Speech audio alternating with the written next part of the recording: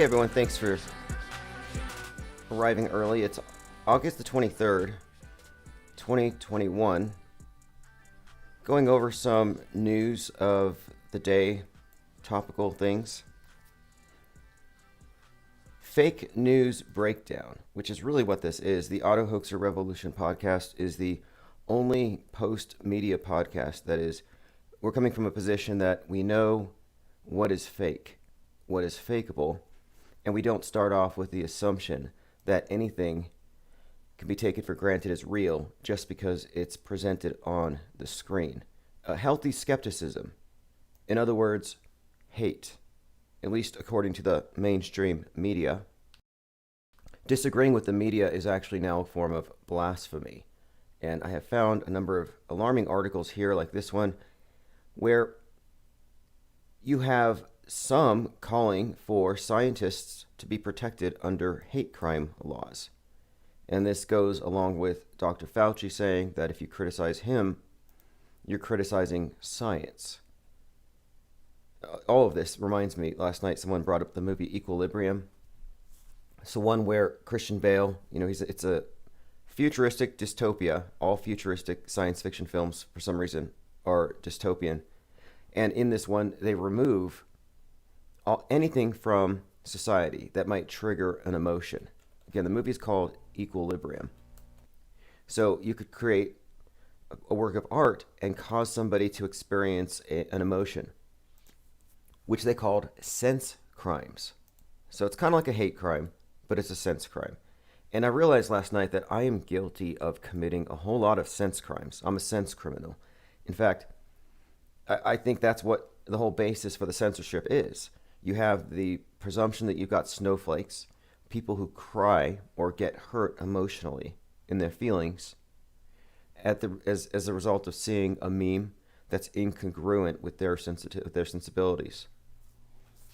So in a way, yes, we are committing sense crimes. We're triggering tears, responses like emotional responses to the information. That's what they're considering to be a violation of the order, the social order. And they want everything to be completely static. It's kind of like how you can't have one person sick without everybody locking down. Oh, one person gets sick, lock down the country. It's collective sickness now. You can't have one person have a sick day and everyone else can just do their own thing. Same with the media, specifically with regards to the censorship, where if one person's offended, you have to get rid of it for everybody. And that's been the basis for quarantining, really locking down and censoring the internet. They're sanitizing it. There is a holy war happening right now. It's like a jihad. It's not for sin, but it's for thought crimes.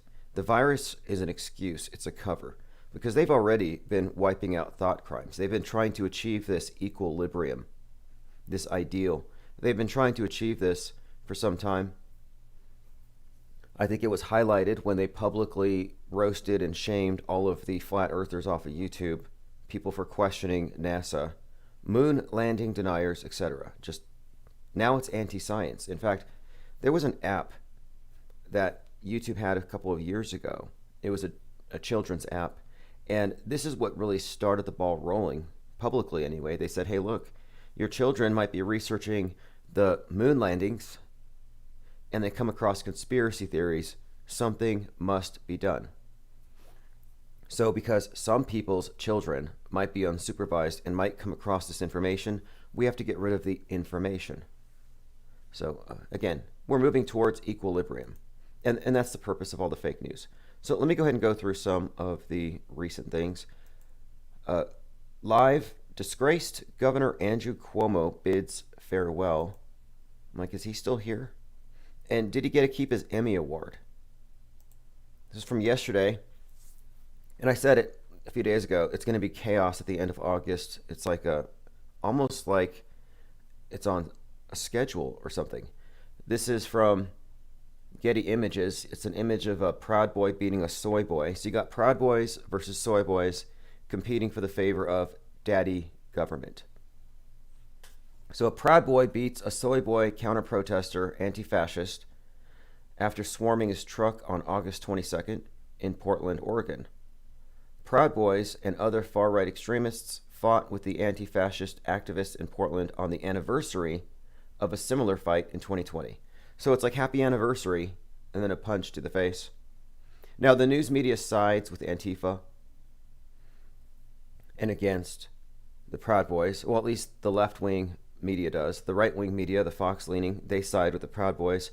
But as you can see, we're just looking at children in adult bodies competing for what? I'm not exactly sure what they expect to get out of government. Oh, by the way, Antifa's All-Star Kicker has been released. This was posted by Andy No. If you remember, last year there was an individual named Marquis Love who roundhouse kicked Adam Hayner in the head. I watched it live. The guy was dragged out of his truck, and then as he was sitting there, someone walked up behind him and kicked him in the back of the head. A roundhouse kick. I think that's how I would describe it. Anyway, it says this email is to inform you that Marquis Love, again, this is Antifa's All-Star Kicker, has been released from custody just in time for the 1-year anniversary. Just in time. Everything really does seem to be on a cycle. I wonder if he got a sponsorship. I mean, he's wearing Nikes, I think. It was a really good kick. All right, let us continue going through the fake news, really the big fake news of the day. There's so many things going on. This is a strange one. I have to bring this up. Last night we were talking about JFK Jr. And whatever you think about the QAnoners, whether or not you drink the Kool-Aid, they believe that JFK Jr. is their savior, truly. That this is, again, the plan. That the plan all along has been that Q, who's actually JFK, would be defeating the deep state and winning back the kingdom that was taken from his family because his father, JFK, was like a king and he's like a prince. So you have this mythologizing of this family. It's some sort of American royalty in this story, which they believe. And they do believe that JFK Jr. is about to come back. In fact, I have videos of some shady anonymous characters that some believe to be actual JFK Jr., and you can hear it in his voice. And it's either an impersonator or it's him, and it's some kind of bizarre stunt. But it's not just that. So if you find that hard to swallow, along with JFK Jr. comes Princess Diana and Michael Jackson. So since we're on this side of the fringe, from OK Magazine, Ghislaine Maxwell hooked up with JFK Jr. They did it. It says Ghislaine was not only Jeffrey Epstein's madam, but she had a knack for seducing her own. None more high profile than JFK Jr. OK Magazine has exclusively learned. So she boasted about performing acts on George Clooney, according to one of Epstein's victims. This came out in the testimony. But it goes on to say, her chief conquest was a one-night stand with Q. I mean, isn't that crazy? If this is true, Ghislaine Maxwell, who's one of the main public faces of this child trafficking operation that QAnon is against, isn't it ironic and strange that it is alleged here that JFK Jr., who is actually Q, had hooked up with Ghislaine Maxwell? It says her chief conquest, one night stand with the magazine publisher, George Magazine, who many believed was set to follow his father's footsteps and become president. She said it was a one-time hookup. It happened in the early 90s, soon after Ghislaine started to establish herself in the New York social scene. He went to her house after a political event. Goes on to say he died in a plane crash 1999. Now that's a whole nother storyline there, because the QAnon thing is that he faked his death so he could go undercover and fight the deep state. So it goes on to say, she revealed this. Maxwell loves to brag about her rendezvous with various lovers. Once she came back giddy with an explosion of news. You'd think she was the next crown princess, but she had given George Clooney a blank in a in a bathroom at some random event. Real nice people. So anyway, just thought I'd bring that up. JFK Jr., aka QAnon, has allegedly had sex with Ghislaine Maxwell, Jeffrey Epstein's child trafficking girlfriend. I'm going to go ahead and say hello to those of you in the chat. Thanks for joining again. We try to cover the news mornings like this, and then I condense it into the Auto Hoaxer Revolution podcast. So if you miss it, no big deal. You'll find it later. Salty Siren says, I roundhoused my gate shut on a daily basis when my hands are full. Yeah, it was a good kick. Vac88 says, IPR is pro-vax, so he's probably vaxxed, but he's also pro-anti-vax, so maybe not. Yeah, my take on it is the question of other people's medical decisions, not my business. I think there are worse things in the world to be worried about right now. More realistic threats to our survival, like reptoids. Nobody's talking about the reptoids. I also find it really strange that it seems like every couple of weeks, the anti-vaxxers have another reason to be afraid. Like, I think today, something got approved by the FDA and it's going to be supposedly mandated. Nothing's going to be mandated in the sense that people think. They're not going to send out the vax drones. It's all fear. Fear being applied to the people who didn't fall for the big scare. So if you thought the pandemic wasn't real, or if it was just a government power grab, well, they got another way to scare you. And I just opt out of the fear altogether. That's the whole purpose to this concept of auto hoax, where you automatically assume something to be a hoax unless there's sufficient evidence to show that it's real. It's a burden of proof thing.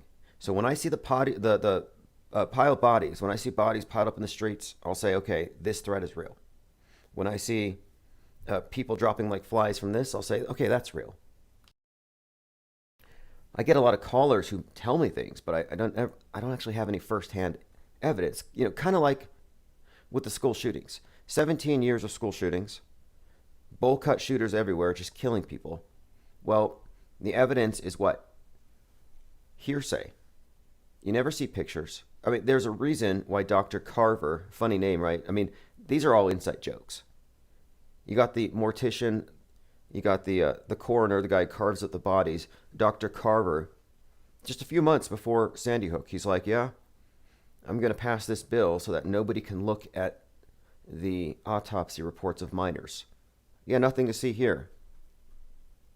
That way they have plausible deniability. All right, let me go ahead and go through a few other things.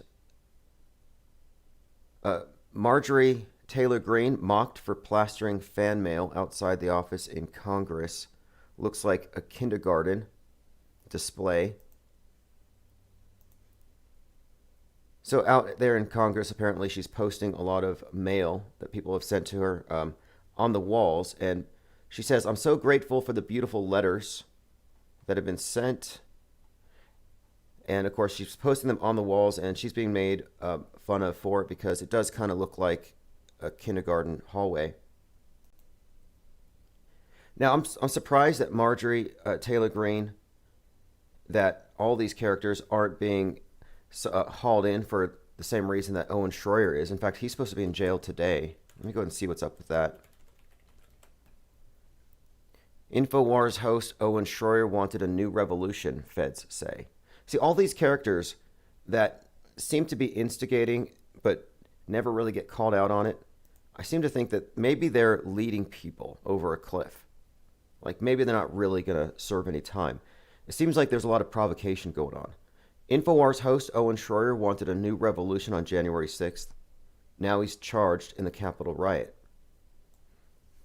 Like there's no way it's a coincidence that we just had this fake QAnoner in D.C. threatening to blow up the city in order to have Biden stepping down.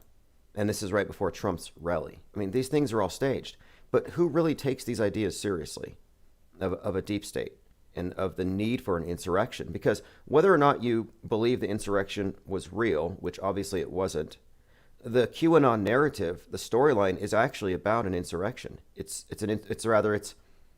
actually, what else could you call it?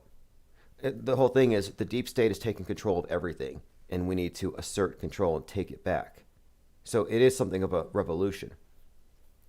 It would be dishonest to say that QAnon is not a revolutionary movement. InfoWars host Owen Schroyer wanted a new revolution on January 6th. Now he's charged in the riot.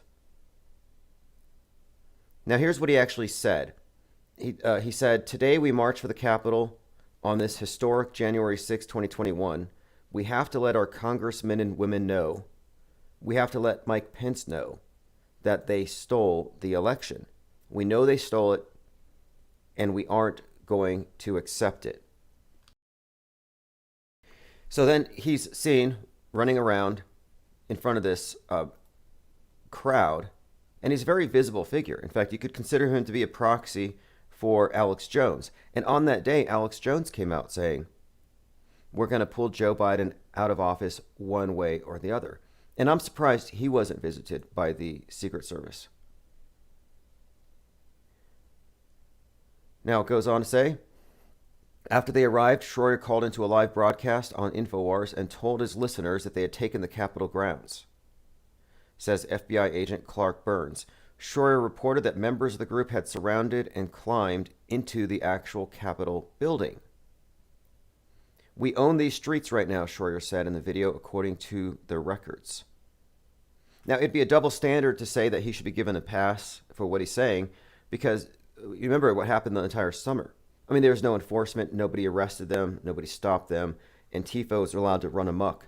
They were allowed to burn police precincts. But you would often see people calling out members of Antifa whose rhetoric would borderline on incitement.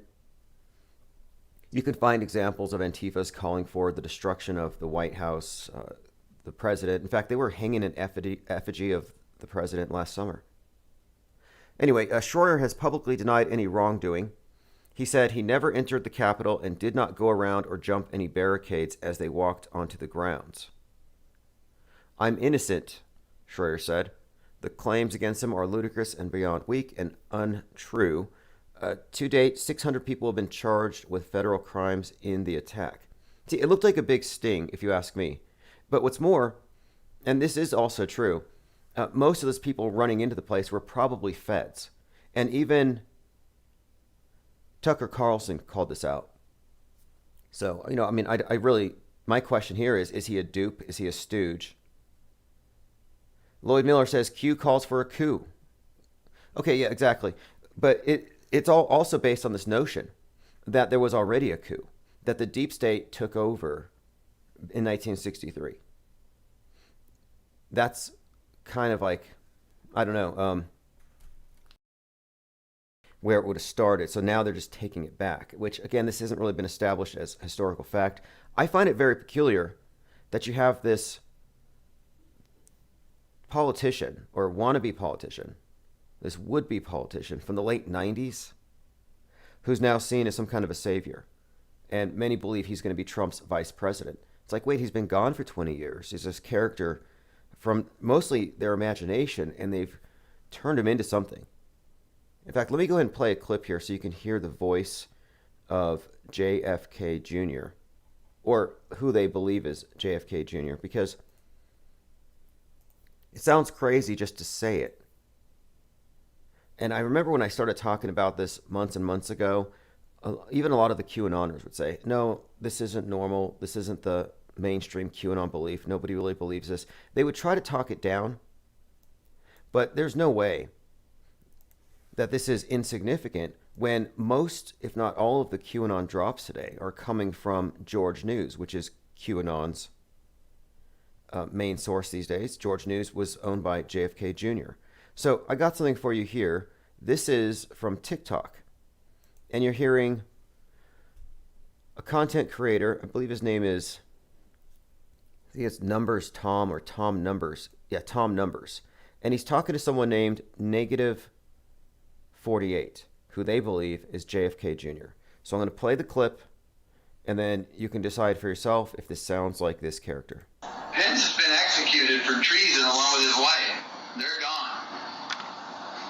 See, I didn't hear any of that. I didn't hear any of that. Well, let's listen to what Trump. That wasn't on the CNN, huh? That wasn't on the news. Well, you're not going to see it on the Tele-Live Vision, the network of programmers. They got lots of program. They're in the programming business. Tune in next week so we can tune your ass up. No, that's not where you're going to hear it. We are the News Now 198. Greatest comeback ever 198. So he said, greatest comeback ever. And this is, again, believed to be the voice of JFK Jr. And if you look at the chat and the comments, thousands of these QAnoners actually believe that he is revealing himself. I'm going to play a little bit more. John F. Kennedy Jr. 218. Just because the people don't know that are comatose vertical meat suits, he says just because the people who don't know because he called them vertical walking meat suits or something. Now, anyway, he gets into a lot of strange numerology and code. So if you didn't know, QAnon is hugely into numerology, Kabbalistic ciphers. It's actually a very mystical, esoteric movement at the core of it. And it's a spiritual movement because it's ultimately about good versus evil. Black hat hackers versus white hat hackers is the physical manifestation of a spiritual war. So JFK Jr. is doing God's work. In many ways, he's basically Jesus to them. It is that bad.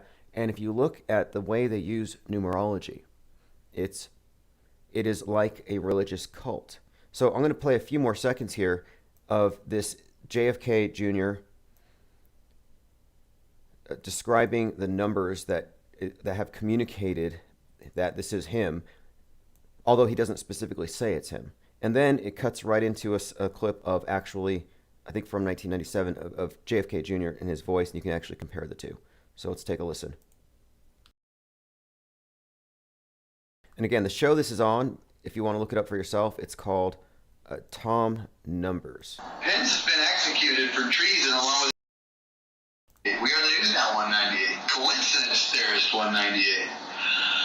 You know, God, so anyway. what's that? Vic Doolin over the years, and he's become a good friend both to me and the magazine. And we were searching of ways in order to try to bring politics to life. Okay, so there you have a little snippet of JFK Jr. compared to this other individual, and -48 is his username. But he is obsessed with this gematria, and in that clip there, he was talking to Roseanne Barr. So the woman that you heard, it's Roseanne Barr. The man is Tom Numbers, and the person talking is allegedly the son of JFK. All right, let's go ahead and go through a few other things here. Mike Lindell, new prediction, Trump will be reinstated by New Year's. So just a heads up. Donald Trump has also intimated that he might run in 2024. I mean, it makes a difference. I mean, whatever happened to the children, I just have to remind those who are part of the QAnon movement, if your whole movement is about saving the children, and it started in 2015, 2016, or sooner if we go by the big story here, that this has been going on forever. But anyway, they've been trying to save the children since 2015. He didn't accomplish it before 2020, didn't get reelected. Now he's talking 2024.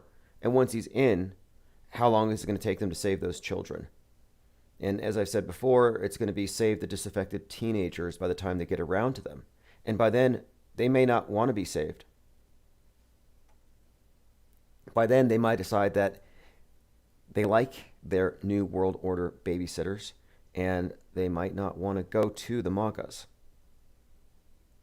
Yeah, Carlson defends InfoWars host, accused the FBI of a false flag operation. He's 100% right about this. Tucker Carlson is very upset over the news that InfoWars host Owen Schroyer was arrested.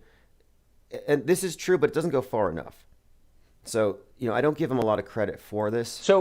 Because the simple fact that Ashley Babbitt isn't dead. If you watch that video, Everything Wrong with the Capitol Riot in 21 Minutes, you will see that was a psychological operation to frame the political right. But Tucker Carlson doesn't go that far. He'll admit that the event was instigated, infiltrated, in other words, a quote, false flag, but he won't call it a hoax. And that makes all the difference in the world. The people who consider the riot to be a false flag, to have been infiltrated by feds, but who don't call it a hoax would be rightly described as guardrails and gatekeepers, MSM light, because the truth is very important to recognize here. If she's not dead, it changes the whole story.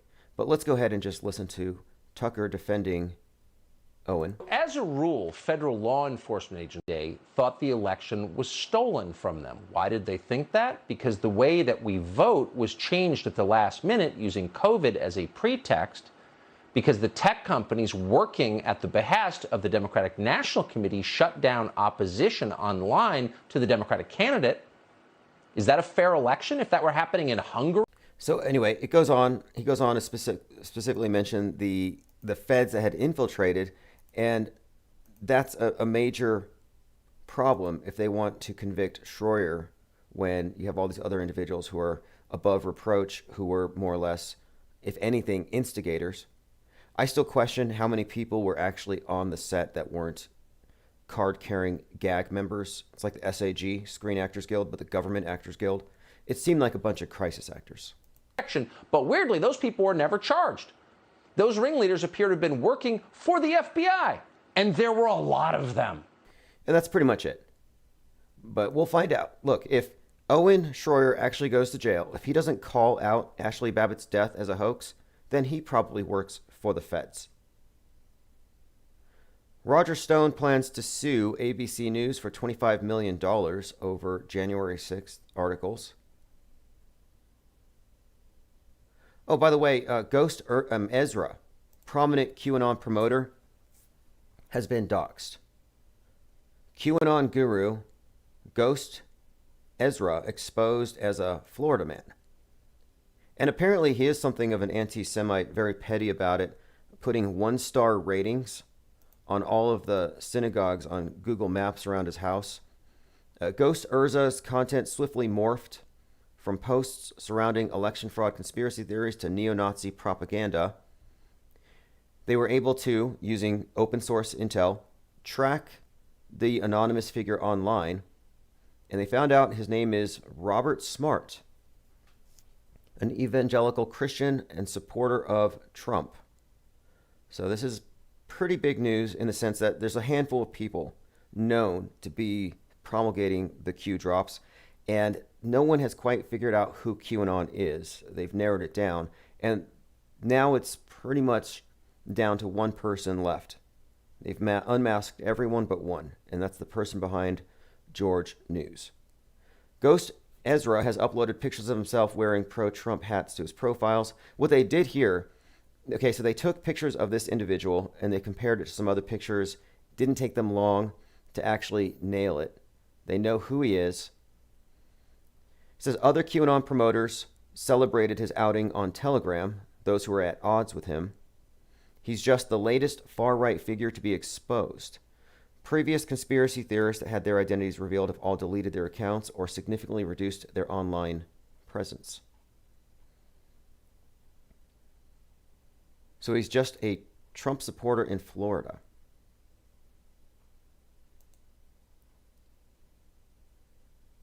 Police officer who shot Ashley Babbitt cleared of all charges.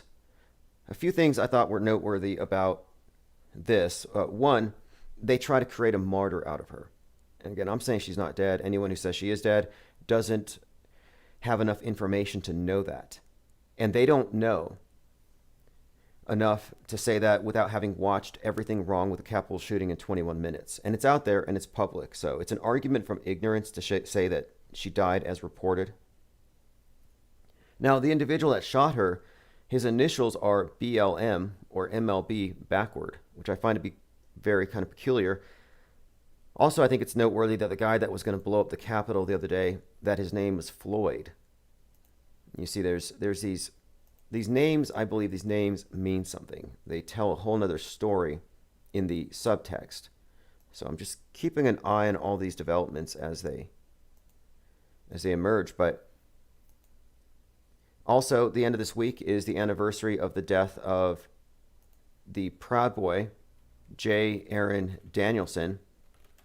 And I expect something there. There's been a lot of contention about this whole event because the shooter was shot immediately after Now, the shooter was Mike Reinl, and he was interviewed on Vice News, and he admitted that he shot J. Aaron Danielson. He admitted that he ambushed him and shot him. Just strange. He went on to Vice News, and he admits that he murdered somebody.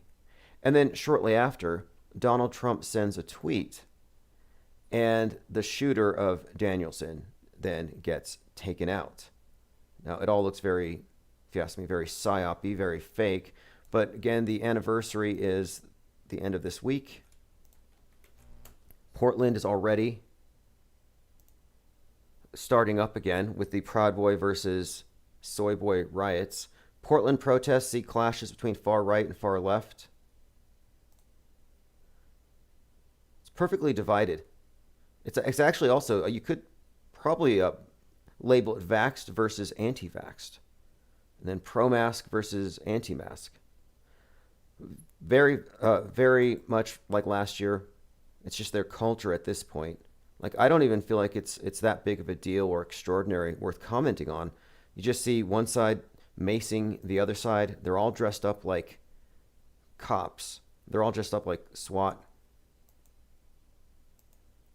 And they're openly fighting in the streets. It's just a summertime. It's a pastime at this point. Just go to Portland for riots in the summers. Going through some comments. Lloyd says, Alex Jones has flirted with Q, but is against it now. Sure. Many people treated QAnon like it was a grassroots, kind of an organic resistance to mass media. And I can understand that aspect of it because many of the people who are following it or fall in that category don't really believe it, so to speak. They're not really believers. They're more like conspiracy researchers. And you can't be a researcher in this area without including that, without accounting for that large group of ideas and stories. And a lot of it's just media manufactured stories. I happen to think the QAnon narrative is mostly just rebranded blood libel applied to a political class. Okay, hey, I'm going to be back later on today. And I wanted to point out that at darkmatter.radio, we're going to be mirroring. So I'm going to go ahead and put a link in the chat if you all want to go over to darkmatter.radio. And today we're going to be mirroring Crater News. So he's Commander Lou. He was interviewed on Dark Matter just a few days ago. So what I'm going to be doing is I'm going to be mirroring his live news coverage in the mornings on Dark Matter. So that's just in about 5 minutes or so, just a heads up. And if you go to darkmatter.radio, you can find all of the relevant links. Okay, we'll be back later on today, like I said, to take calls. Thanks everyone for joining. If you miss any of our live news coverage or breakdowns, as we did this morning, just join us in the evenings. We generally just rebroadcast it. Subscribe below and you won't miss any of the premieres. So thanks again for joining. I'm going to turn this back on over to the 24/7 stream.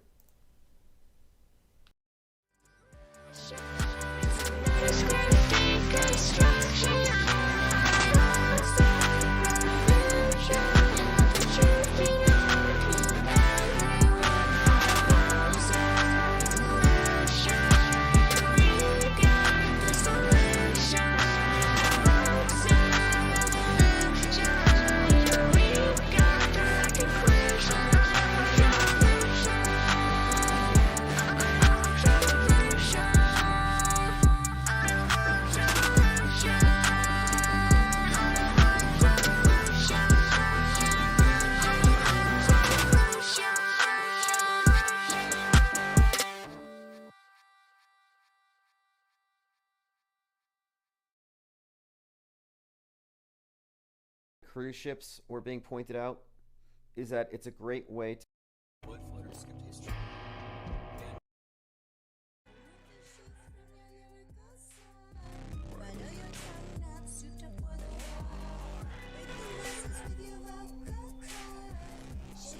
All right, everyone, thanks for joining. It is August the 12th, 2021, aka 1984.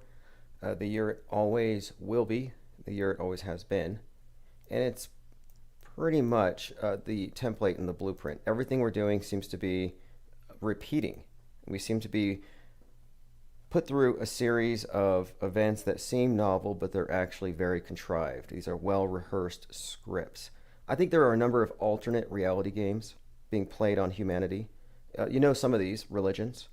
We often talk about the most popular religion of all, which is mainstream media, and how even Netflix, you look at Netflix as an example, you can look at that as a crystal ball, a scrying mirror to tell you what's going to happen in the future, because it's all predictive programming.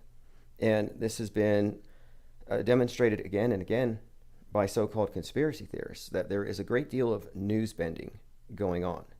And so, we're looking at the big picture here, events that are so predictable that, we're right far too often. And I'm not psychic, but let's just start with this. Last year, we spoke a lot about how 2020, the summer of 2020, the political strife, everything was contextualized as though it were 1968 all over again. And they accomplished this in a number of ways. One of which was they had Donald Trump making statements that came from segregationists in the late 60s, like, when the looting starts, the shooting starts. And in various ways, they were invoking the spirit of 1968. This was also an effort within the entertainment propaganda matrix, where directors like Spike Lee put out a film called The Five Bloods, where the individuals on the cover, 5 African Americans, are kneeling around a grave, kneeling before kneeling became a BLM posture, like the new raised fist. And not only was it predictive, but one of the main actors in that movie, The Five Bloods, Chadwick Boseman, played a big role last year in terms of the timing of his death and how it added to this notion, which I didn't start this, the media did, that we were re-experiencing 1968 in many ways.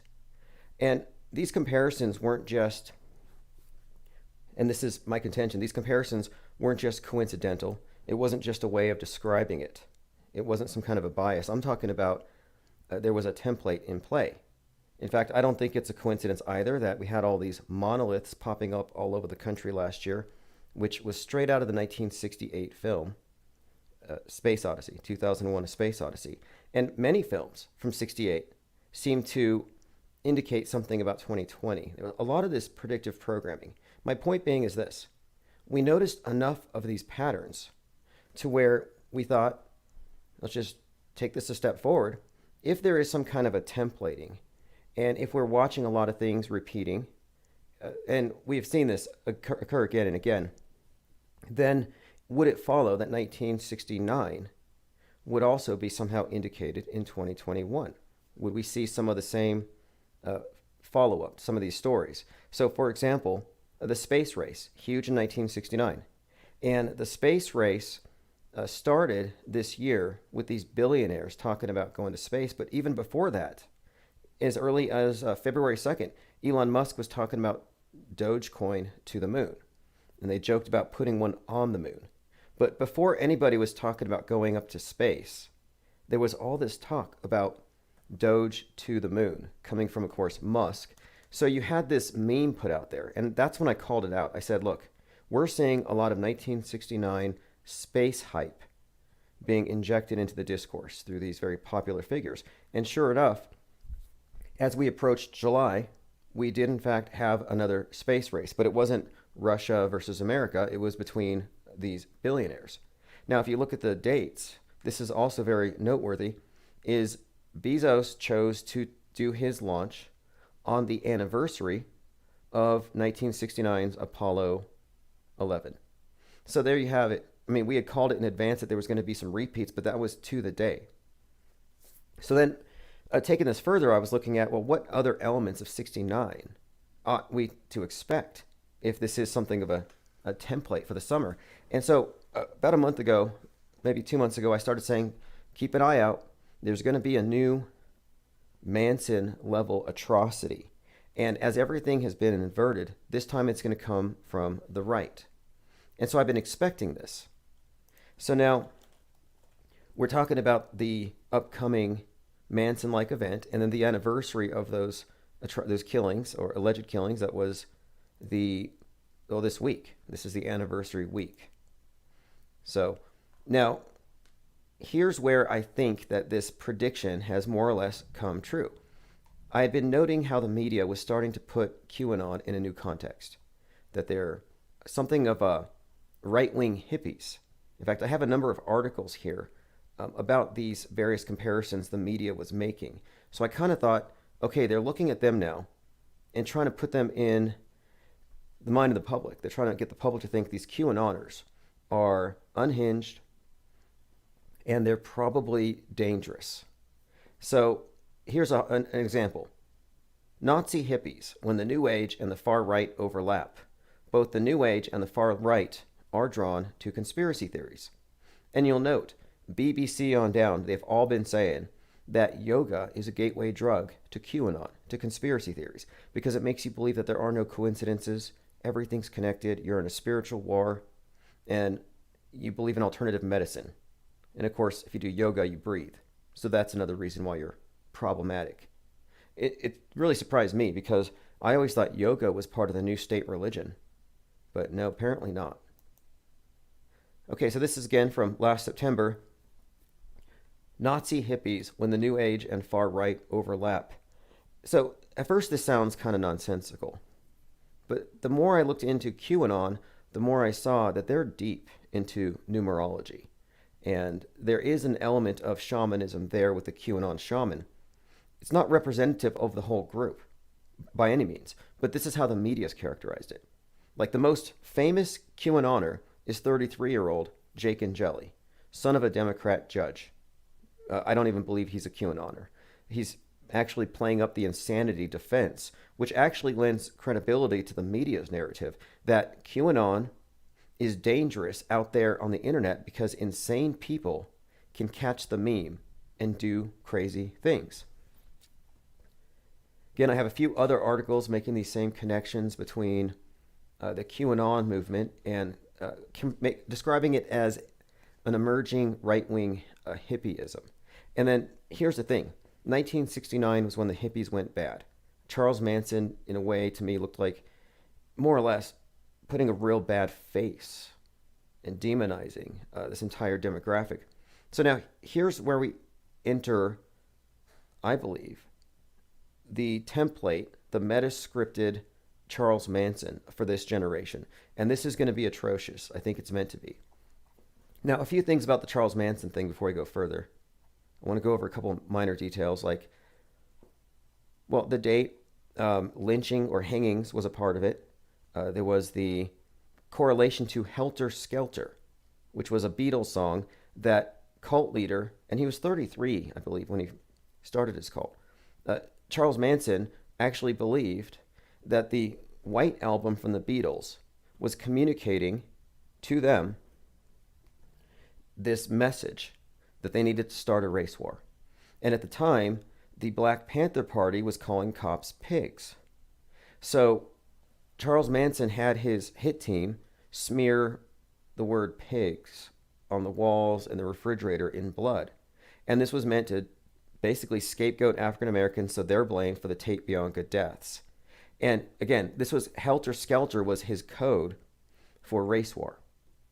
So in other words, he was doing something of a Jussie Smollett. And as I said before, he could have just applied for a job at CNN because this is pretty much what they're trying to do all the time. 1969, when Charles Manson scared the hell out of Hollywood. And this was another aspect, and I did in fact predict this when I started positing that we're going to see a new atrocity. And it's a targeted atrocity meant to inflame the liberal left coasters in particular. So they're going to see this as a continuation of your mask refuseniks and your anti-vaxxers and the dangers they impose. Oh, they're not going to vax their kids could kill my family. Well, now it's their memes, their ideology has crept into our part of the world. And this is what I'm getting into. This modern, I believe this is a new iteration, a new take on this. Let's scare people about this group that the government deems enemies of the people. I think it's a new Manson thing. The guy's insane. That's how he's been presented. And another aspect to it, if you remember, Charlie didn't do the killings. He actually sent people. And so you're kind of talking about somebody doing something possibly under mind control, etc. That was a big part of it. So now here we're talking about, does Trump, because he's the Charles Manson in the story, I mean, in a way, QAnon rather, and Trump, in a way, like Charles Manson has the power to send people to do things, this Q is, according to the media, that powerful. Do you remember what Jake and Jelly had on his sign when he went to the Capitol stage riot? Q sent me. So the Q sent me meme. And I also want to draw your attention to another character. If you remember the bombing in Nashville, you had an RV in Nashville last Christmas that blew up. But before it blew up, it had a warning on it, like a recording that said, warning, it's going to blow up. Well, the guy's name was Anthony Quinn Warner. And I think they found his passport. It must have been made from the same paper they used to print the 9/11 hijackers' passports. But anyway, this was believed by QAnoners to be a message. A Q Warner. They believe his name was AQ, as in a QAnoner, and a warning for them, whatever this may mean. So the media has taken this as, this is Q's suicide bomber. And remember, I've been pointing out, if you've been listening the last few weeks, I've been really highlighting this, that you no longer hear about the Quran radicalized terrorists. Now it's all about the QAnon radicalized terrorists. They phased one out and they replaced it. QAnon is still after the great Satan, and they're still fighting a holy war. It's virtually the same thing. So anyway, here we are, the same week of the Manson killings, and it's 2021, and you have Matthew Taylor Coleman, a man, quote, enlightened by QAnon to kill his kids. So a couple of things here. One, enlightened. So again, you have this cult leader aspect to the QAnon thing. So he had some kind of awakening. And the story, which is really twisted, is that he believed that his children had serpent DNA because his wife was a reptoid or something. And so he kills his kids. That's the short of it. One of the problems I have with just the basic narrative here is that there is nothing within the QAnon canon, and there's more than, I believe that there's like 30,000 more words that QAnon dropped than are in the New Testament. But within QAnon, you will not find anything that says to kill children. In fact, quite the opposite. They're trying to stop the people who they believe kill children. So again, this is totally, I believe, a scripted story that makes zero sense. However, the people who read this in the news are going to believe it 100%. To them, they're going to read about this California dad killed his kids over QAnon and serpent DNA conspiracy theories. So he murdered his kids in Mexico because he thought they would grow into monsters. So here you have increasingly this demonization of conspiracy theories. Conspiracy theories can make you go crazy. They can turn you into a flat earther. They can make you kill. They can make you... This is, again, correlating super spreaders with dangerous ideas and thought crimes. And the result of this, and this is my take on it, I actually think that the objective here is to get people to call for an internet lockdown, an internet quarantine, so they can get rid of all of the dangerous misinformation and all those memes that will affect the mentally ill and cause them to do things. And if you look back at the school shootings, the mall shootings, you had the 3 shootings in the summer, El Paso, Walmart, Gilroy, Garlic Festival, Dayton, Ohio, outside the nightclub. In all these instances, then you have Nick Cruz, Adam Lanza. Find me one where they don't say it's because of mental illness. And the reason they're doing this is that they know that people who aren't mentally ill can listen to stories, can tell the difference between real and fake, and aren't going to go crazy because they read the Bible, the Quran, or heard Alex Jones. However, they're trying to leave it open here, that so that the public believes that even though you can handle it, there are people out there who can't. They don't have any sort of autonomy when it comes to, they catch these ideas, they act on them. So the idea of the internet radicalizing people by ideas is very similar to the idea that you can just catch a virus by proximity. Only here, it's proximity to ideas. It's not about thinking it through. It's not about coming to some kind of a rational conclusion through a thought process that involves critically analyzing what you're taking in. No, they think you can just catch ideas and act on them. And again, I'm suggesting this is probably, like, my take on this right off the bat is that it's fake. And here's why. Because I predicted it. I said you're going to see an atrocity left coast, analogous to the Manson thing. We're going to find a lot of connections here. I have others too, as you'll see. But that the point of it will be to further demonize free speech, specifically the right, and to make the left, specifically in Hollywood, really fear free-flowing ideas. And I believe we saw some foreshadowing last year when Kim Kardashian said she was going to freeze her social media, including her Facebook, until they got rid of all the conspiracy theories. This was a year ago. And I know those of you who follow Kim Kardashian were really, burned by that. And I think she was trying to get her followers to do the same. Like, let's all voluntarily shut ourselves out. It didn't work. Probably because nobody cares.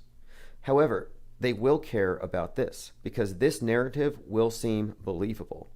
Oh, that guy Jake and Jelly went crazy because of memes and because of Trump and because of QAnon verses, so he stormed the Capitol. It makes sense that this guy, a surfer instructor, would act upon his ideas. So again, Matthew Taylor Coleman, and I found some interesting things about this character, which we'll delve into. Now, the thing is, they have a business. So you're not looking at made-up characters from thisdoesnotexist.com. There are some indications that they actually exist. To me, it's still a question of, was the atrocity actually committed? I mean, in my opinion, the Manson killings were fake. But the fact that there's so many correlations and the timing makes me lean towards fake until proven real. Okay, so here we go. Criminal complaint alleges that he told the FBI he had to kill his kids because they were growing into monsters. So we went down to Rosarito, Mexico, where he killed his children. One of them, I have some details about it. It's kind of grisly. One of them was stabbed 17 times, Q number. He used a harpoon gun, which somebody in Discord sent me some links here that I'm going to look into tonight about how these harpoon guns were recently introduced into a couple of children's cartoons and popular movies. So it's like a movie prop. Like here's one. Fortnite, and this is from Polecat78 in the think tank. And if you're not in the think tank, it's $2 a month. I highly recommend it. That's where we pool our information. Polecat78 put down here, Fortnite introduced a harpoon gun in Chapter 2, Season 1. The game's 17th season. The last full day of Season 7 is September the 11th, 2021. So this is Battle Royale, popular game where this device has been introduced. Here's another one. Olaf threatening Justice Strauss with a harpoon gun. So in entertainment, it's been coming up. So that's the device that was used. Again, I brought this up last week. DHS is warning police that there's going to be some QAnon-related violence. Doesn't surprise me. Let's go through some more details about Matthew Taylor Coleman, man, quote, enlightened by QAnon. I mean, think about the way they describe this. Okay, now, the names of his children. As with all weird psyops, the names are always very indicative of what you're looking at. The names are chosen for some strange New Agey reasons, so they are very much like hippies. They name their kids like Rainbow or whatever. Well, his kids are named after, let me see here. He actually has an Instagram post where we can actually read about this. But here's the thing. He had some kind of belief that his kids were going to grow up and slay giants. Like, this is the level of insanity. So he left to Mexico without telling his wife where he was going, and he took his kids. This was on August 8th. And again, this is all happening during the QAnon, well, not QAnon, but the Mike Lindell Cyber Symposium. And the timing of this, I don't think is accidental whatsoever, because the people who are believers that QAnon is in fact this dangerous radicalizing influence, they think that Mike Lindell and company are insane and they're trying to destroy the country. Okay, so Coleman made his first appearance in court on 8/11, and he'll be set for arraignment on 8/31. He was seen on hotel surveillance leaving with his children.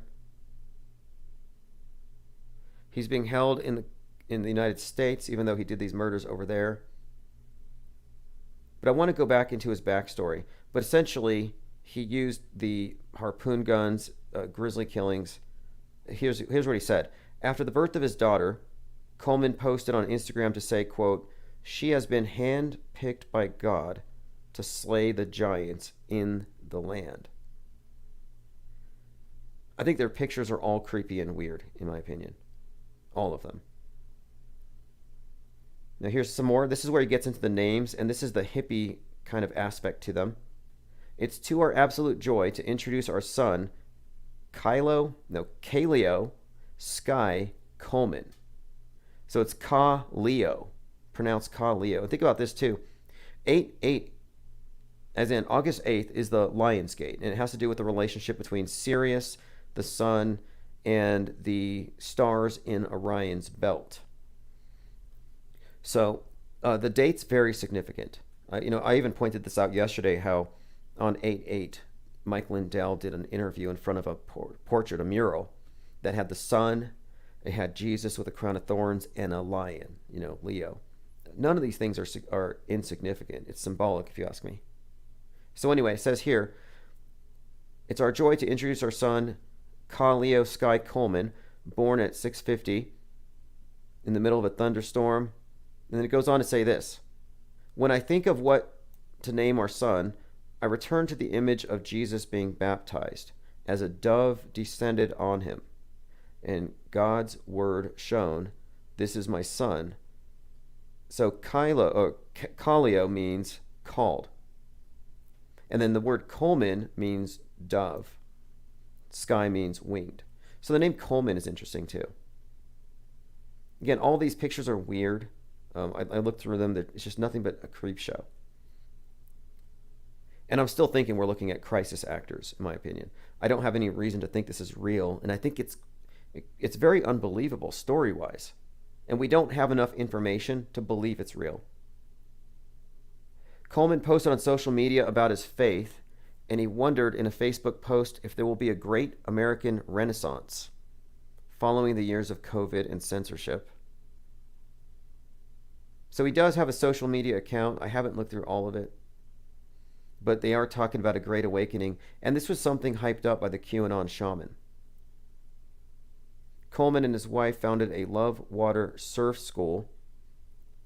I was analyzing their logo, and a few people thought they saw some things worth looking at in it, and we'll look at it again.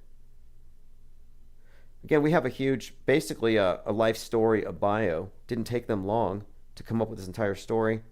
It was all out there. I looked at their YouTube channel, not many views. It actually looks kind of phony to me for a few reasons, but we're going to continue to examine this story as it unfolds. I'm mostly interested in the response, because you have to remember, even though we may be critically analyzing and questioning the news because we know about this thing called propaganda, the masses don't. So to them, this is true. It's horrifying. Now listen to this.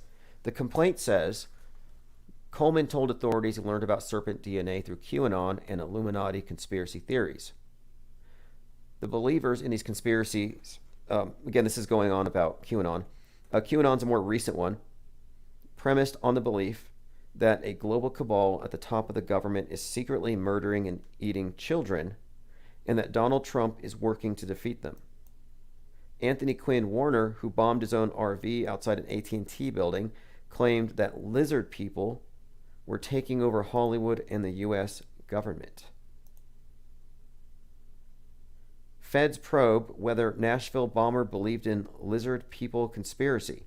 Investigators are aware of statements that suspect, man, this is crazy.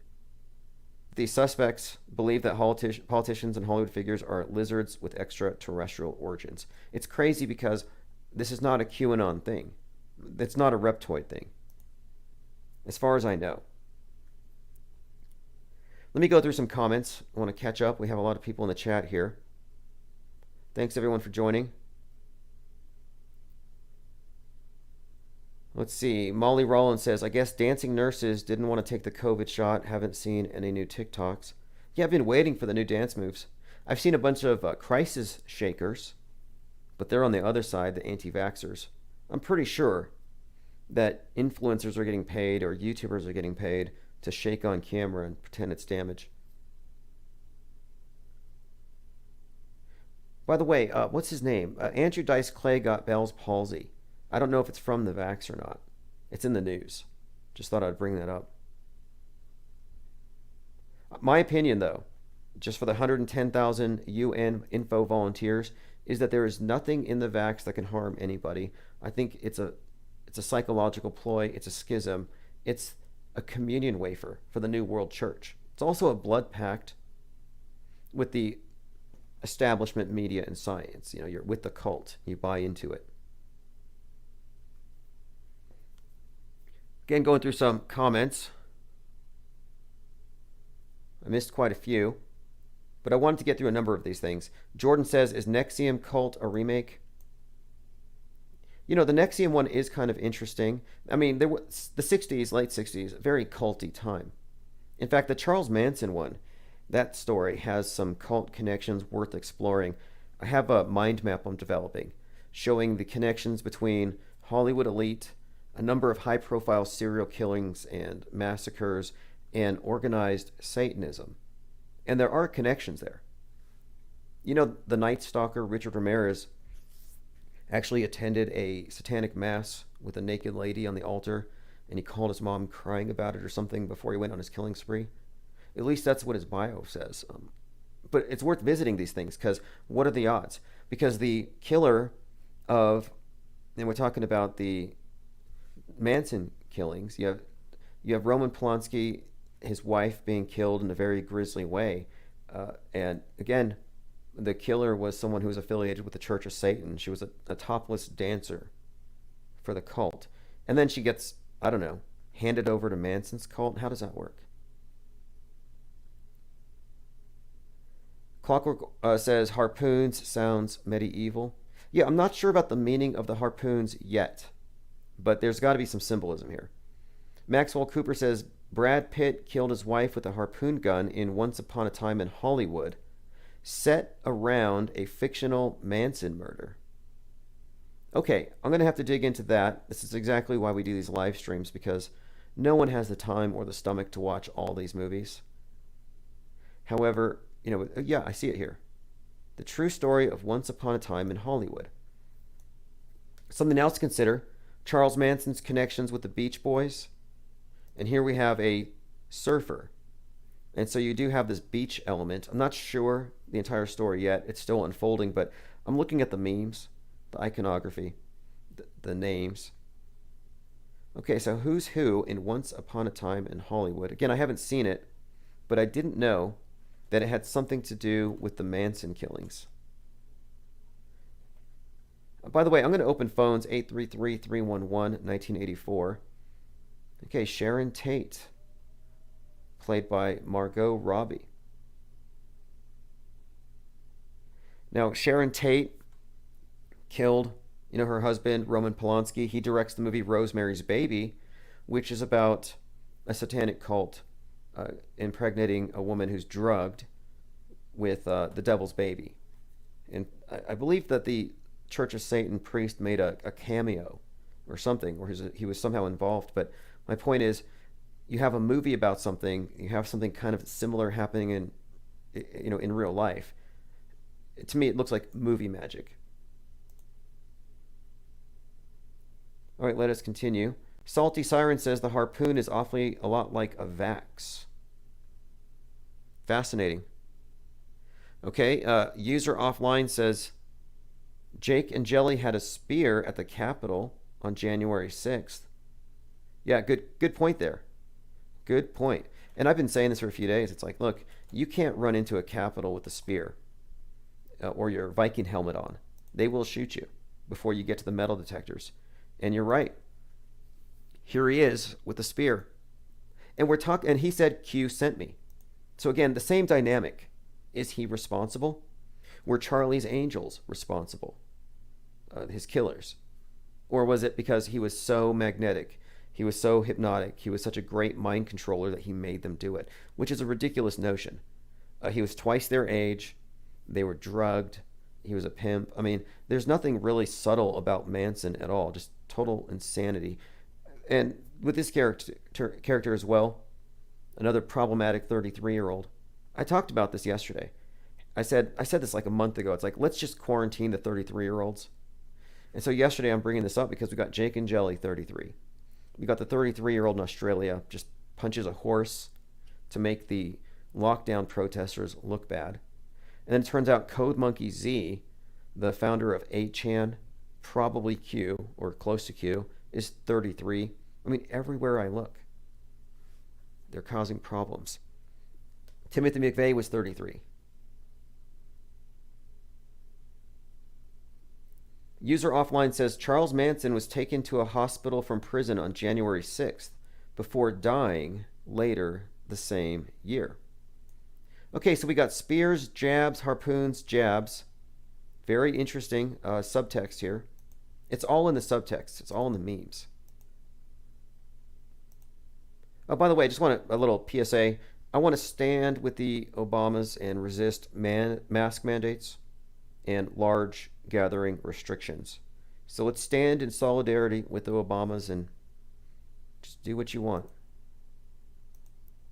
It's not advice. Isn't it crazy though? Like they can do that and they're all over the news, all over Twitter. You see Obama dancing without his mask on, no social distancing. And if I even talk about doing that, like I'm going to have a birthday party. I'm inviting 600 friends to give me donations of $600 or $60 or $6. And we're not going to socially distance. Like no way they would shut my channel down. The hypocrisy is unmatched. I mean that's the main thing about the world as it is right now. The hypocrisy is just cognitive dissonance inducing, where like let me show you an individual. I had to tweet to him today. It's the mayor of Baltimore. Hypocrite of the day. The mayor of Baltimore gets out in front of a microphone and starts telling people, and I'm going to play it in a very harsh kind of tone, that it's your fault if you're not wearing a mask, that people are dying, you brought back the variant. But I want to first play a clip, and then if you're watching, you'll see my problem with this. So let's go ahead and get started. All of our hospital partners here in Baltimore, the folks at the CDC, we know it works. This is a way for us to slow the spread. None of us want to go back to what we went through the last 2 times. And for anyone that's frustrated about wearing a mask and you're not vaccinated, then look in the mirror. It's your fault that we're going back to having an indoor mask mandate. Make sure that folks get vaccinated. If you're not vaccinated, shut up. Don't complain. Folks need to wear a mask to protect themselves, to protect. Okay, so we get all this wear your mask, but my point is he's not wearing a mask. Same goes for Biden. And so I'm suggesting here that you're getting conflicting messages, and I think it's on purpose. I don't think this individual's dumb. I think that the wizards in media know that when the authorities tell you to do something, and they're not doing it, it's because they're establishing power roles. One set of rules for them, another set for you. And, we're the little people. We're not supposed to have faces. If you need to express yourself, use an emoji. All right, let's continue. Again, just to reiterate, Hiram Sanchez, Baja California's Attorney General, told reporters, and again, this is something I find really problematic. Innocent till proven guilty. You have to have the process. And the evidence is something that's necessary to convict the person. And what they're doing in all these psyops, which tells me it's probably fake, is they're just throwing the gory details out there. And I don't think this is what you should be doing. Like if I was an attorney general and I was dealing with a sensitive issue of a couple of toddlers being murdered, I would not spill the gory details to the news media so they can sell papers. I wouldn't do it because it would be traumatic for the family. There are some things that, I mean, it's just in poor taste. But I note the number here. The girl was stabbed 17 times. A blood-stained wooden stake. So there you have the number 17, which is sacred to Q. Kind of like 17-year-old Kenosha Kyle wearing the white hat at the front row of the Trump event before he stopped the riots. By the way, somebody's putting these up around Chesterfield. Reject totalitarianism. No COVID passes. And it's kind of interesting to see this because each side thinks the other side are Nazis. But right now, I think we have a pretty clear indication. And you can tell by someone's attitude about whether things should be mandatory or not. I still find it really problematic that there are people out there who are pro-lockdown and wear masks when they're not mandatory and want you to wear masks. And I'm thinking, wait, if you're pro-lockdown and you're wearing a mask out in the world, you believe in the dangerous thing that could be spread even by you. So you are going against advice that you actually believe in. So it's pretty hypocritical that the pro-lockdown people are not going to do it until the anti-lockdowners are going along with it. Isn't it kind of strange? It's like, what's really going on? Is this about power? Or is it about safety and keeping everyone protected? I don't think that's the case. I think this is about turning one side against the other. And I have an idea. I shouldn't be giving these ideas out there, but they would probably do a lot better getting people involved, and they might even do this, if they start offering incentives to snitch on the unvaxxed. Do you remember what they did last year? You had the 311 numbers opening up because people were calling the cops on their neighbors for coughing. Do you remember all the snitching? People were calling the cops on their neighbors going out to the store. In fact, there's one incident where 900 snitches were doxxed. And this was from, listen to this, this was from April of last year. Personal information from 1,000 or 900 plus snitches had leaked. And here's what happened. People who violated the stay-at-home order were being reported to these various news websites. Tips were flooding in to the county. Well, the people who put the tips in there just assumed that their information was private, and it wasn't. So people found out really quick that their neighbors, that their friends, even family members, were actually turning them in. It was very eye-opening. We had one where I think even a wife had snitched on her husband because she didn't want him going to work anymore. I mean, insane. But this is what happened last year, and this is just 900. It was so bad, actually, last year that some counties had opened 311 numbers to snitch because 9/11 was being overwhelmed.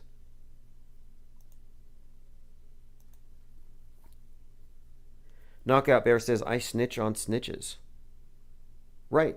Well, it's snitch or get snitched on, right? All right, so let us continue going through these articles about this QAnon killer.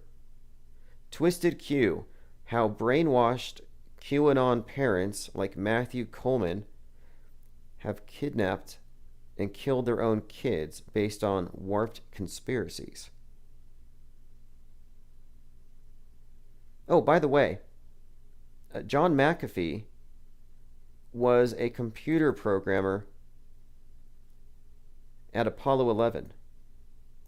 And this actually does make a great deal of sense. It makes me think that he's just another world stage actor. This makes sense in the context of his association with QAnon.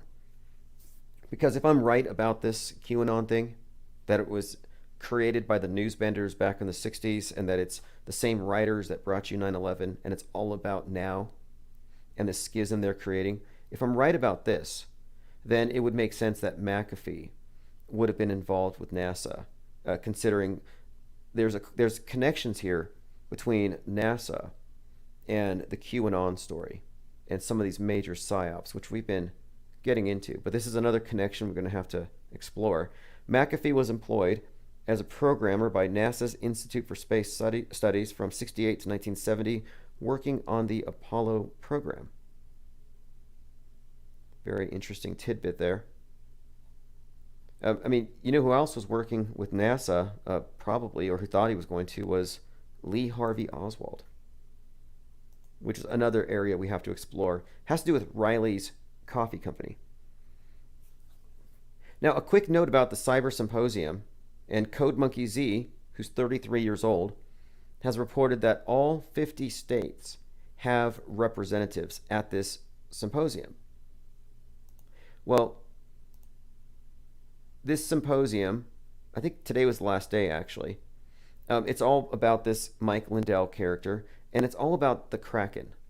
And the Kraken was this idea, and this is all very fascinating if we get into the scripting behind it, but the idea was that Lindsay Powell, they called her the Kraken, had something to say about the November 3rd election that would expose the whole thing was a fraud. So that meme, Release the Kraken, has been attached to the election this whole time. So now here we have the guy that cracked the code on how to prove this thing was hacked or whatever, and he's a crack smoker. So I'm starting to think that maybe 11/3 was when there was a crack in the dam, so to speak, but that the dam, the flood, of course, the breakage happens later. So again, Release the Kraken. And I'll tell you what, I started noticing the Release the Kraken meme before it became a meme in politics. I'll show you what I mean. So last year in July, there was a new team. It was the 32nd team for the National Hockey League. And this team was called the Seattle Kraken. And I saw their trailer because it came up in my newsfeed because I was looking for things having to do with Seattle. And their new trailer just happened to be 1 minute and 13 seconds long. November the 3rd. And the tagline was like, Release the Kraken. So here's Meet the Seattle Kraken. Port of Seattle. And you have this scene that looks like EMP tearing up the sky. Blackouts, floods. I mean, it looks very chaotic, like a Kraken being released, Seattle Kraken. So anyway, this came out on July 23rd. So last year, on July 23rd, I started talking about how, look, November the 3rd, you're going to be seeing something about a Kraken being released, whatever that means. And sure enough, they brought out a Kraken. I want to show you something else very interesting. This is from Ingersoll Lockwood's book, The Last President. So this is a book that came out in the 1890s. I have a link to it at fakeworld.news. And look at the opening chapter. Chapter 1. There was a terrible night for the great city of New York that night of Tuesday, November the 3rd, 1896. So 113. And it's all about a contested election. So there's a contested election, riots in the street. November the 3rd. Again, this is the author of the book about Barron Trump, the time traveler. And this notion of time traveling has worked its way into the QAnon and Donald Trump narrative from the beginning. QAnon shaman believes that the Trumps are time travelers because Trump's uncle got his hands on Tesla's notes and had somehow created something. Now again, that date, November the 3rd, Release the Kraken, very important date. And Twin Towers fell September 11th, 2001. 13 years later, they raised the One World Trade Center, November the 3rd. And that date has everything to do with the Phoenix, with destruction and rebuilding, with resets.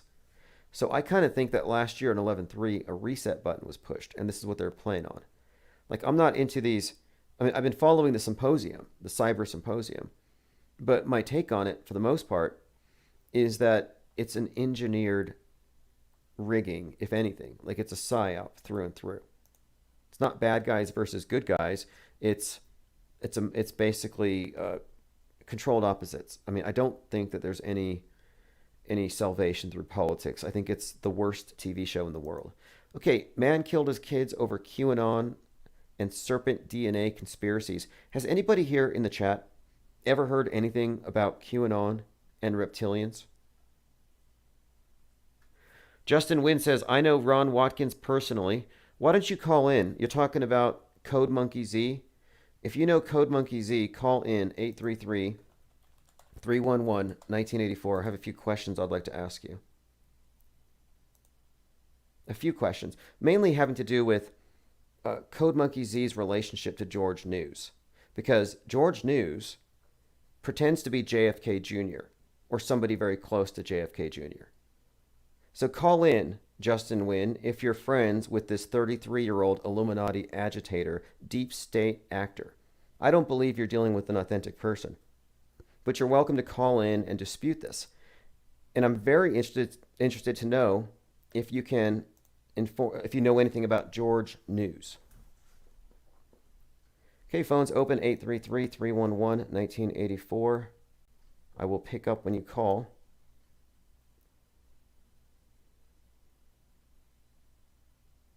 Okay, so let's see what else. We're going to follow this grisly story. I kind of outlined my take on it, that more or less it's a repeat of the shocking Manson killings.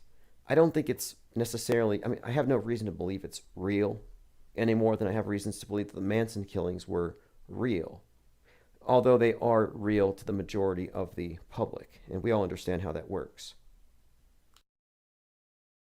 Check out this headline. NASA's trying to figure out how to kill the International Space Station, and they have it in crosshairs. Now, it was hit with space junk earlier this year. During the Celestial Immunity mission, its arm was hit by space junk. First time such a thing ever happened. It was vaxxed.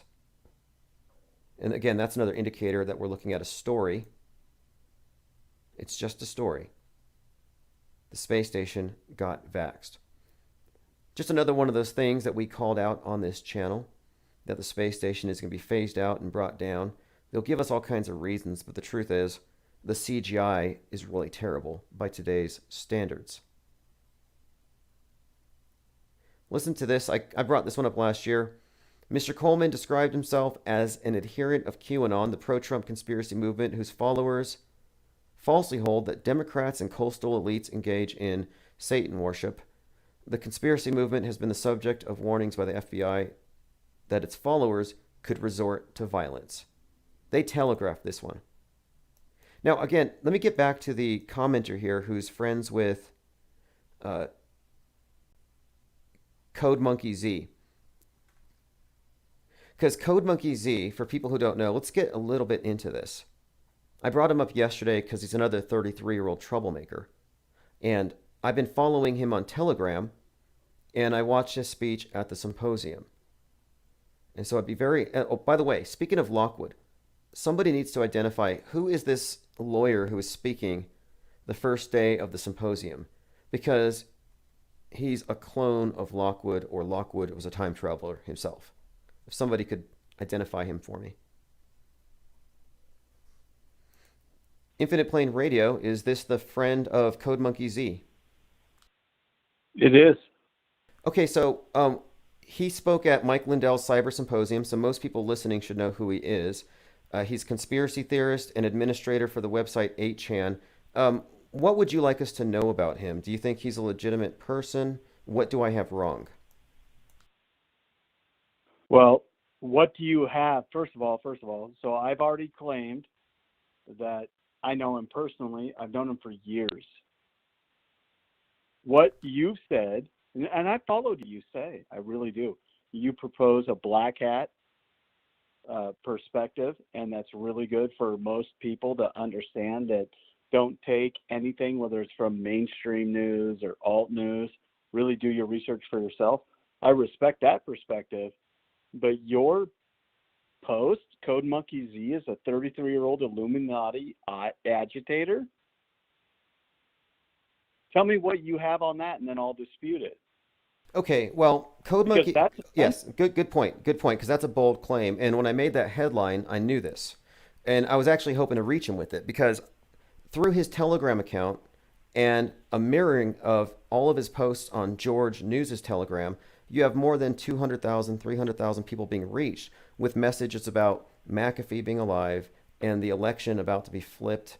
And so I'm just saying that you can't say you're not an agitator if you're advancing this deep state narrative that the white hats are warring with the deep state and digital soldiers are a part of it. So you can't really separate him from being an agitator, can you?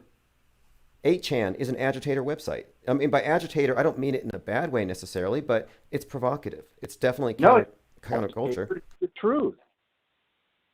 I mean, by that logic, are you not an agitator? Am I not an agitator? Are not all of us who are promoting the truth against the mainstream narrative agitators?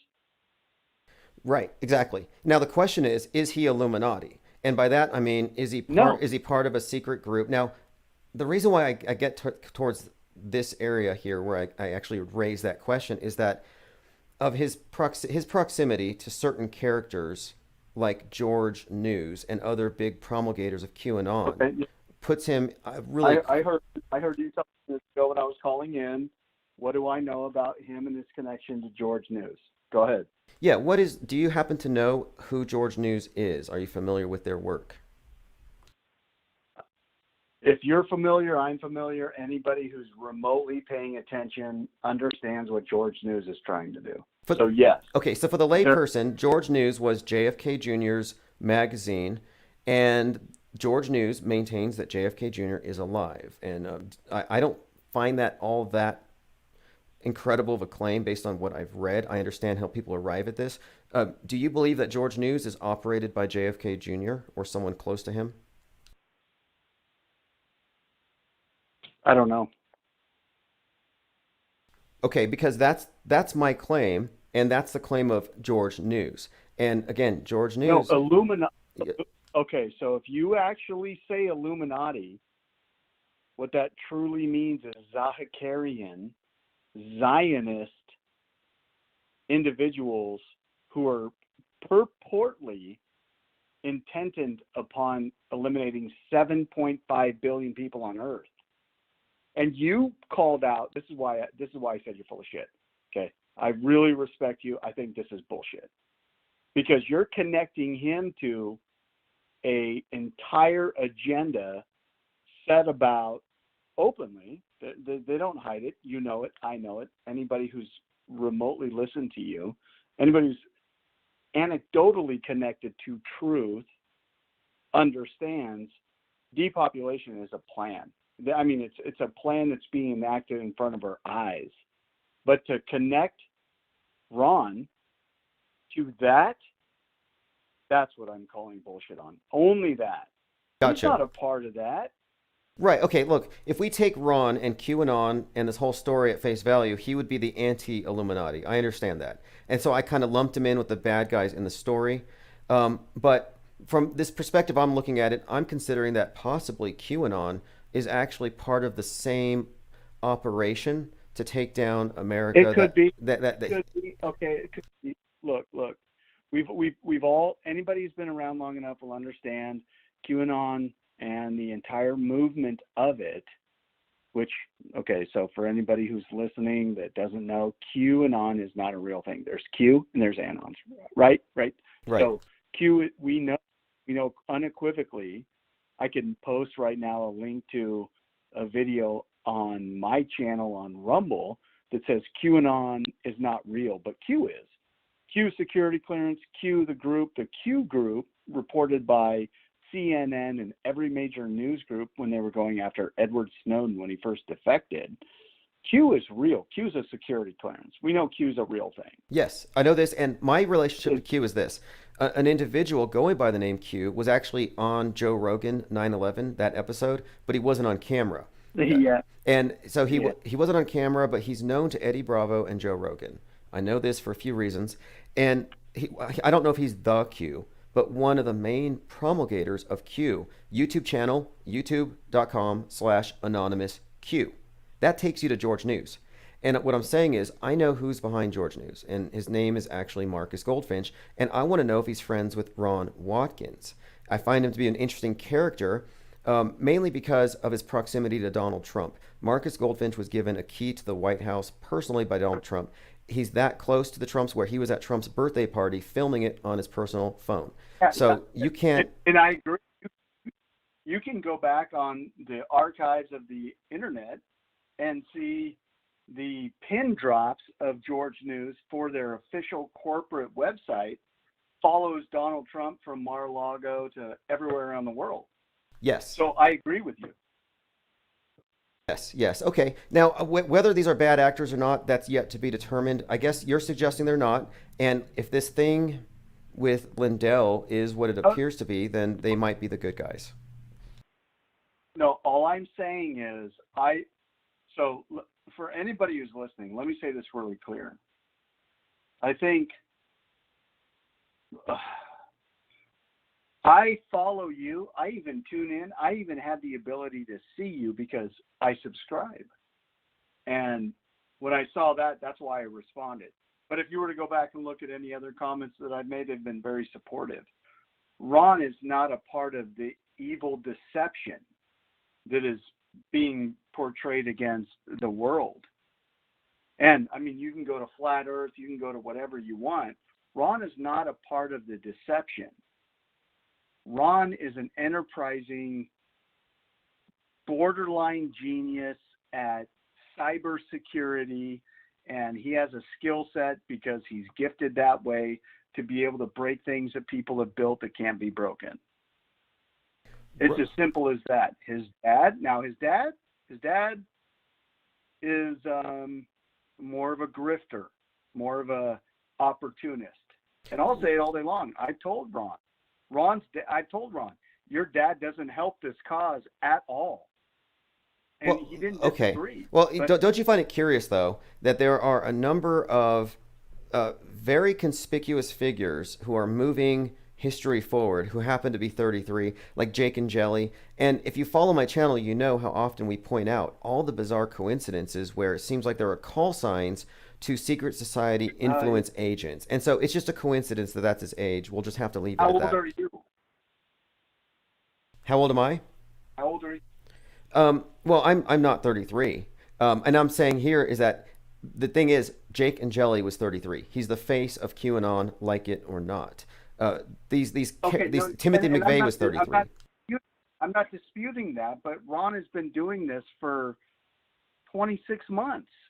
So is he 33 now, and that validates your conspiracy theory? He's 33 when this key moment happens, and he has to step up on the world stage and put himself out there and say, yes, when was that?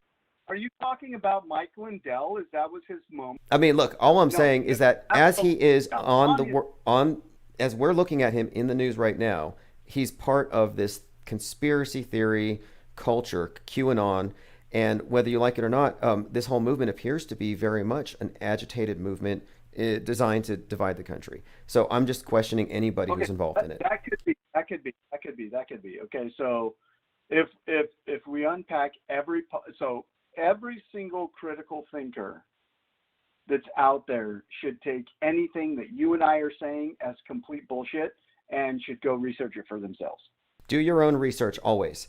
And I always tell people that too. I have at fakeworld.news, I put links to everything that we discuss so people can actually follow it. And for the longest time, I had, I've been following George News and Code Monkey Z. And so I have a very strong interest in this because I'm actually suing George News, the guy behind it. I've sued him over trademark disputes we've had in the past. He's an inveterate cyber squatter and stalker. He's a white hatter, I guess. But when he was part of Anonymous, he was not so good. And I'm suing him over a few things. I don't want to say too much now, but he knows. So it's going to come out eventually. And I believe you. But the only thing that I have a dispute against is the connection of Ron to anything nefarious. So in the Mike Lindell thing, if you followed his Telegram account, I'm sure you have. If you followed his Gab account, I'm sure you have. He was unequivocal saying, we didn't have access to this.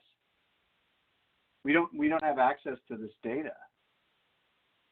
And everything that I've seen, he has been pushing forward, and he's made mistakes. I mean, Mike, Anybody yeah, worth right. their salt is going to be honest. No, I mean, Ron has made mistakes. Ron has made assertions publicly, knowing that he has a massive followership of very impassioned people that are concerned for our republic, hanging on his every syllable, and he's made mistakes. But we're going to make mistakes. We're in a fog. We are responding to the attack of the enemy. And we have to rely upon the good people to put their stuff out. But, brother, I mean, I'm 20 years in IT. I've worked for blue chip companies. I mean, you open your computer right now, you look down, if it says an i9, i7, or i5 chip, that was my team. I did that. There's no joke about it. I put it on my LinkedIn page. Okay? So I see these things where these assertions are made and mistakes are made. My disappointment in Ron, and I've told him this, own it. Okay, let's do this then. Why don't you share your Rumble page, and I'm going to revise the title on it. I'll revise the title because I honestly, I didn't know enough about him to make that conclusion. I'm glad I got a response from somebody. Okay, so just so you know, and in all fairness for everybody who's listening, okay, my name that I do on YouTube is the same name that's on LinkedIn, Facebook, for the little bit that I still have there. I'm deplatformed from Twitter. That's my name. I'm not hiding. Now, out on all the alt platforms where I am like launching as much truth as I can through Gab and Anon Up and everything else. I mean, I have a YouTube profile under my pseudo Anon name. But right here, I mean, you can go look me up. You can go look me up on LinkedIn right now. You look my name up. You'll see exactly my pedigree. I mean, I'm not afraid to tell anybody. I was at the highest levels of IT at Intel.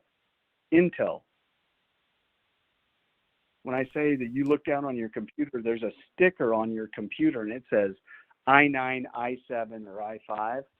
If you're using anything other than AMD, that was my team. I oversaw every single stamping engineer under the area having jurisdiction to be able to create that.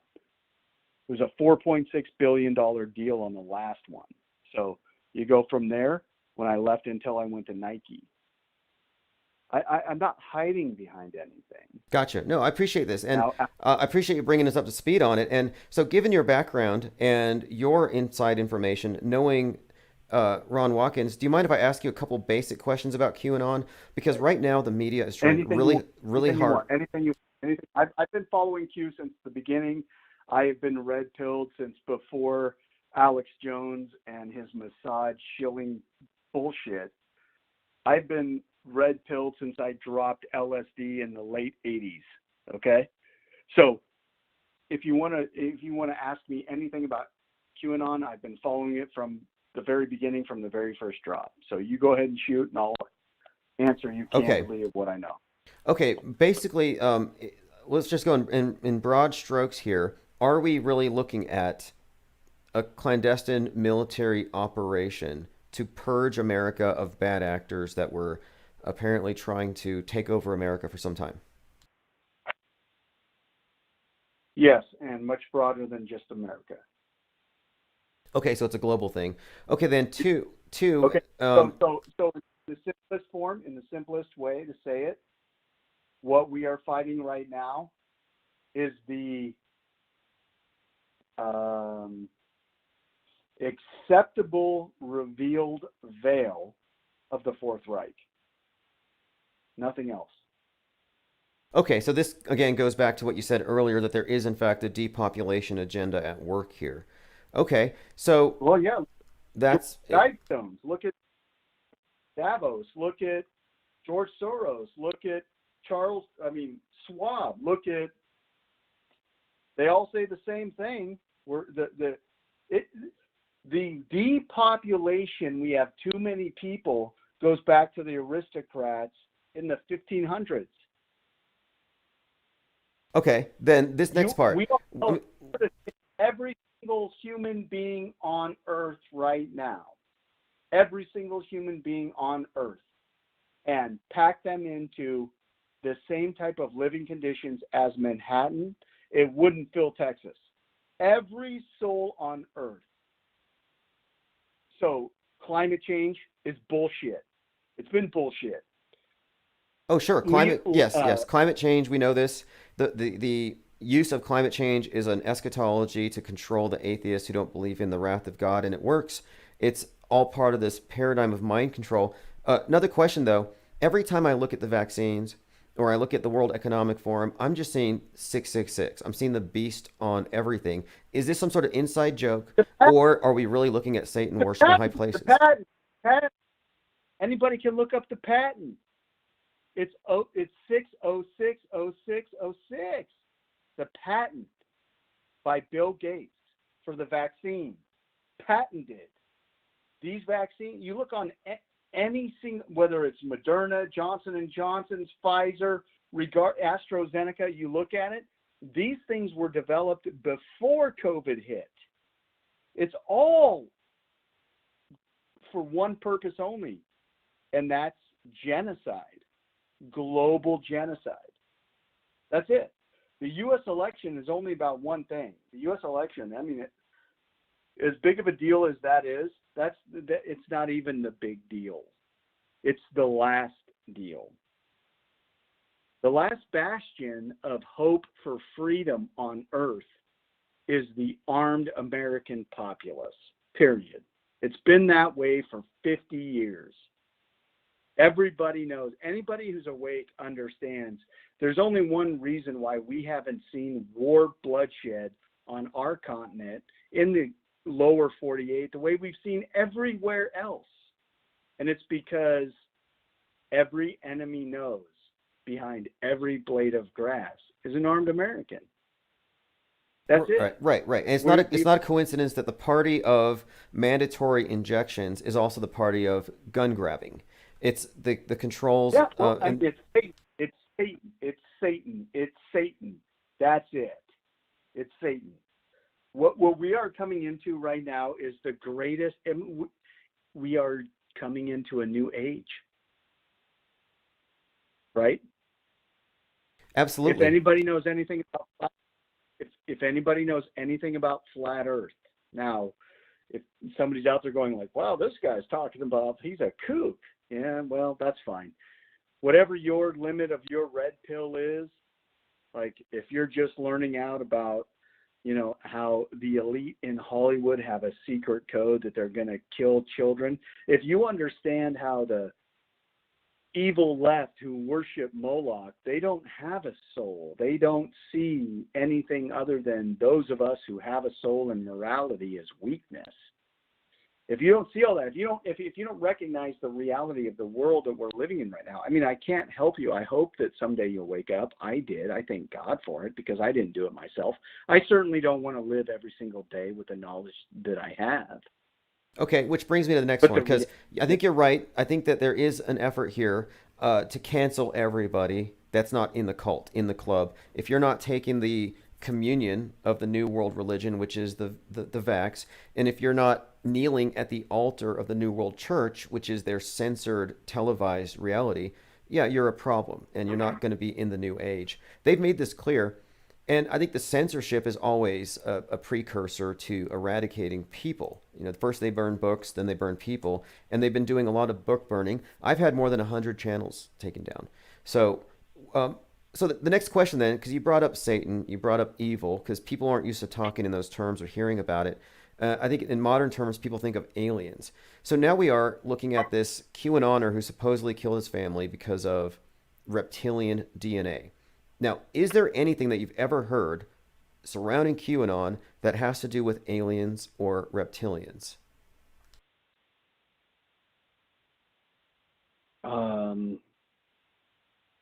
I have heard authoritative voices from QAnon talk about extraterrestrials.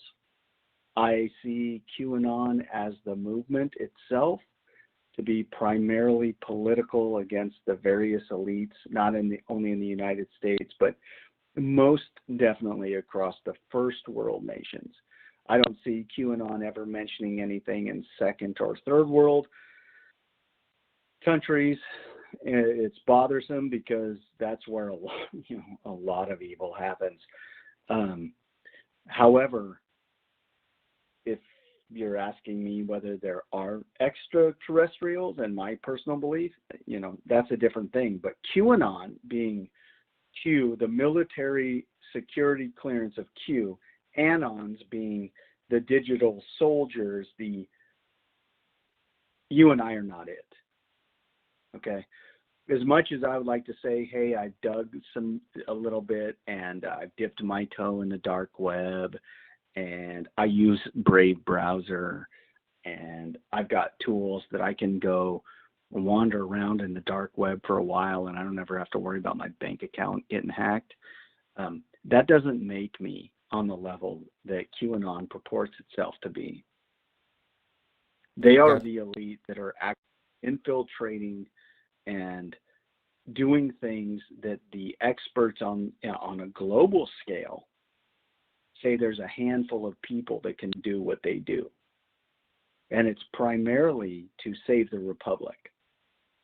That's the genesis, that's behind QAnon. And it's because the operators there that actually make the Q group and then the carefully selected people along the way that are actual digital soldiers, not the community, not the water cooler conversations, not the lay person that is out there sharing the truth with their colleagues and coworkers and neighbors and friends and family. But the ones who are actually digging this stuff like adrenochrome and frazzle drip, and it's primarily focused around the American elite and primarily, almost exclusively, around American politics to expose to the last armed populace on earth what's actually happening, and it's on your front doorstep. Okay. Because, this is the other side of it. So this scenario has been laid out, but the problem is you have to show everybody at once. And so people have been waiting. The QAnoners have been talking about this emergency broadcast. Well, now we have a broadcast that goes out, and according to the lore, you could call it, this is when everybody's going to be shown the truth, that we're all going to be given this awakening in the form of undeniable evidence communicated to everybody at once. Yep. And the EBS happened and it was a nothing burger. And McAfee happened and it was a nothing burger. Right? Yeah, although, nobody was expecting anything from Mac. But yeah, I get that. Those were kind of nothing burgers. But we agree, right? I mean, we heard it. I heard it. Yeah, I definitely. was driving in. I heard the EBS come out. I didn't get it. I mean, but... there was no 10 Days of Darkness starting. So whomever,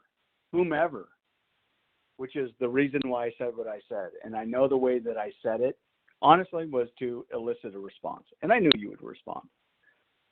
I respect everything that you put out. So for all the listeners that are out there, I don't know if you were trying to be sensational to capture people's attention, which I think is great, because you ask anybody in the United States, you ask anybody in a first world country, we're all going to say we have the fatigue of new and improved. Every bubblegum flavor has been tried. Everything's been done. I've got the new truth. I mean, right? So we have to break through at some point. And the stuff that you're putting out is phenomenal. I've been watching you for almost a year, and I've never had a negative thing. But okay, Ron isn't that way. Well, I appreciate you calling in, and I'm glad that I reached with that somewhat sensationalistic headline, because it's a valid question, just considering the state of things, and we got our answer, so we can correct it. And I have some people reporting that these national emergency alerts were actually suppressed by big tech. Any? Have you heard anything on that? No, I haven't. I was I was out on an excavator listening to local news radio on my headphones and heard the EBS. Now, my takeaway of all of it, right, is simply this. How many times has the United States done that? Less than half a dozen. How many times have we done a national thing where it's been broadcast to several things, including cell phones, for the people who signed up? Exactly never. So you look at all of these things, you look at Donald Trump, who has more Secret Service following him than Joe Biden. You look at the Secret Service, the quality. Look at any video. Just go look at Obama when he was out golfing here. Then let's get really quick, since I have you on the phone. I mean, Obama's party was a joke. He didn't disinvite anybody. He turned 60, and they're asking for donations in the amount of $600 or $60 or $6. So it's like this celebration of the Antichrist. Maybe it's a coincidence, but during his party, I think his birthplace was on fire. But anyway, I see these politicians out there that have been pointed out as bad actors by QAnon. So, I guess my question here then would be, are these people, like, let's just go with Joe Biden. Is Joe Biden, or are we looking at some kind of staged fakery? There are so many theories about this. What happened to Joe? How come he doesn't look the same? So, are you familiar with Brad Barton? Why don't you catch me up really quick? Brad Barton? So Brad Barton, he's a social media influencer, has a very large audience. By large, I mean upwards of 100,000 people. And he came out and said that his contact, who's a relative of one of the Q team, said that there are 3 Joe Bidens. So the actual Joe Biden is dead and gone. So there's 3 actors, and depending on the setting and what's intended and what's needed, basically following a script and the narrative, they plug the right actor in, and they're all wearing masks. Now, from my perspective, I'll tell you this. We've all seen enough to know, okay, those earlobes look a lot different. The nose looks a lot different. The eyes are set back. So, it really does look like he could be wearing a mask, or the guy just aged a lot, right? But in the end, I don't care. I don't care if it's actually Joe Biden, who's senile, can't remember to stay on the path, walks on the... I don't care. None of that means anything to me. It could be him as a shill. It could be him as a puppet. It can be clones. It can be anything else. But the reality is the guy was installed. He's not legitimate. Nothing he does is legitimate. So nothing that anybody around, if there's 3 imposters impersonating a person, so be it. Nothing that they do is legitimate. So stripping back kind of some of the conspiracy theory, although I have my opinions about it, you strip it all the way back, it doesn't mean anything. With our own art. I see what you mean, but one thing it does mean is this. All those people who are watching the news, who have a sense that something is wrong, and they're told just to believe and not critically think about it, they can be vindicated knowing that, yeah, something is up. Because they're not going to get validation or vindication from the MSM when they see glitches in the Matrix. But on this channel, we have been studying deepfake technology for the last couple of years, specifically the hyper-realistic silicone masks. And Joe Biden does appear to be wearing a mask, or the person they say is Joe. And yeah, I have a number of theories, but yeah, ultimately we don't know, but we do know that it's a farce. Okay, so let's take a step back. Let's assume he's a fraud. Let's assume it's Kevin Kline. Let's assume it's Steve, whatever his name is. Let's assume it's an actor. Let's assume it. Let's go to the place where we know. We have somebody giving us evidence of Kevin Kline putting on a Joe Biden mask. Let's assume at some point we have some, grip or some stagehand or some makeup person that leaks it because they just have a moment of morality and consciousness and saying, this ain't the real Joe Biden. I put him in makeup right? Let's assume that right now. If that's true and he's a fraud, then what? Then you look around and go, wait, what's really going on then? If the guy is a fraud, if he is a fraud, that means they all know, right? If he's a fraud going through makeup and going through masks and everything else, Nancy Pelosi knows, Chuck Schumer knows, Adam Schiff knows, Kamala Harris knows, they all know, right? They know. So let's assume they do know. Then Well, then it who's raises, really then who's really in control? And then this is, of course, as far as I understand it, the explanation has been given that if they didn't do it this way, there would be no way the public would accept it, that we're being gradually let in on something. At least that's how the QAnon revelation is set up. So we're supposed to see at some point, I suppose, the masks fall. Is that what we're waiting on? So here's what I will say to anybody who has ears to hear. If there's any person, whether it's Ron or you or me or anybody that says they have a definitive lock on a date or identity or anything, I will call them out as full of shit. You don't know anything. Otherwise, we lose. And if QAnon is a LARP, and it actually is a very effective tool like was used in the Ancient of Days to keep people silent, and it's only been rebooted now, then we've already lost and we're going to guns at some point. When I look at the things around, and this is what I try to tell my students, this is what I try to tell anybody who's willing to listen. Go look at the most recent thing that you can find anywhere about Donald Trump. Just look at anything and look at the Secret Service around him. And then research any outgoing president and look at the Secret Service around them. And look at Barack Obama and look at his security detail. And look at the sitting president and his security detail.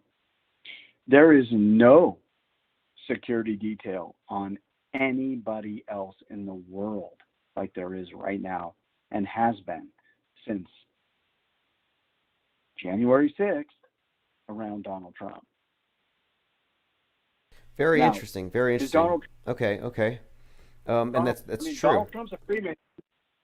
Donald Trump's a Freemason. Hope everybody understands that.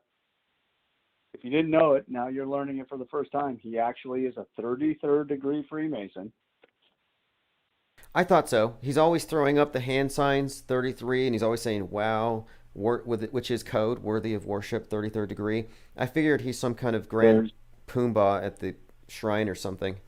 No, he's a 33rd degree Freemason, and I will tell you that, and if you actually look into the origins of Freemason, like so many other things, okay, the swastika isn't a bad thing. It's the sign of the sun. The origins are good. The rainbow, LGBTQ, not to be offensive, I don't give a fuck. The rainbow was a very positive thing given to humanity from God. It's always been a very positive thing. They repurposed it. Freemasonry was repurposed. It was taken over by the Zionists. There are two factions within it. That's a known thing. There are two legitimate Freemason factions. One that is altruistic and truly tries to help humanity. The other one is absolutely evil, and they knowingly, at the 33rd degree level, worship Satan. It's not a question. It's a known thing. Now, how do they do that? You and I could go, how could somebody worship Satan? Well, it comes down to this. The Black Bible and the way that they believe it is the same story as Cain and Abel. And God said, so Satanists actually believe God is real, the actual almighty God, creator of the universe. Only what they distort is that Lucifer, the choir leader, Lucifer being the first creation of God, is the actual birthright. And how could anybody argue with it? Because all through Scripture, whether it's the canonized 66 books of, the Protestant movement or the Apocrypha or the 700 plus books that go all the way back to the Q prophecy or the Q gospel, depending on how you want to look at it. You can take it all the way back to the 1500 Matthew Bible, which all of our modern Tyndale, every other modern American transliteration comes down to, where it shows flat earth. I mean, it's right there in the Bible. It says the actual words, flat earth. You can take all of that aside, and it comes down to just one thing.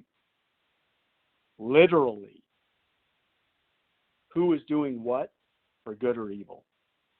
Okay, Is so Donald Trump? everything you're saying really does comport with our view of this thing, that it does seem to be that you have this cabal with their own, I guess you could say that it's a god. I believe it's a worldview more than an actual entity, but maybe it is at the end of it an entity.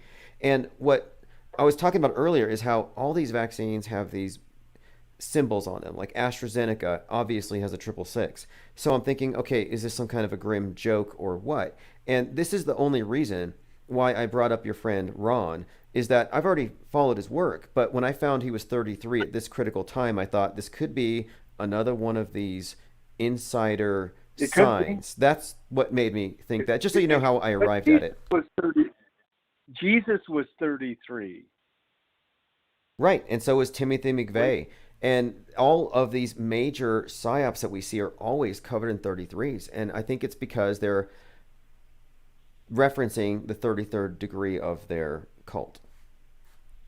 Well, okay. So if you were taking your stance tonight based upon his age, fine. I'd be like, right on. Let's go dig that. Let's run it all the way to the end. I totally get it.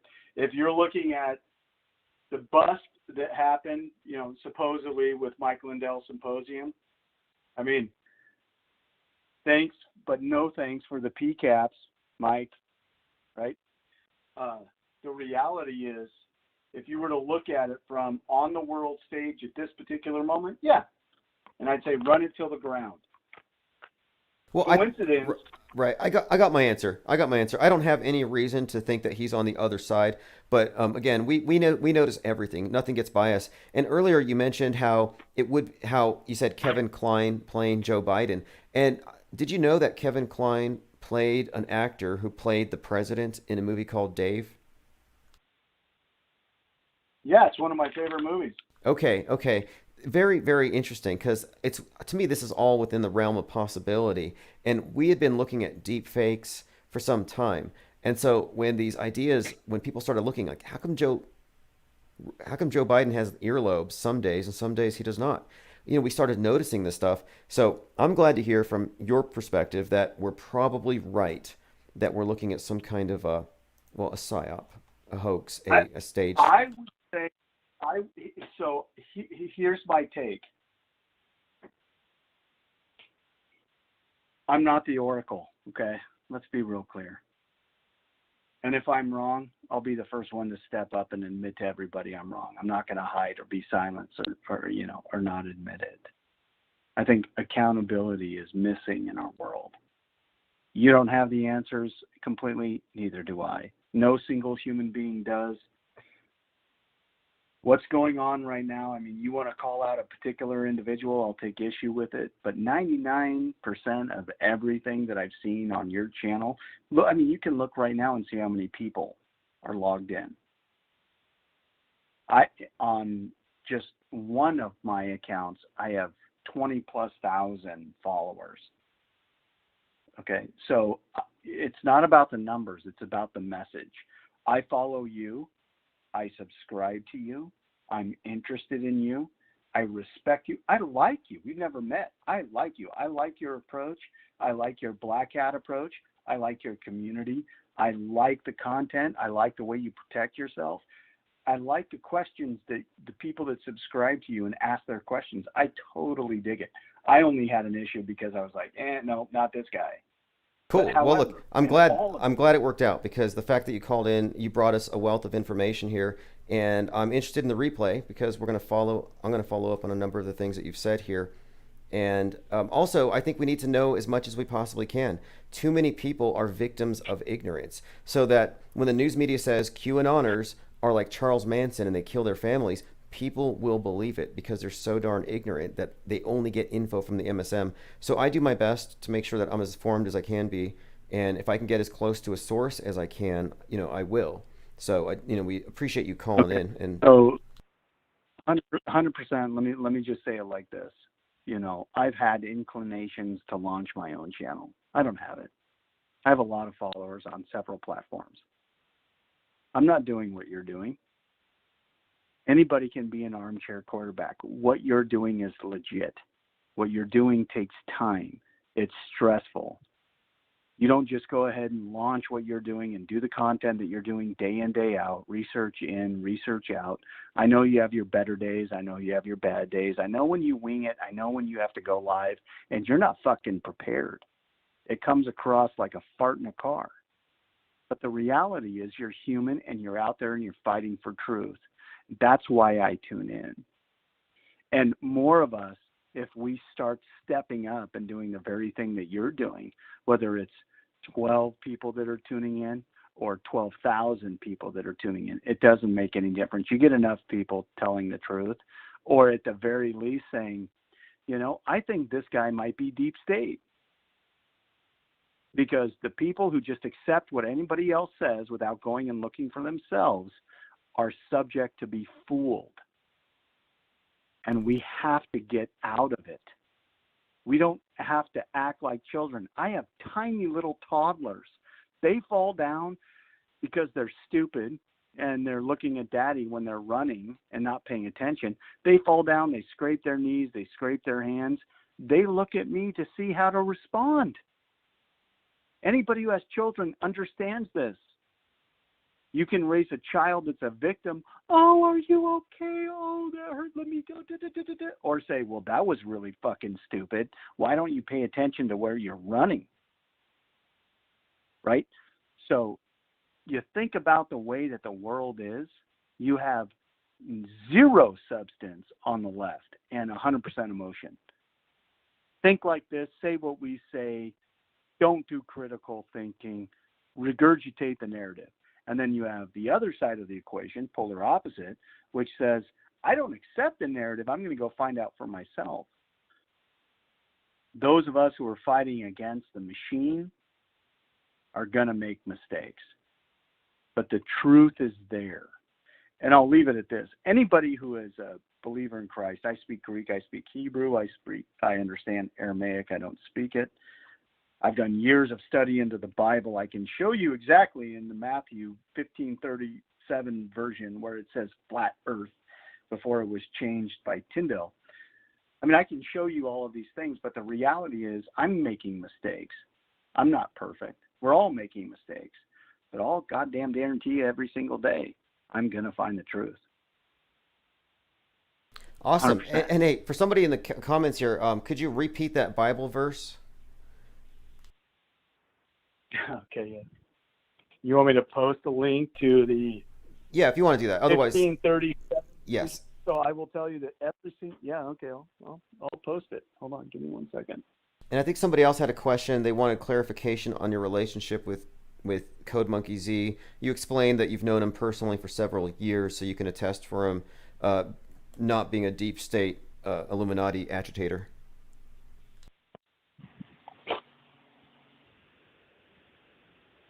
Yeah, okay, 1 second. Sure. All right, let's see here. I'm going through comments. So it's 2 Matthew chapter 11, verse 11. Go Got to it. the War Manual. It's 11. I'm not even joking. So I just posted it.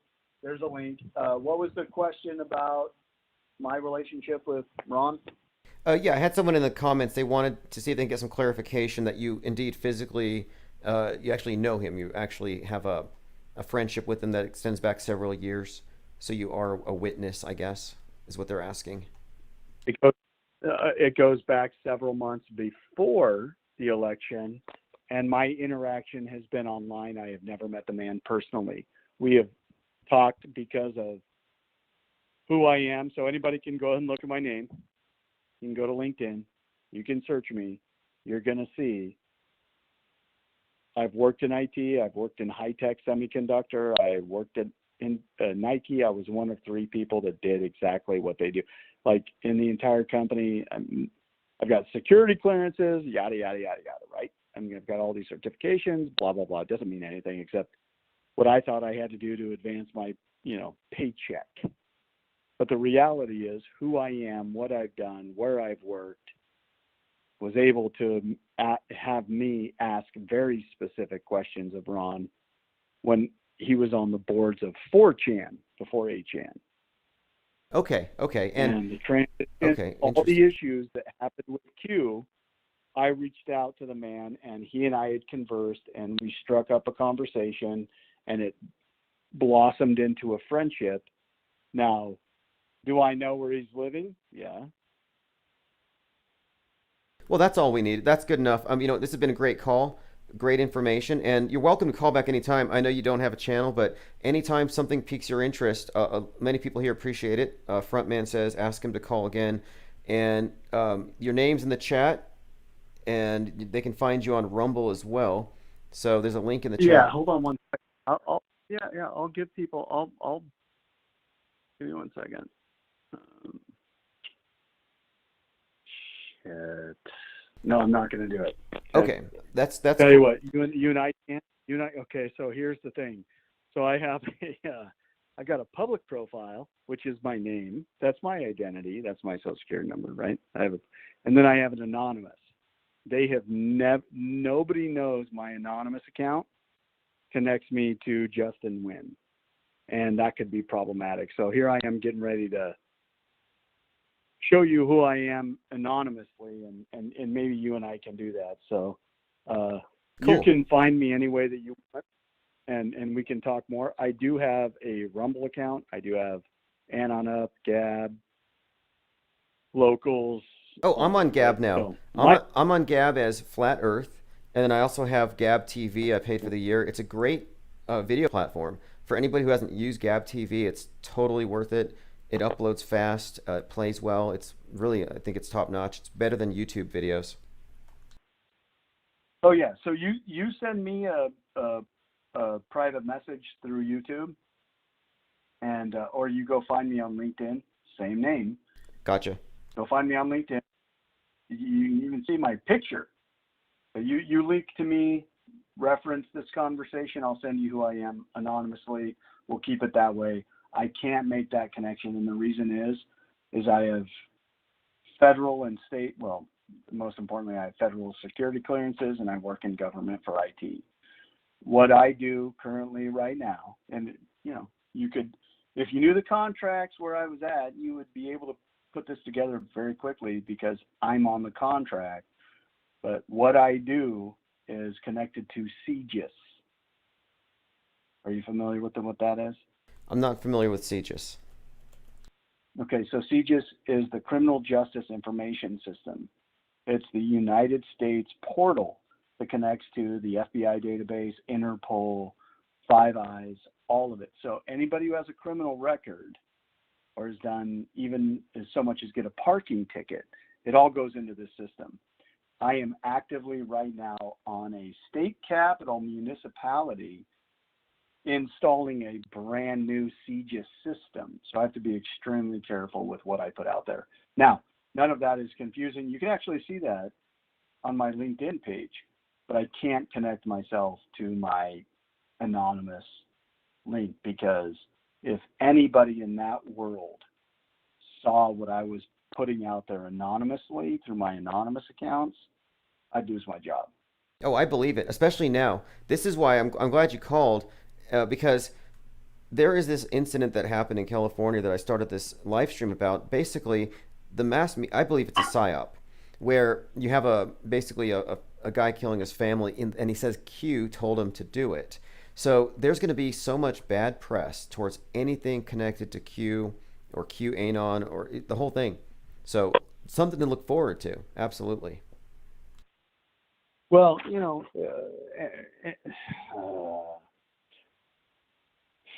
if I'm running a project of any size, and somebody brings a concern, of course I'm going to listen, but I'm going to log it. I'm going to log it as a hot topic. I may log it as a risk. I may log it as an issue. I may log it as, I'm going to hear it because I have to. I'm incumbent because of the contract and my position. Somebody brings forward a concern.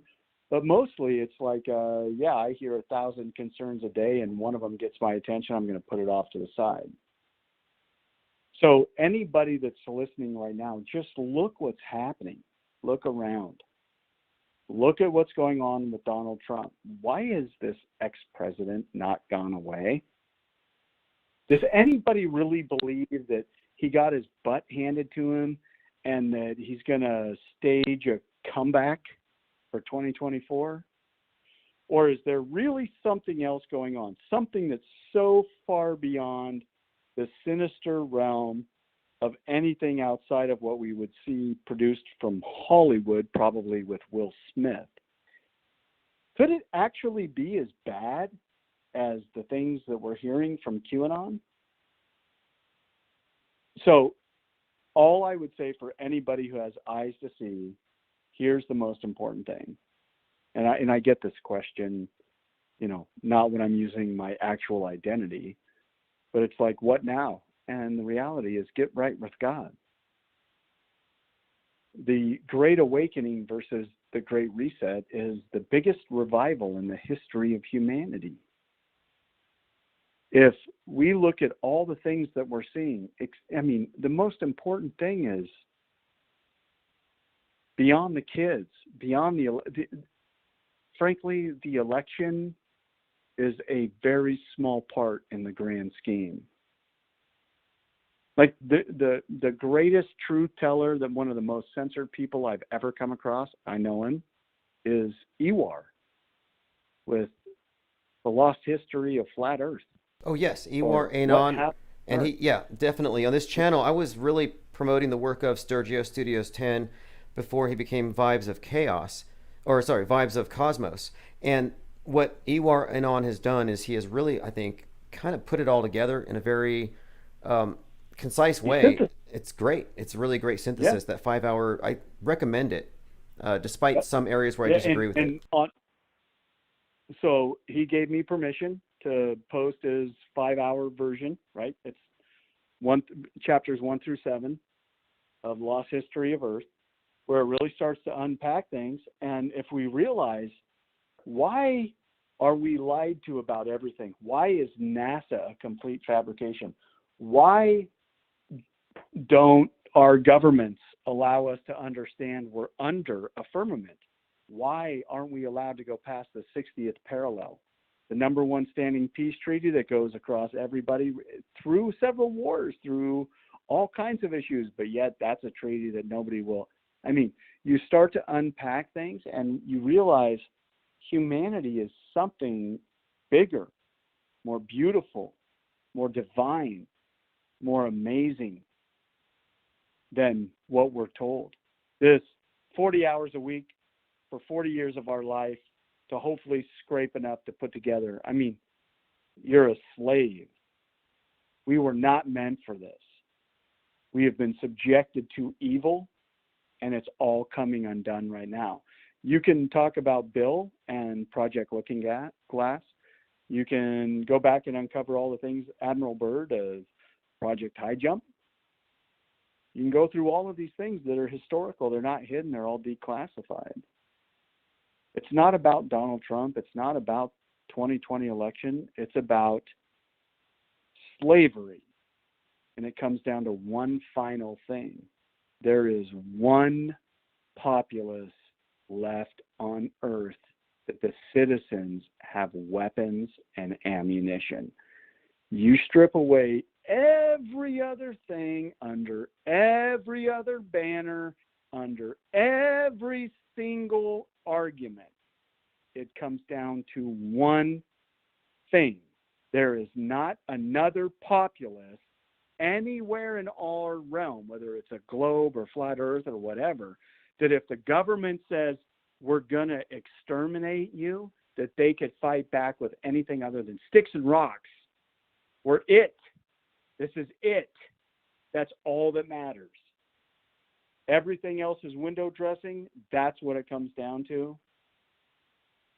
I believe we're going to win. I believe it's already assured. I believe that our children, frankly, I just 3 weeks ago asked my wife to take out her IUD. I want to have more kids. I have 4. Well, about that, Future... look, whatever people think about the elite and are they evil, is the world in the grip of evil, it's hard to deny that environmentalism isn't just a cover for misanthropy, setting the stage for thinking that man doesn't belong here, he needs to be confined into smart cities, no longer wandering. I mean, before the COVID lockdowns, Greta was already saying, stop flying home for Christmas, stop traveling. So there has been an anti-human culture being foisted, being inculcated into the youth, where we're taught that our breath is now toxic and possibly deadly. And in fact, just the other day, today, Arnold Schwarzenegger said, screw your freedoms, screw your freedoms. Blowhard sellout, want to be an American, do whatever he possibly can to fit the narrative. You know what? I really love that guy because of his encyclopedia of modern bodybuilding. Like, if you ever really want to understand the human body, the guy actually was a genius at it. I mean, if you struggle with weight, if you struggle with any health stuff, you can go read that one particular encyclopedia. It's going to tell you everything you pretty much need to know, including what kind of tights to wear when you get a picture taken. But other than that, I mean, who gives a shit what this guy says about, you don't have the freedom to choose. You have a responsibility, Well, look, all of these idols have been subverted. It's true. They have. And I also think, too, that, okay, so he's part of the environmentalist pro-lockdown crowd. So he may not say he's a gun grabber, but he's on that side of the fence. So it's not a coincidence that many of these actors who spend their careers with big guns, shooting everything, I think their job is to scare the public about guns. I think it's actually a hit job on guns when you have these heroes where the guns are treated as some kind of weapon of mass destruction and the arbiter of everything. And Tarantino films, you couldn't have his movies without guns pointing at everybody. Again, I think that they're all traitors from the get-go. That they're propaganda agents, and they're. I looked. So 20 years ago, I looked at Schwarzenegger really heavily because I was being drawn in, and I don't see anything with his dad being a part of the SS. I know that early in his career, he was deeply disturbed by Austria's role with the Nazis.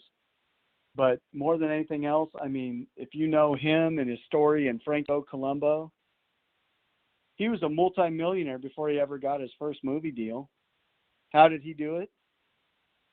He was genetically gifted. He had 19-inch arms. He snuck away from the Austrian military in the middle of the night, won a bodybuilding competition at 19 years old with record-setting biceps. The guy's a freak of nature. His genetics are off the chart. Well, it is true his that he does have a great story as far as an entrepreneur, how he built his career. I think he started laying bricks as a brick builder in America. Lied to people.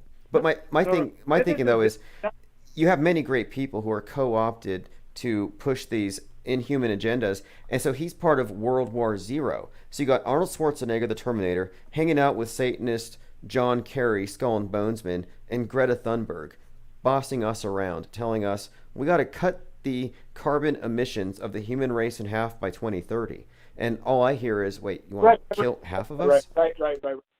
So you're 100% right. But look, so this guy, when he was 19 years old, snuck out of his military obligation, okay, for fame. So, I mean, I respect the guy from a human being living in another country going, wow, if I get yoked, I can go over and do the thing. It's no different than the people in the 60s who understood Chinese martial arts coming over to the U.S. And I don't know, was it until the late 90s when UFC really started kicking off that people thought martial arts was make-believe? It's no different. So Schwarzenegger comes over. He finds an American, Franco, they come together in California. His thing was, I believe, and he's open about it, I believe there's a lonely, rich housewives of the mega elite in Hollywood who make the decisions of their pool boys, and we're going to go lay Austrian brick. They lied to people and said, our form of the way that we actually do masonry work is superior to what's done in the United States. So he was a mason, and he said, a Freemason. I mean, a Mason, excuse me, a stonemason. So he's a Mason. Yeah. So he came in with, we have a better product of how to actually stack concrete and bricks. So our mortar's better, our methodology's better, the way we lay it's better. I don't know, maybe our mortar's, instead of a quarter of an inch or eighth of an inch thick, it's 3, whatever. The way we mix it is better. He openly admits with pride that his entire intent was to get his crew with yoked out, buffed out guys, that ultimately he would get more gigs because the housewives were wanting to see these ripped guys laying bricks with their shirts off. And then if ever they were propositioned, well, then they had a lifetime client. They openly knew if we show up and start laying bricks and we take our shirts off and I look the way I look. Wait, he did AWOL? He went AWOL to do this, though. You're saying he left the military to do this. No. So at 19 years old, so in Austria, every single able-bodied male or female has to do a year in the military. Mandatory. Still to this day. So at 19 years old, he snuck off base. He went AWOL to go compete in a bodybuilding contest. It's a physique contest. And the reason he went to compete is because he knew at his arm size at that moment was bigger than the Austrian record size of measured arms, biceps. God. And hey, so he stuck this is kind of a side topic, but this was brought to my attention recently. We're talking about deep fakes and hyper realistic masks and how somebody could look like Joe Biden with one of these, or anybody for that matter. Well, there are bodysuits, right, that you can put on that make you look like you're muscular, like you're very low body fat, like a bodybuilder. You could win a contest with one of these. And there is this rumor that The Rock is actually wearing some kind of rubber pieces on his arms and his chest. I mean, that's where we're at now. Arnold was probably real, but I don't think we're in that world anymore. I don't think people are. No. I've seen Dwayne up close. If you think prototypical, alpha male college athlete that's going pro, 6'6", 260, ripped, the guy's in the gym all the time. Rock's not wearing anything. Dwayne Johnson, the guy's gay, but... Wait, so it's not synthol, it's not rubber, it's legit. Okay. I was just going off of... legit. Don't get me wrong, he's using steroids. He has been for 20 years, but he's as big as he looks. True. All right. Hey, this has been an excellent call. Definitely call back anytime. I think we've covered a lot of ground here. I'm going to revise the title on Code Monkey Z on him being... I think... No. I'll put a question. I'm going to put a question mark on it. A question mark. Instead of saying Code Monkey Z is an Illuminati agent, I'm going to say, is he? No, look, you make a statement, you stand on it. The very fact that anybody who's listening to you that would even be willing to change it shows that you're legitimate and you're accountable. Leave it and move on. Okay, good. Because I think it was a legitimate question and I had a reason for asking it. Okay, I agree. And we'll leave it as is. Look, if I make a statement, I'm not going to recant it. The statement stays because I'm making the statement with 100% truth of what I know at the time. And if I learn more along the way, okay, I move on. But I'm certainly not going to look back. If I offend somebody and I make something wrong, of course. If I do something that I didn't have all the data with, of course. But what you're doing is providing a service, and it's the reason that you have what you have. I wouldn't suggest changing anything. And I think that, like, I'll tell you, I'm going to keep calling in. You put a sensationary title on a video and I tune into you every single day and I've got you subscribed and I'm like, oh, hell, shit. I gotta talk to Tim. By all means, and feel free at any time, take any of these calls and mirror them on your channel. I'm trying to make it a point because we get so many great callers and we got like 3-hour videos and a calls in the back end. So I'm trying to bring some of these out and put them onto other channels just to promulgate some of these things better, because it's kind of long form, but I think that some of the topics deserve to be put in their own context. So by all means, yeah, definitely call back on the regular. We always have people here willing to listen, and obviously you can interact with the chat. And as you can see, they're very engaged and thoughtful. Yeah, so when I'm talking to you, I walk away from my computer. So you and I can talk and I don't have to be influenced by what people are saying. But so my feeling to anybody who's out there, I'm going to keep tuning in. Tim has got great stuff. And if I say something that's full of shit, I hope that everybody out there will call me out on it. And if I see something that I don't like, I'm going to put my best foot forward. And that's all we can do. I mean, enough of us fight for the truth, enough of us seek for it, the truth will reveal itself, and there's nothing that anybody can do to stop it. And point in fact, if you say something to another human being that is absolute truth, there's only one outcome, and everybody can do it. You say something that's true, the only response is silence. How long that silence lasts depends on whether that person is willing to accept truth. Whether they're willing or not to accept truth depends on whether they're pushing an agenda or not. Everybody remember that. You speak something in truth, the fallout is silence. Because there is no answer for truth. Great answer. And I'm with you on that. And we do have a lot of people today who have true believer syndrome, where they can be demonstrated, you can demonstrate for them something's not true, but they're going to go with it despite the cognitive dissonance because they trust whatever authority is behind it. We have so many mayors out there, like the mayor of Baltimore, not wearing a mask, telling people to wear masks because they're killing people. And it's not just a momentary lapse. I think this is a calculated effort in order to create cognitive dissonance, where people just are going to go with the flow because it's too much effort to try to discern for themselves. And I think that's where most people are today, which is why they're like sheep when it comes to emergency situations. You know, their response in any emergency is to run to CNN.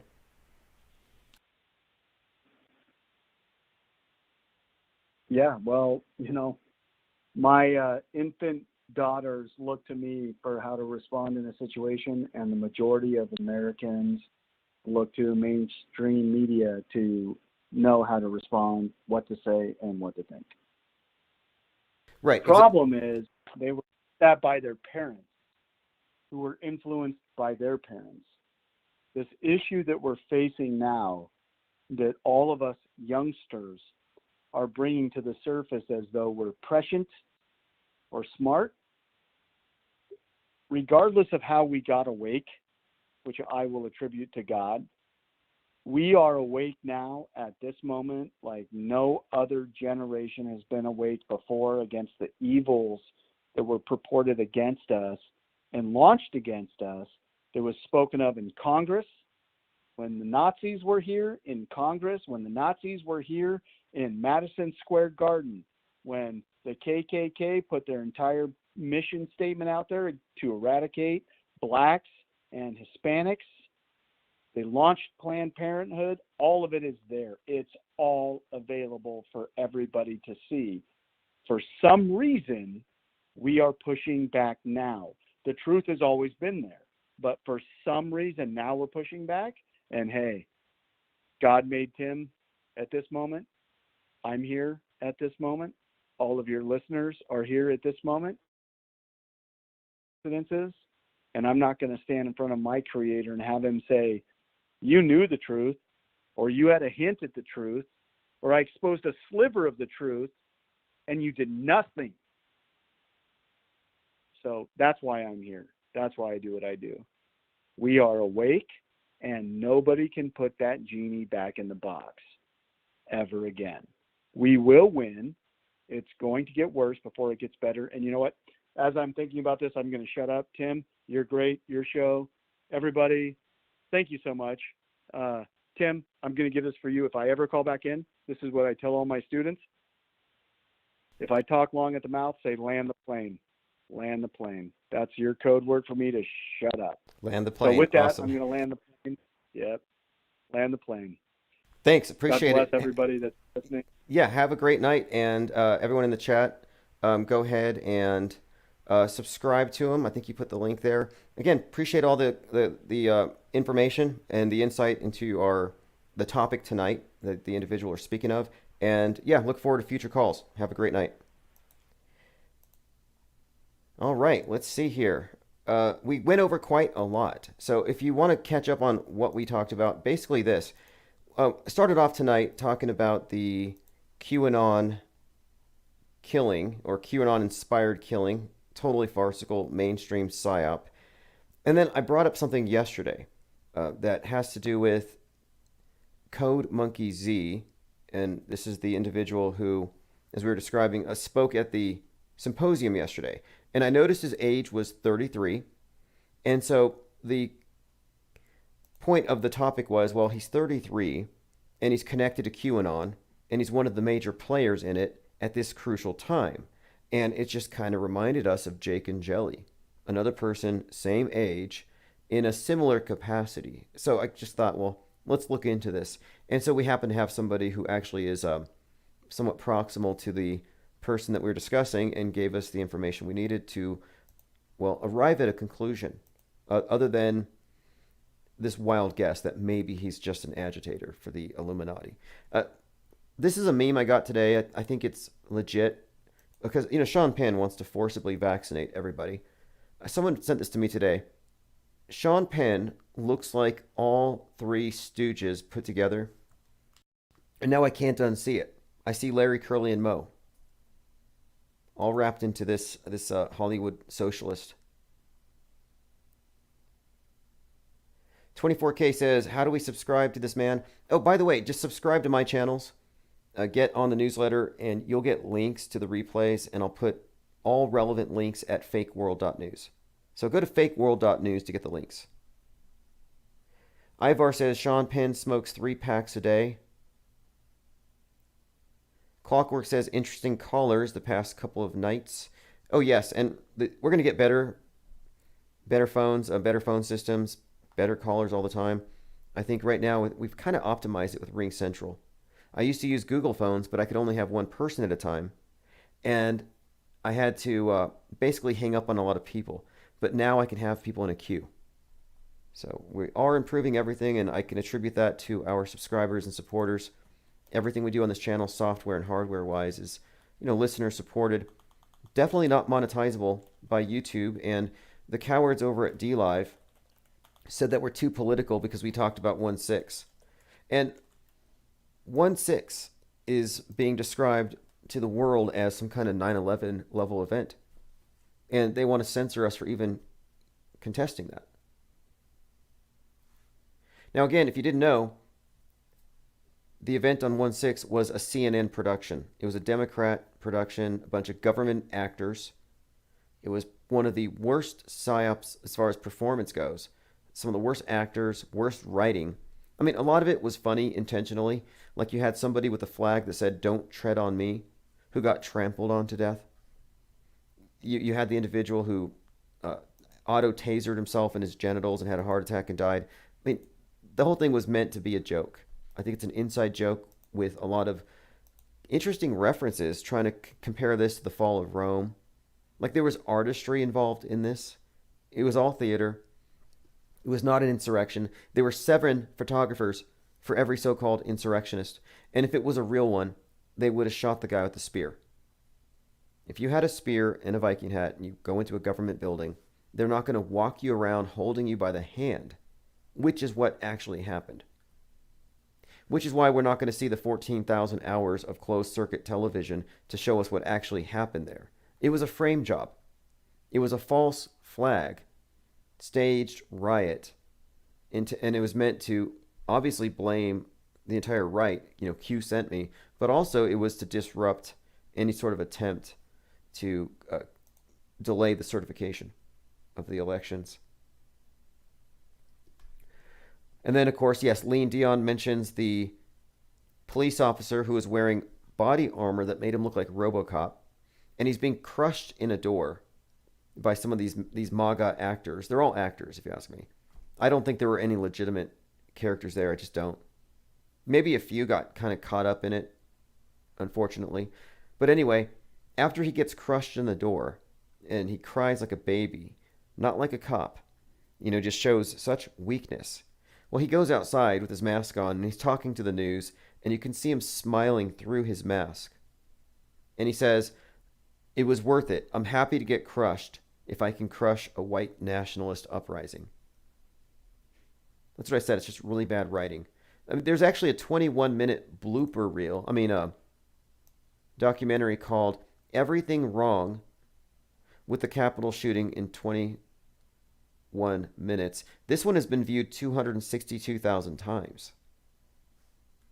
It's a must-watch because this is as big and as important as understanding the fake school shootings or any of these major things that they do with the news, how they completely change the narrative and they set up these dynamics based on staged events. Well, this is one. 21 minutes or less. And in this video, what you find is that it was a simulated riot.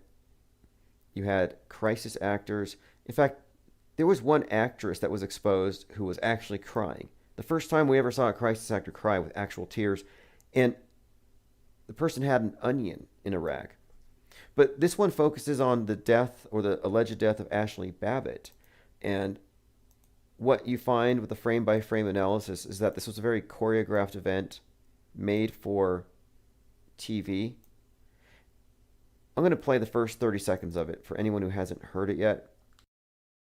Well, I'll just read what it says. "The simulated riots in D.C. was a powder keg long in the making. The evidence for pre-planning and setting up a situation for disaster is overwhelming. We're going to show you how stage direction and fake blood became an instrumental role in furthering the division of the nation. Strap yourselves in. It's going to be a bumpy ride down the Babbitt hole."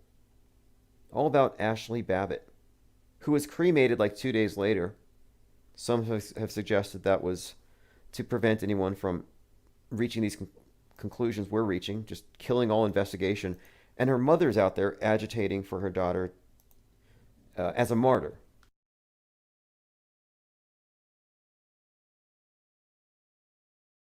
Ivar says they must have co-opted Dawson Creek level writers. Well, I do think that many of these psyops are actually written by mainstream writers.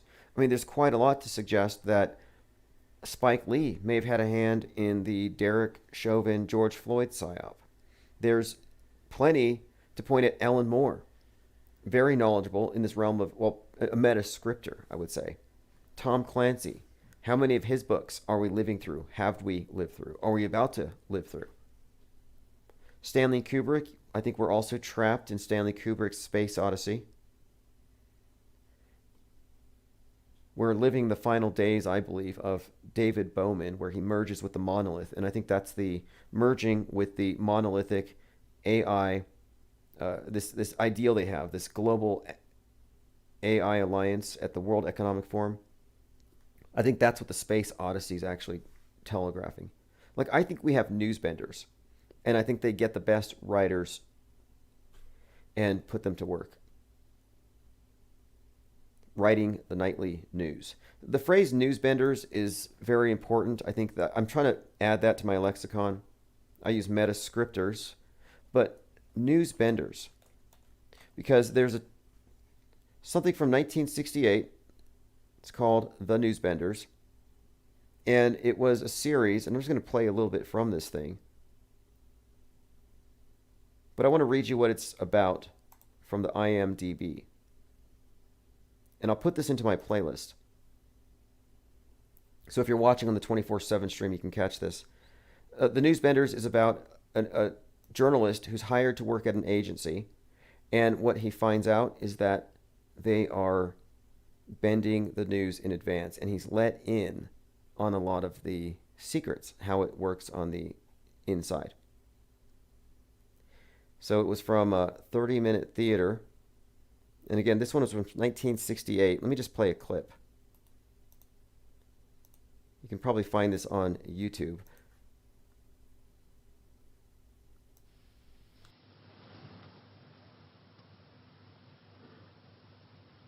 Now, again, warning, spoilers.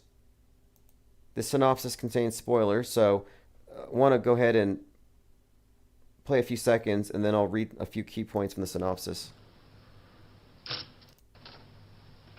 Soft in the center. Don't think I'm complaining. Oh, you can complain if you want to. Just call it a friendly professional interest. I'd like to know what happened to alcoholism and blood sports. So he's talking with a prospective journalist who's going to work for him, and he's given the inside knowledge about how they are not only using the money to control people's minds, but they're managing the economy, that they can stimulate the economy with threatening news stories, and that they've developed drugs, drug culture. So pretty much this is kind of a reveal. And that's kind of been my point. So an idealistic young television producer is approached by a representative from an agency offering an unusual job, creating the news before it happens. The other twist here is that refusal was not an option. And some have taken this to be the real meaning behind Stanley Kubrick's The Shining. He's revealing that he cannot tell anyone about his involvement in the moon room, or the staging of the moon landings, Apollo 11. Okay, so The Newsbenders was directed by Rudolph Cartier, who made his name in the 50s with live productions.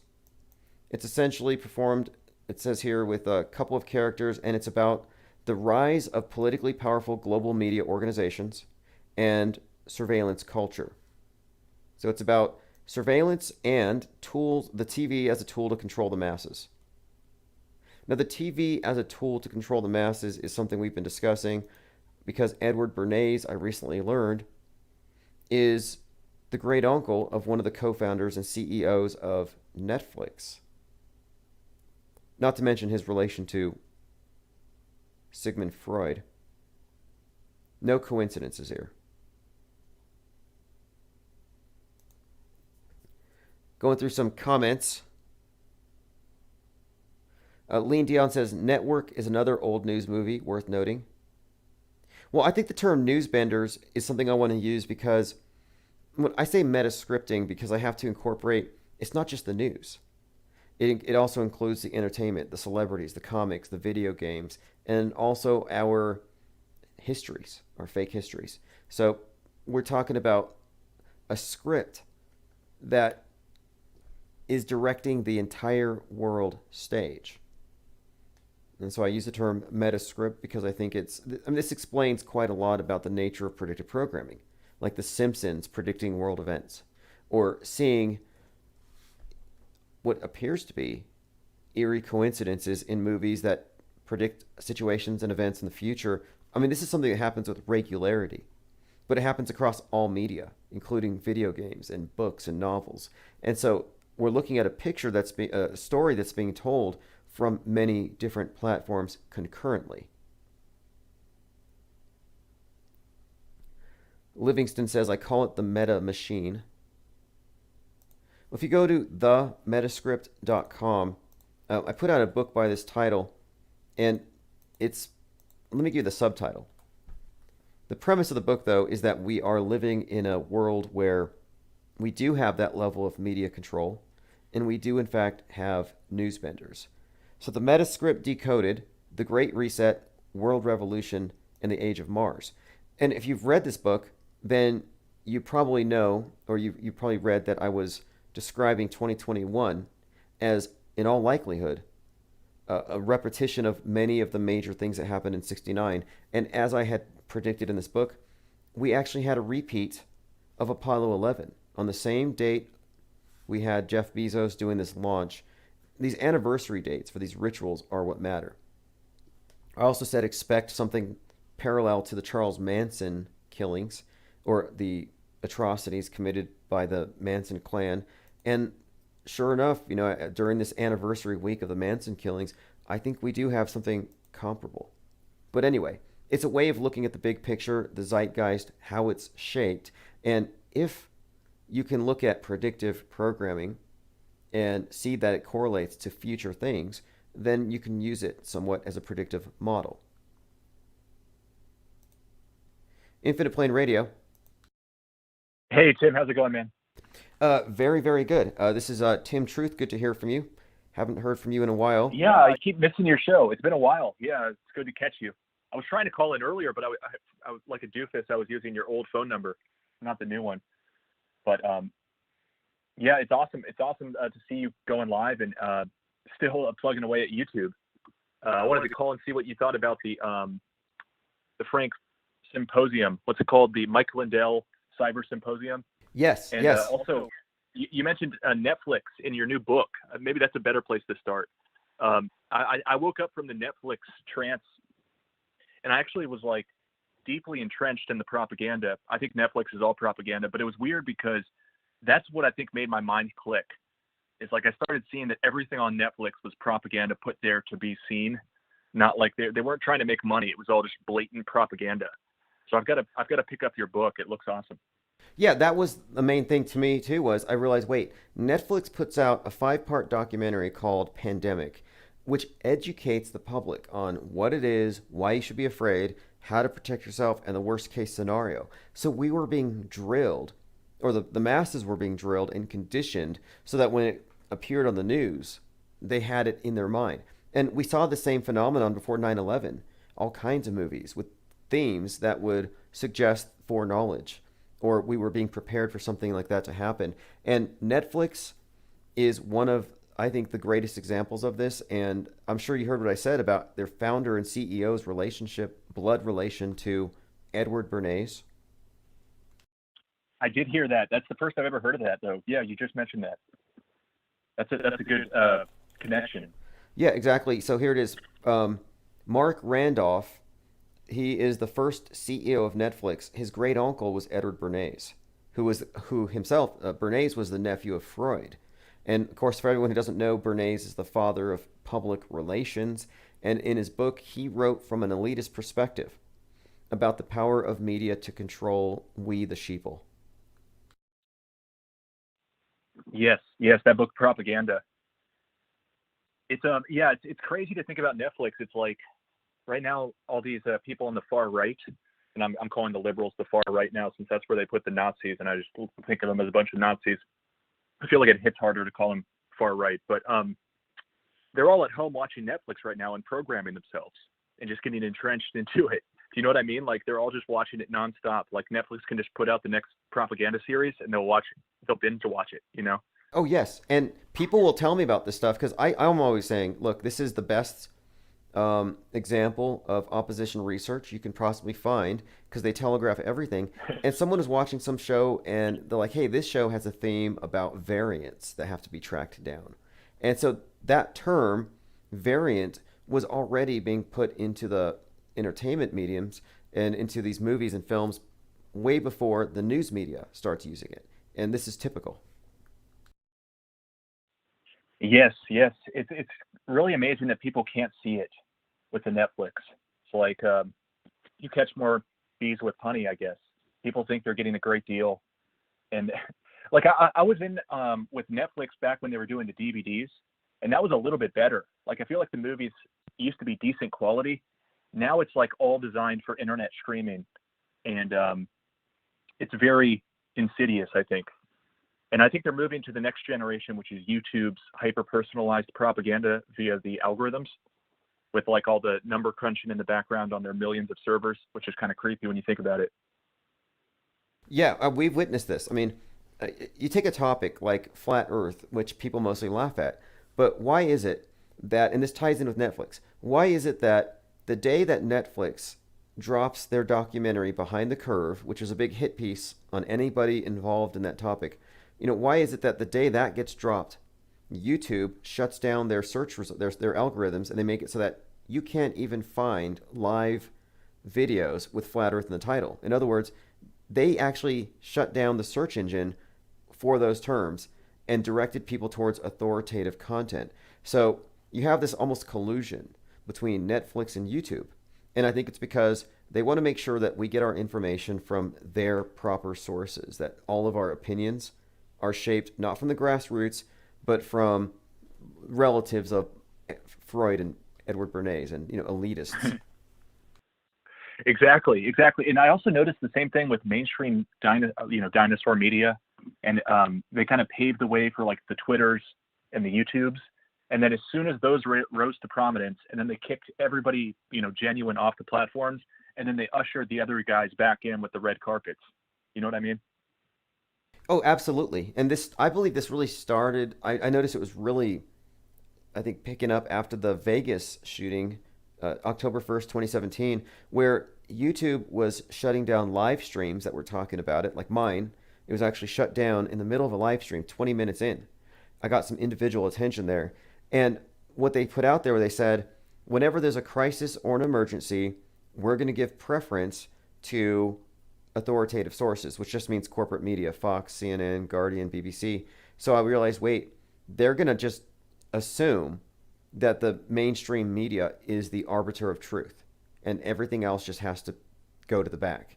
So it's been pretty clear for some time that they've One of my favorite pieces of investigative journalism that you did was when you called a news tip in after one of those events, and they're like, no, you're going to have to tell the police. We get all of our information from the police. And that was like, wow, I can't believe they just said that. Right. That was the shooting of the guy who hijacked the UPS vehicle and he shot up people in Odessa, Texas.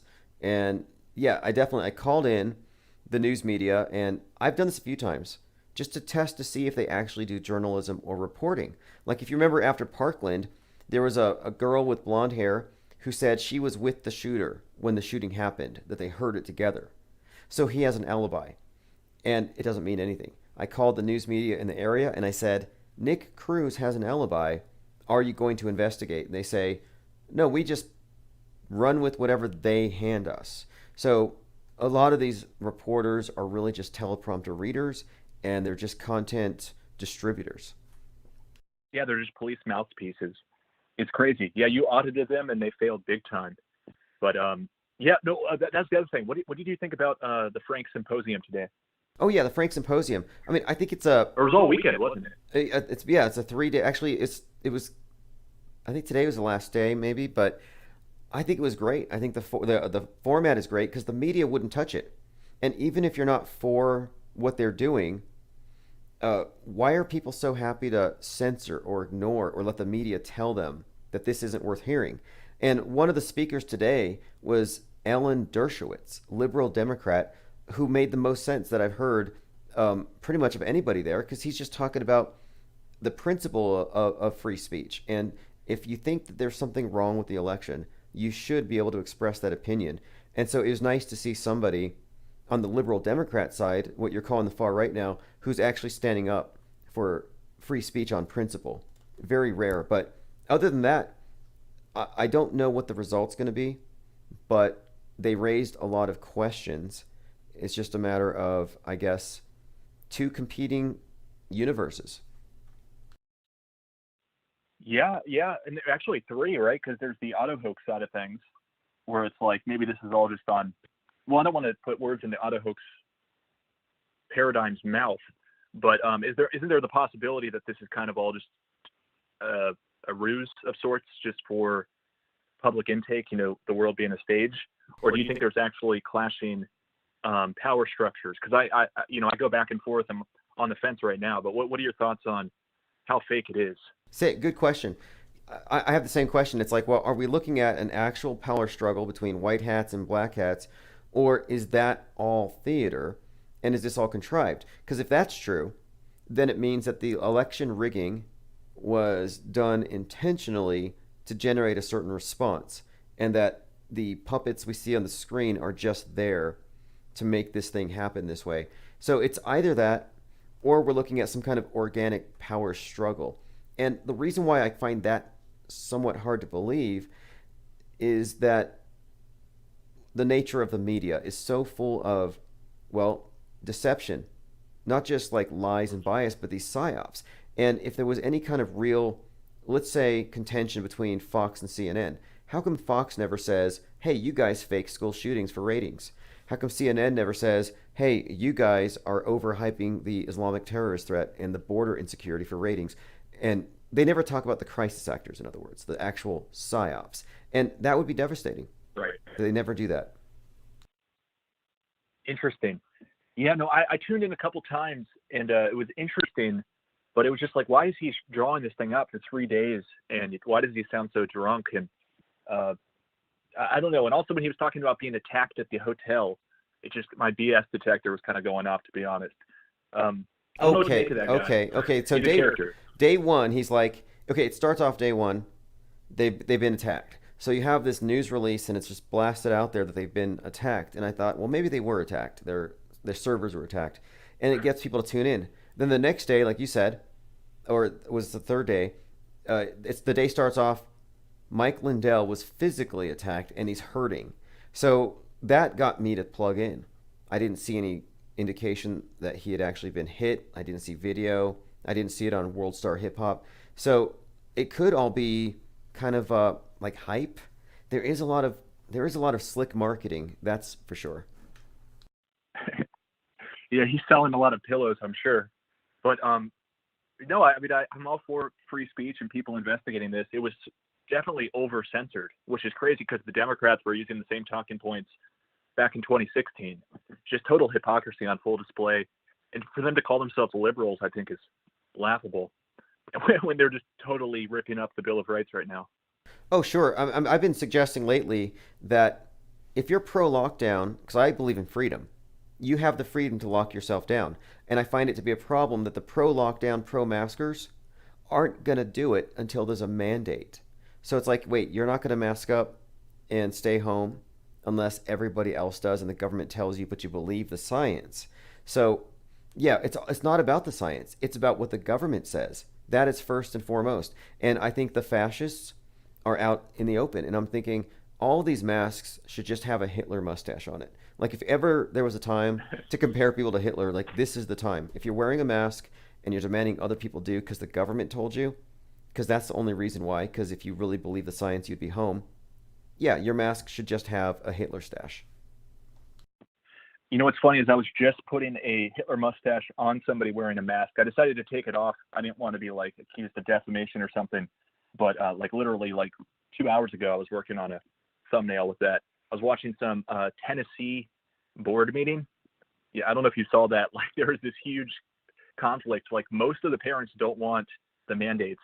I won't be too specific about which mandates. So it like they allowed it to be, you know, free choice, and it was like 25% of the kids were wearing these things, and then they put the mandate in there, and they were pretending like it was popular support for it. But what was interesting is the whole place was like packed with people opposed to the mandate, and also outside, and they kept having to kick people out. It's pretty crazy. But yeah, no, I think these people are out of control, and some of them think they're actually doing right because they're so brainwashed. And you know, we have to hand it to them. Well, maybe not have to, but they picked a good narrative to run with. It's like, oh, you can't question this, or you're killing grandmas and children, and you know what I mean? Like they phrase it in such a way that they can revoke licenses and say, oh, no, you're not authoritative enough. You know what I mean? Yeah, it's amazing. They've given a bunch of little tyrants a whole lot of power, and they're for it. They're definitely for it. And to me, the mask is nothing more than a nun's habit. It just says that it's a religious garment, and it signals your compliance with this. It's actually religious oppression. It's not just a religious paradigm and belief system to replace the old ones. We're actually looking at religious repression of thought, of behavior, of social interaction. And I think it's a puritanical revision of our entire society. And it's powerful because you have the left in particular, who are not all, but on the left you have these rejectors of traditional moral values, where they're no longer bound by these Christian values. So they can go around with their polyamory. They can go out and do whatever they want. no hell to fear because there's no such thing as sin. It's all good. Now it's not. Now the people who laugh at religious people who are saving themselves for marriage or whatever, well, now they're a bunch of Puritans. Zealots. So, yeah, they turned them into Puritans. It was that quick too. It was fascinating to watch, and the damage is permanent, I think, for a lot of them. Yeah, and it's not just religious oppression. It's also they're pushing their religion on people, which I guess is religious oppression, but they're not just oppressing other people's religious practices. They're pushing their state religion on the people, which is something you've talked about before, of course. And I think that's such a good way to put it. And what's interesting is the left, there's a lot of like nihilists and atheists on the left. And think about how much of an outrage there would be if there was this type of censorship or overt pushing of, say, Christianity on them. They would be, rioting in the streets more than they already are. So I just think it's interesting to see how, and both sides do this. And I like to think there's more than two sides, but there's two big sides, I guess. They can be pushed by the script to be total hypocrites and contradict themselves just like weeks later. And I think they almost do this just to like show how little, standards or principles people have. They'll just like one day be arguing for something, and then like a week later, literally, they'll be arguing for the exact opposite side of the coin. You know what I mean?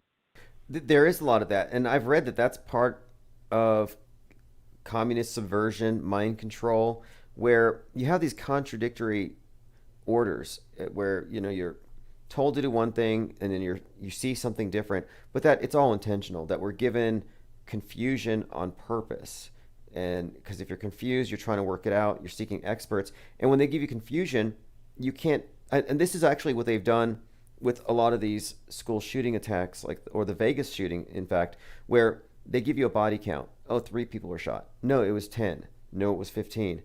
It was 2 shooters. Oh, it was 1 shooter. And so they give you these all the time. And I realize, wait, they're not just misreporting. I think as a strategy in the information war, they give you confusing accounts so that you can't be informed by anybody. You have to wait for the experts to have their press conference, and they can give you the story. So I think that there's definitely a lot of intentional confusion being put out here. Absolutely. I think they privatize all the real useful information, and then they put false information and just try to confuse us as much as possible for a number of reasons, like you said. But yeah, it's like hearing the left talk about insurrection like it really bothers them, I think is laughable. And the election, obviously, and the censorship, it's just so many things. And then the door-to-door, too, like the left was going to go door-to-door pushing the vax. And then the right was like, no, that's ridiculous. And then like a week later, the Arizona audit, they were like, let's go door to door and verify the votes. And then all the right was for it. I just think it's kind of funny to see it. Wow, I didn't catch that one. But yeah, this is the thing. I like to think there's more than two sides, but I think that at a basic level, there's the question of your relationship to power and the collective. Are you a collectivist or an individualist in terms of your philosophy and what your responsibilities are and your obligations to the community versus yourself? Basic fundamental thing. And this is what they've perfectly divided people on, and especially this last year, where it's like down the middle. And the question of the vax, though, has been the ultimate schism for this society. And what we're seeing is people coming out just saying, if you're not vaxxed, disassociate. It's like ditch your friends. That's why I have on the screen here, I've got a few different actresses: Kim Kardashian, Jennifer Aniston, and Jennifer Aniston said that she cut off all of her non-vaxxed friends. So this is why I put the Hitler mustaches on them, because they're actually saying, cut your friends out of your life if they're not going with the government programming. I'm picturing someone actually wearing one of those and how triggered people would be. Oh yeah, That's no funny, doubt. though. Yeah. This is what was I gonna say? this would be highly inappropriate, but I realized no, this is the first time I think it's ever been appropriate. Oh, by the way, did you hear Chet Hanks going off about why he doesn't think that we need to wear masks? And the other word that starts with a V, yes, I did see that. I'm interested in your take. There's always the possibility it could be faked. But yeah, no, I think one question I wanted to ask, in addition to your take on this Hanks with an X gun, do you think that there's as much resistance to their plan as they were expecting? Like, were they trying to divide the country exactly in half, or did this surprise the oligarchs, how much resistance there is? Good question. I kind of think that they just needed this issue to make visible an existing divide. Like, you already had people divided on the belief in global warming, which is it's a doomsday cult, but it's all based on faith in the establishment science and the establishment media and its priesthood. So we've already had that division. Greta kind of brought it out. And then with the gun debate, pro-gun, anti-gun, you already had that division there. And if you look at this with the vax thing, the vax question, you actually find the division is along all these same lines. So pro-mandatory vax and mask and lockdown is anti-gun and anti-capitalism, anti-free market, because they believe in global warming. And the other side rejects these things. So this makes me think that this was intentionally put here to create the blowback, to create the division, to create the polarization. I don't think that they were surprised. I think that they try to drive the wedge in deeper, which is kind of why I think that Chet's doing this, given his dad's very conspicuous role in the COVID-19 psyop. Right, the first major celeb, right? The first one, yep. The first one to come out with it. And then for his son just to come out and just go against the grain like this, I don't think it's a coincidence, especially because if you look at his kid's tattoos, Chet, he's got this Illuminati tattoo. He has the medical symbol. He has what appears to be a bunch of COVIDs. And he has some tarot cards on his side. So I don't think this guy's legitimate. I think he's an actor. No way. But has he walked the comments back yet? Does anyone follow him enough to know? He's doubled down. He doubled down, and his parents are embarrassed because, he's over 30 or whatever. They can't regulate him. But no, he's doubled down on it, which, I don't want to like Chet Hanks. He's not, I don't, but look, I think it's scripted. In fact, somebody even said that when he started to record it, he had this look on his face like he knew he was engaging the camera with a pre-scripted thing. Like, some people think it was just people who know actors think it was totally contrived. Again, I'm sort of on the fence with this Chet thing. There's no way they would let him go off the chain like that unless they're trying to, I don't know, further the schism here. Like, look, he's going against his parents. Right. That's what it's got to be. Same with Joe Rogan. Joe Rogan comes out and he says, oh, this vax passport's leading us closer to a dictatorship. And I'm like, how many of us have been saying this, talking about COVID 1984 for a year and a half now? And he suddenly says I saw your comment on somebody's post about him. You're like, it would have impressed me if you said this like a year and a half ago. It's just some obvious little statement. Like, it's one step. It brings us a little bit closer to tyranny. It's like, no duh. Yeah, exactly. No duh, Joe Rogan. You didn't break anything down. There was nothing insightful there.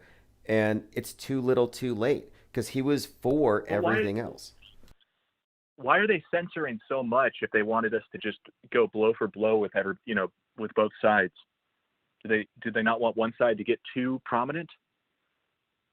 That's a good question. I kind of think that the end game here is to eradicate. Honestly, I think this is what the whole thing is that, like, okay, 5% of the population is in America, and we account for most of the pollution. This is always being said. America's a pariah with global warming. Well, recently, China's state media put out some propaganda saying that we're 5% of the population and we spread most of the COVID. And now it's being said that we spread we're the cause of all the dangerous misinformation. The QAnon conspiracy theory is going to be pointed at with this. So I actually think what they're doing is they're highlighting the distinction between the sides that trust the news and the side that doesn't. And I think they want to eradicate the side that doesn't.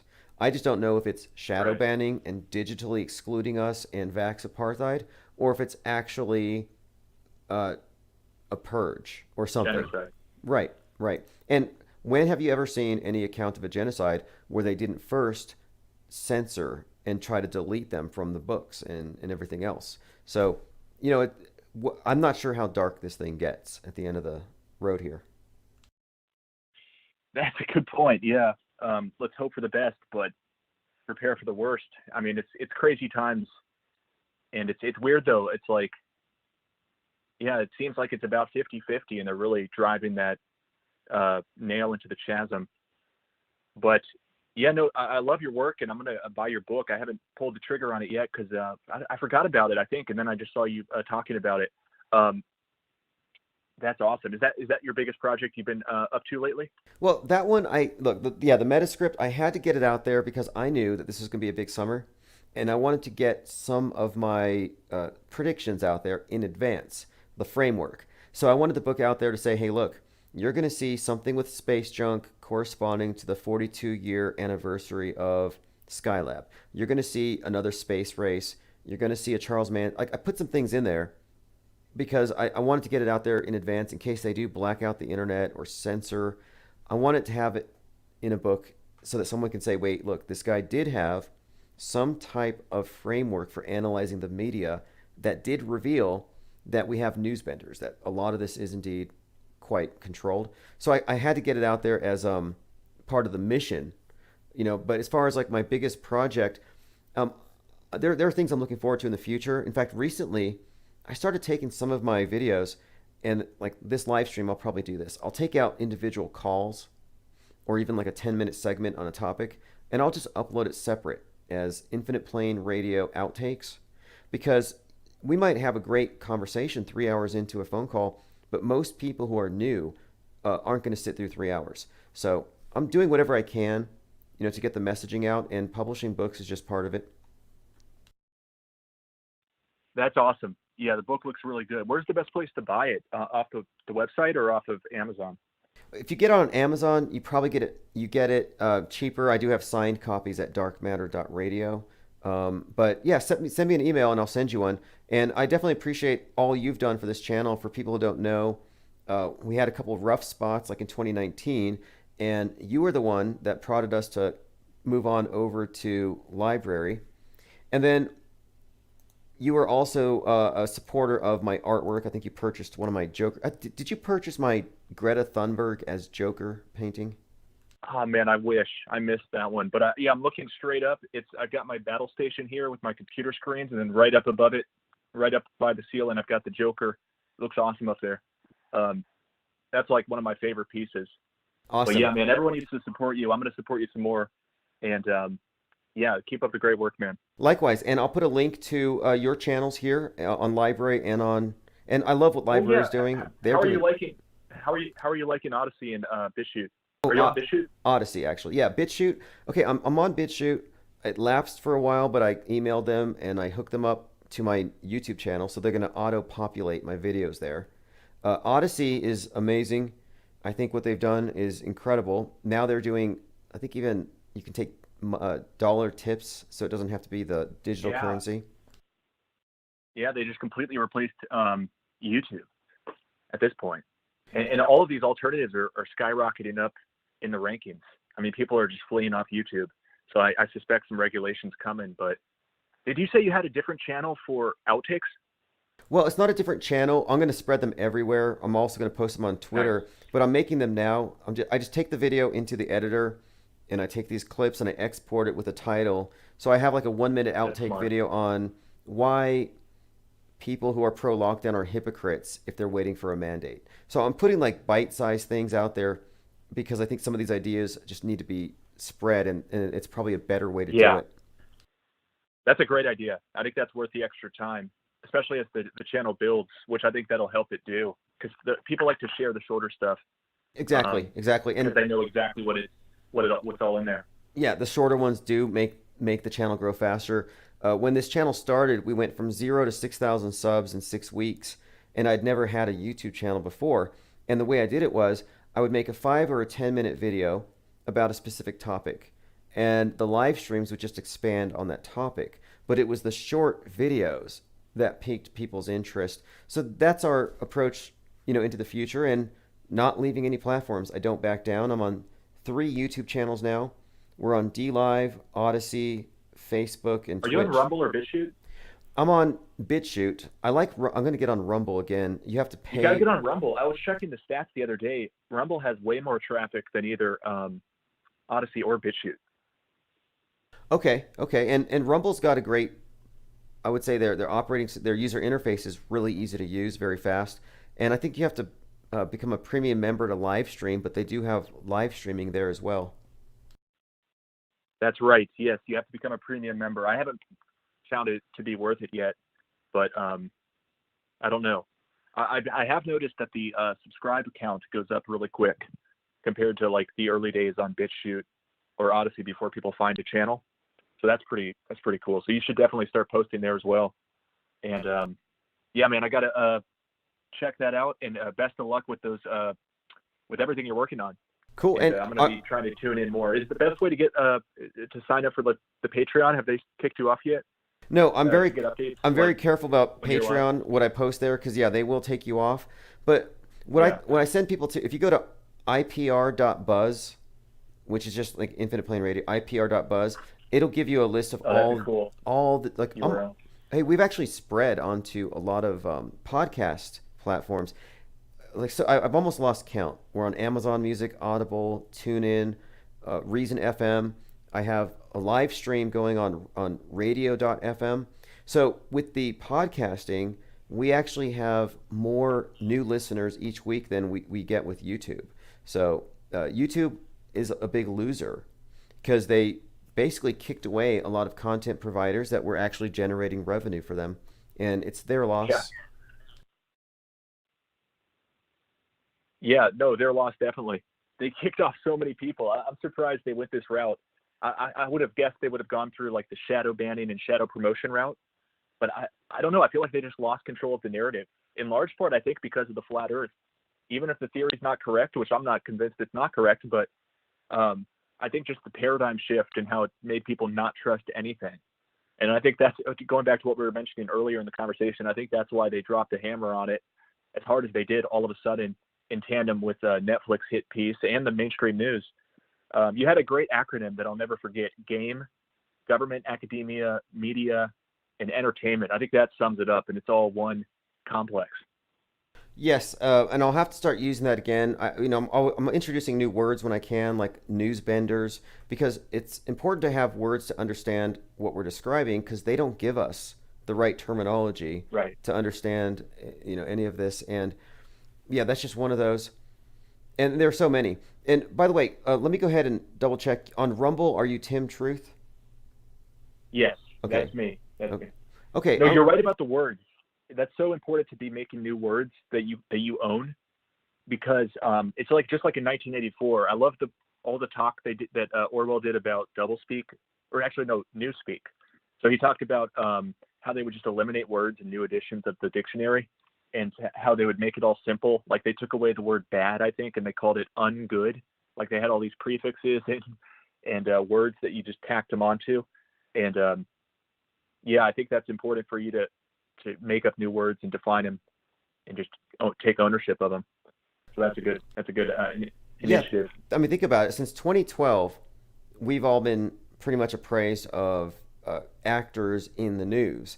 But prior to that, like the term crisis actor was a huge disaster for the media. Like Flat Earth was one because it had people questioning establishment science. Crisis actors, that phrase, got people questioning establishment news. And yeah, I think that those two phrases, Flat Earth, crisis actors, were the ones that really caused the media to go into this this self-defense mode. And I actually kind of think that the pandemic was mostly a cover for the mass media to get control over the infodemic, which is pretty much... I mean, that's a possibility. What I was thinking, though, there is, what if they knew that this was on the agenda? What if they already had the Stanley Kubrick plot all scripted out, and they were like, okay, this is not good. People are questioning the scientists. This next agenda is not going to go well if people are questioning scientists. And the same with the media. Oh, I see what you mean. Like two possibilities there. Right. Like if the plan of alien invasion was on the table this whole time, it would be very problematic if the conspiracy subculture says we don't believe in flying saucers, we think the Earth is flat or whatever. Yeah, I could see that. I could see that being very problematic. We wouldn't buy the program. Exactly. All right, man. Thanks for taking the call. I'm definitely going to call back if I see you live again. I hope you keep these live streams going, and I really appreciate your work. Cool. Appreciate it, Tim. And just so you know, I'm going to be making a strong effort to do mostly like 9 to midnight Mountain Time, 5 nights a week. And then during the day, I do some live news coverage. So, yes, pretty much daily. So I'll stay in touch and we'll talk soon. And I'll hit you up with an email and I'll get you a copy of the book. I'll just send you one if you want to review it. That's perfect. I'll send you a donation too. So, and I don't even need a physical copy, just a PDF or something. I'll send you the PDF, but I'll send you a physical signed copy. I still have one. Appreciate the support as always and the calls. Tim Truth, have a great night. Awesome. Thanks, man. All right, everyone. Tim Truth, legend. In fact, this is something worth mentioning. Back in 2019, on the eve of November the 3rd, Tim Truth, myself, and others were watching Seattle very closely because we were looking at this predictive programming going back decades and noticing how there's just as much doom propaganda aimed at Seattle and November the 3rd as there was pointing at New York and 9/11. So 2019, November the 3rd, there were many people who were actually looking very closely at Seattle for some kind of ground zero attack. Tim Truth's channel had 3,000 people watching live the Century Stadium and the Space Needle. So the thing is, if there was to be another 9/11 event, if we had called it right, we would have been watching it. Now, funnily enough, the Space Needle didn't burn as we thought it would, based on a lot of things. But there was a Space Needle in Turkey that burned that day. So we got the wrong Space Needle. So I'm like, wait. They saw 3,000 truthers or something, conspiracy theorists watching. Did they have to move their ritual? Go sacrifice their babies somewhere else? I don't know. And even though we said Seattle, ground zero, start of World War III, 11/3, we got that wrong. But what happened on 3/11? Ground zero, World War III, COVID-19, pandemic declared, 3/11/2020, Seattle was ground zero. Patient zero came down with the COVID on 1/19. So we were right. We just had the date kind of backwards. And something else Tim brought up. He brought up something about the liberal left and this insurrection thing. And yeah, it is worth noting that they didn't pay attention to the summer of 2020, which you could define that as an insurrection. You have mobs in the streets burning down government buildings. That's not an insurrection. But then some mental case with a Viking hat and a spear sits down on Nancy Pelosi's chair and it's an insurrection. It's like that chair has some magical power, like it's a throne. You sit on it, you just assume godlike status. It doesn't work that way.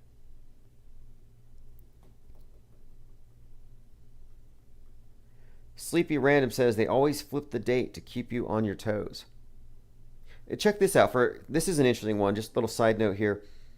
So I'm looking at a lot of the predictive programming and the references to the Turner Diaries, the McCloskeys having stepped off the cover of the Turner Diaries.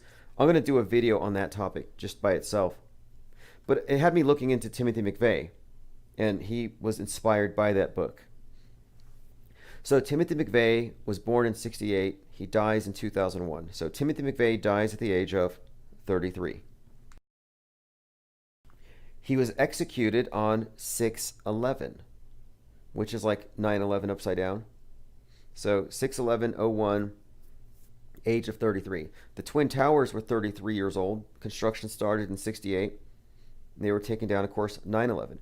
Now, the guy who wrote the Turner Diaries, where Timothy McVeigh comes from, the script that he comes from, his birthday was 9/11, 1933.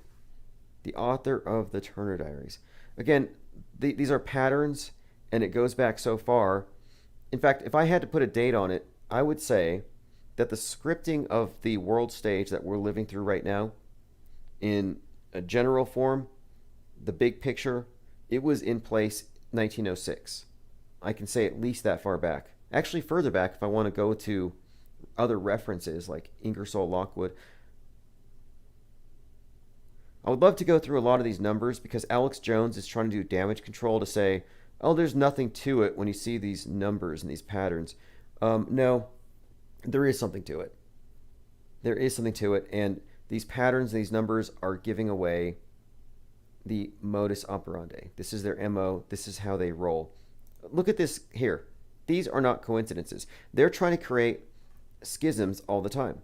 They want you to side with one side of the fence or the other. They don't want fence squatters.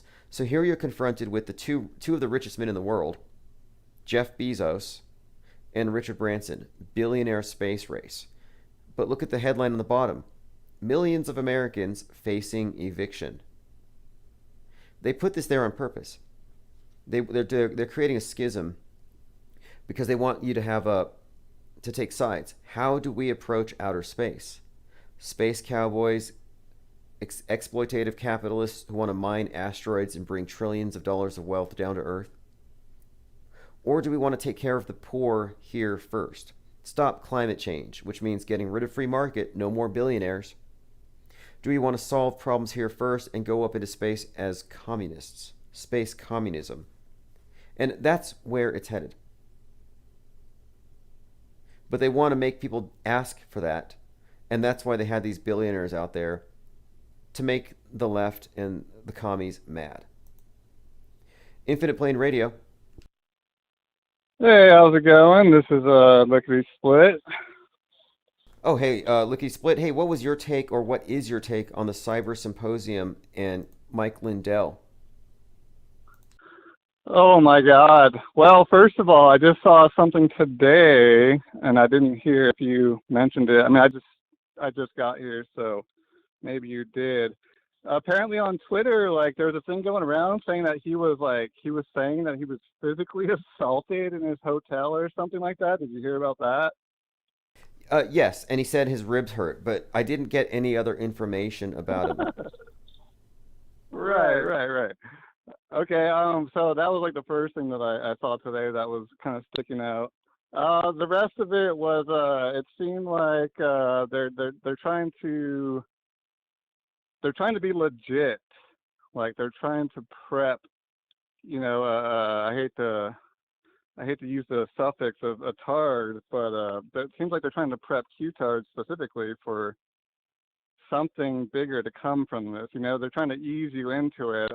We were kind of talking about it, like, as we were watching. Civil War. A lot of people are picking up on it. Do you think they're trying to instigate a grassroots insurrection for real, or at least make the appearance of it, so that if they stage one, it looks legit?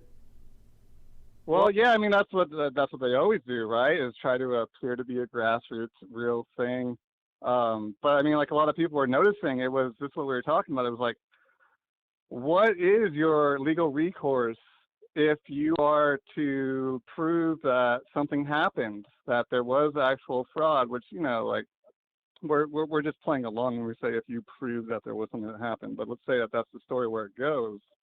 I'm not sure that there is, like, anything really for them to do, like, other than get violent. You know, like what else can you do?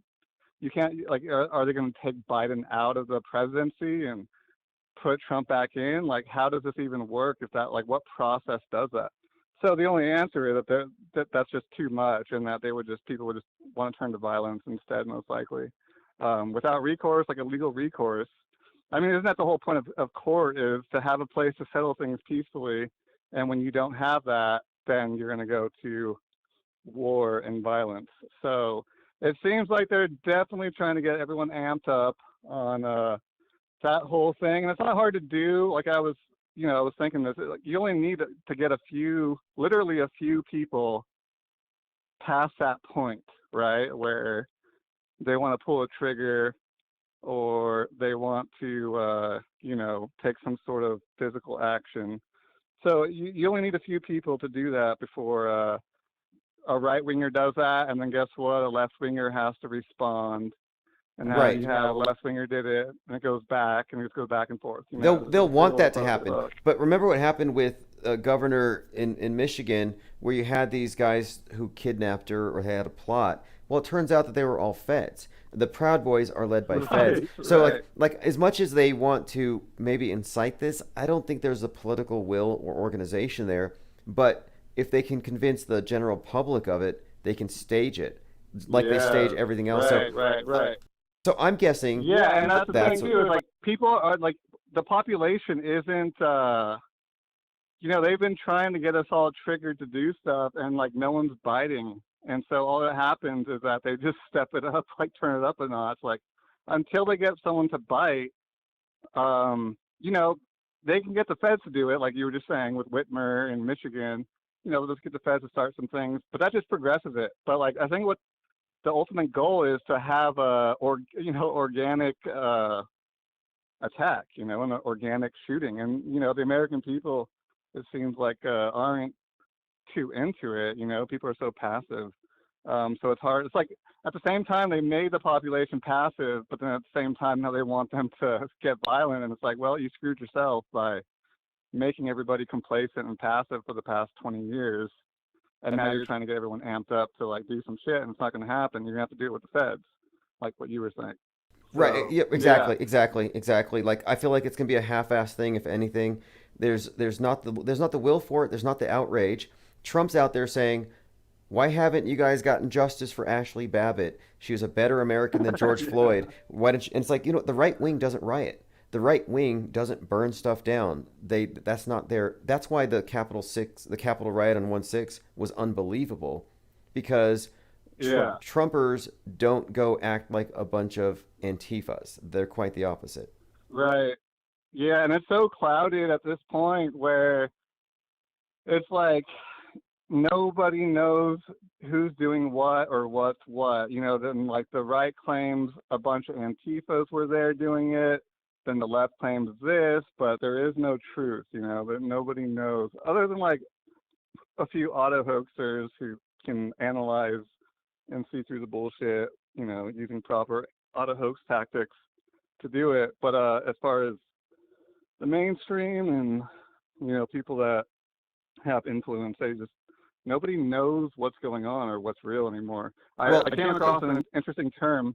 Go ahead. Well, I was gonna say the first casualty of war, is always the truth, and we're dealing with Yeah. info war for sure. But anyway, go on. What did you just come across?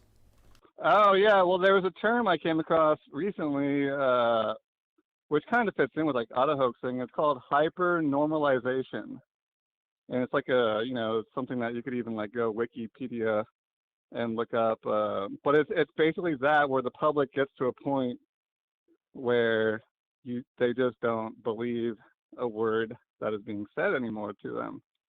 But you go through life now. You're living your life, and you have no insight as to what's happening. You don't have your press. You don't have the free press anymore. You're totally just reliant on, I don't know, word of mouth, I guess. That your local community, and no one really cares anymore. Apparently, it happened in Russia, is where this started to happen. So I mean, go figure, right? Like things that happen in Russia are happening in America now. So that's all by design. Obviously, it's all one and the same. Oh, Test it out in sure. Russia and then bring it here. Yeah, I mean, test it in Australia and bring it here. Poor Australia. But okay, yeah, I'll put a link. I'll put a link to hypernormalization over at fakeworld.news, and I'm also putting a link to something else Yeah. I had mentioned tonight, which is the true believer syndrome. I think these are a couple of things to keep in mind when we're looking at the TV casualties around us. Again, thanks for the call. And really quick here, what do you think about this QAnon killer in California? Did I not call it? Do you think this is going to be the the Charles Manson parallel? Absolutely. And like he's appealing to, the worst of it when he's involving children. I've only saw a little bit of what I saw your tweets about it, and it sounds like spot on. Like, attacking kids, you're gonna get the emotional response that you want from everyone, probably even some right-wing people. But then the other thing that you triggered me to call in about is you were talking about the schism stuff again. And it's like so important that people hear about this. And I mainly wanted to like talk about so there's that video that's been going around. I don't know if you saw it, where that doctor from Indiana was, he's talking a lot of like vaccine related stuff. But I don't want to get too much into it because I know the trolls are freaking listening, and if we talk too much about that they'll do something about it. But the schism, that what he describes in that video, and I'm not going into details, but I'm sure most people have seen it. There's like 5 million views on it now. But yeah, man, the schism is going to just develop deeper and deeper. Like there's nothing that's going to stop it. Fauci, I think, I don't want to give him credit. The guy's a piece of crap, but he might be smart enough to know what he's doing. Well, wait. You just committed a federal hate crime when you called him a piece of crap, and you actually blasphemed against science. Because when you criticize Fauci... Yeah, well, that's what I do. That's just lickety-split being lickety-split. I piss some people off sometimes. Shout out to Zaris, the arborist. It's... the schism is just going to develop further with the vaccine. The whole point, the guy was talking about animal reservoirs, and he wasn't getting into like germ theory, which, I know you like to focus on that, which is very true. But I loved how the guy left out the whole germ theory aspect of it, and he was talking about animal reservoirs and how you could vax 100% of the human population, but you're going to have the animal reservoir there. Well, wait. Before we go on. This is what they will censor, though. See, they only censor when you bring up their scientific jargon and try to compare it. But the real question here, though, is, what is the purpose of it? And I don't believe the purpose of it is some sort of science fiction experiment. I think it's ultimately about highlighting the existing schisms in society so that people take sides. And right now, it's people with needles and people with guns, and they're facing one another across all these lines. It's a remarkable thing. Really quick here about the symposium. Do you think that this is going to actually trigger an actual schism where we have, people, marching? Do you think that there's going to be some kind of marching on capitals? What do you think the right wingers are going to do? Did you get the sense that people are mad? I think it's important. Like the really important part is that people look into even like what you're talking about. Like the word schism is like has a very like deep history, like really old. It's based in like religion, and like to divide a church back in the day, you would insert a schism, right? And like this country is not that much different than a church. This is like it's all a cult. Everything's a fucking cult. But the schism thing is number one. It's just, when you're saying that, you're just saying divide and conquer, really. And yeah, absolutely. I think that they're gonna activate the Q-tards, and then you have the other. I've brought up before that they got the soft-tards going against the Q-tards, and that's your schism right there. Like it's never ending. And just keep on beating on it, man. You're fucking nailing it. So appreciate it. And you're right. There's a so-called truth movement, but it's so factionalized, like all religions, any groups of people. When you have groupthink, and that's why we keep this thing a think tank. It's not an echo chamber.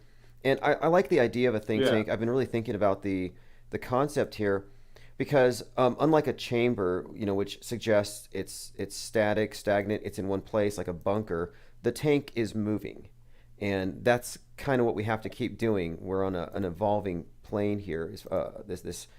The world's always changing. Yeah, and people need to start fucking talking to their coworkers and talk to your neighbors and bring up this channel. Like I'm doing that constantly, bro. Like I just got somebody I work with, this gal who thinks she's super smart. I'm like, hey, you should call into our podcast and try to talk about your points and see what happens. So hopefully more people are doing that. I know I'm constantly doing it, and the better the calls, the better we all get to like open our minds some more and learn something from it. Appreciate it. It's a beautiful thing. Thank you. Got going here, and I'll talk to you later. All right, call back anytime. Appreciate it. And I am working on something that everyone's going to like here. I found a nice supplier in China. It's basically, we're going to get a bunch of keychain boom boxes, kind of like the one you see on the screen I usually have, like on the top right. We're getting these 80s style boom boxes. They're about the size of like a Zippo lighter, maybe a little fatter, but it's a USB little speaker that you connect with your phone. And I'm getting them in bulk. And the idea is I'll give them to first-time callers or something. But it's a great promotional tool because it actually has decent sound. I got some test products. So yes, we're getting some custom infinite plane radio boom boxes that go on your keychain, Bluetooth with a 33-foot range. Okay, let's see here. I'm going through comments. Uncool Band says, I'm all over Russell Brand's videos and trying to direct them here. We should start a Discord page. Okay, I'll put a Discord page for any research that you're doing.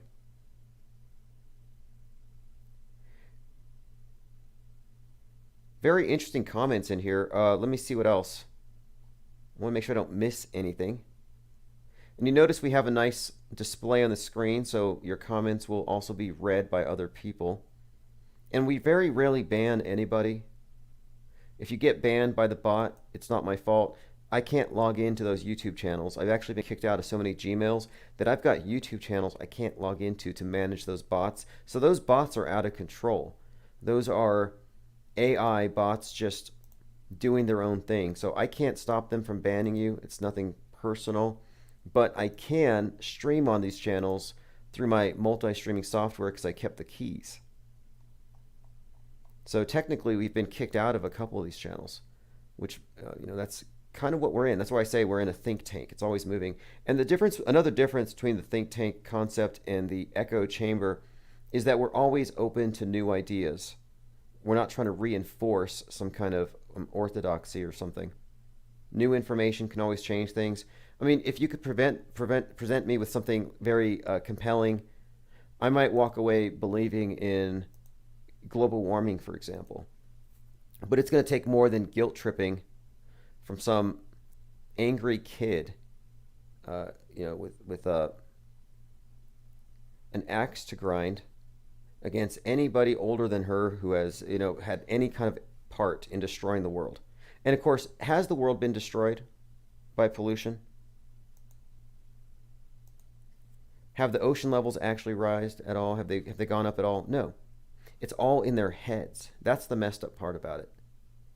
The worldview they have is so negative and they blame you for it, but it's only in their heads.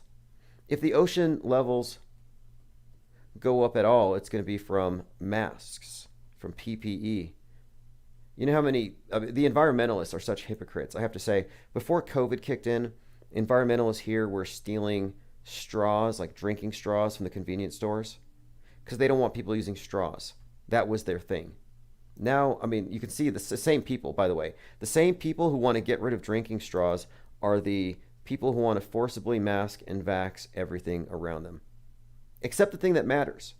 You can find accounts of zoos vaccinating the gorillas. Nobody's talking about vaxing the bats. Like, that's where I would start. All right, everyone, thanks for joining. This is COVID-1984 by Chief Crow. After this, it'll be returning to the 24/7. And if you miss this, we're going to premiere it tomorrow. Although YouTube has been blocking my premieres. Just a heads up. But you can catch it on the replay, or if you subscribe below, you'll get it to your email in the archives.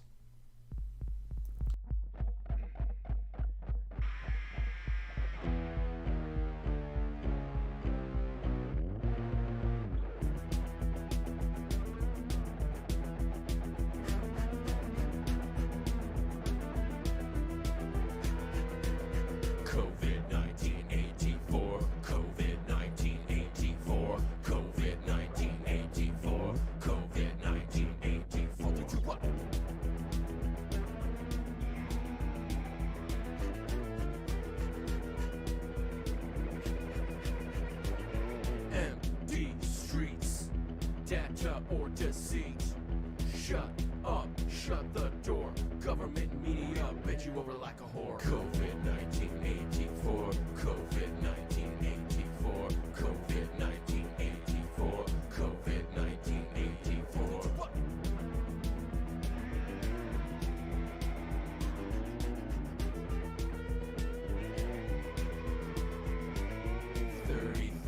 Puzzle, face mask muzzle. I'm going to my grandma's house. Shut in, shut up, cover your mouth.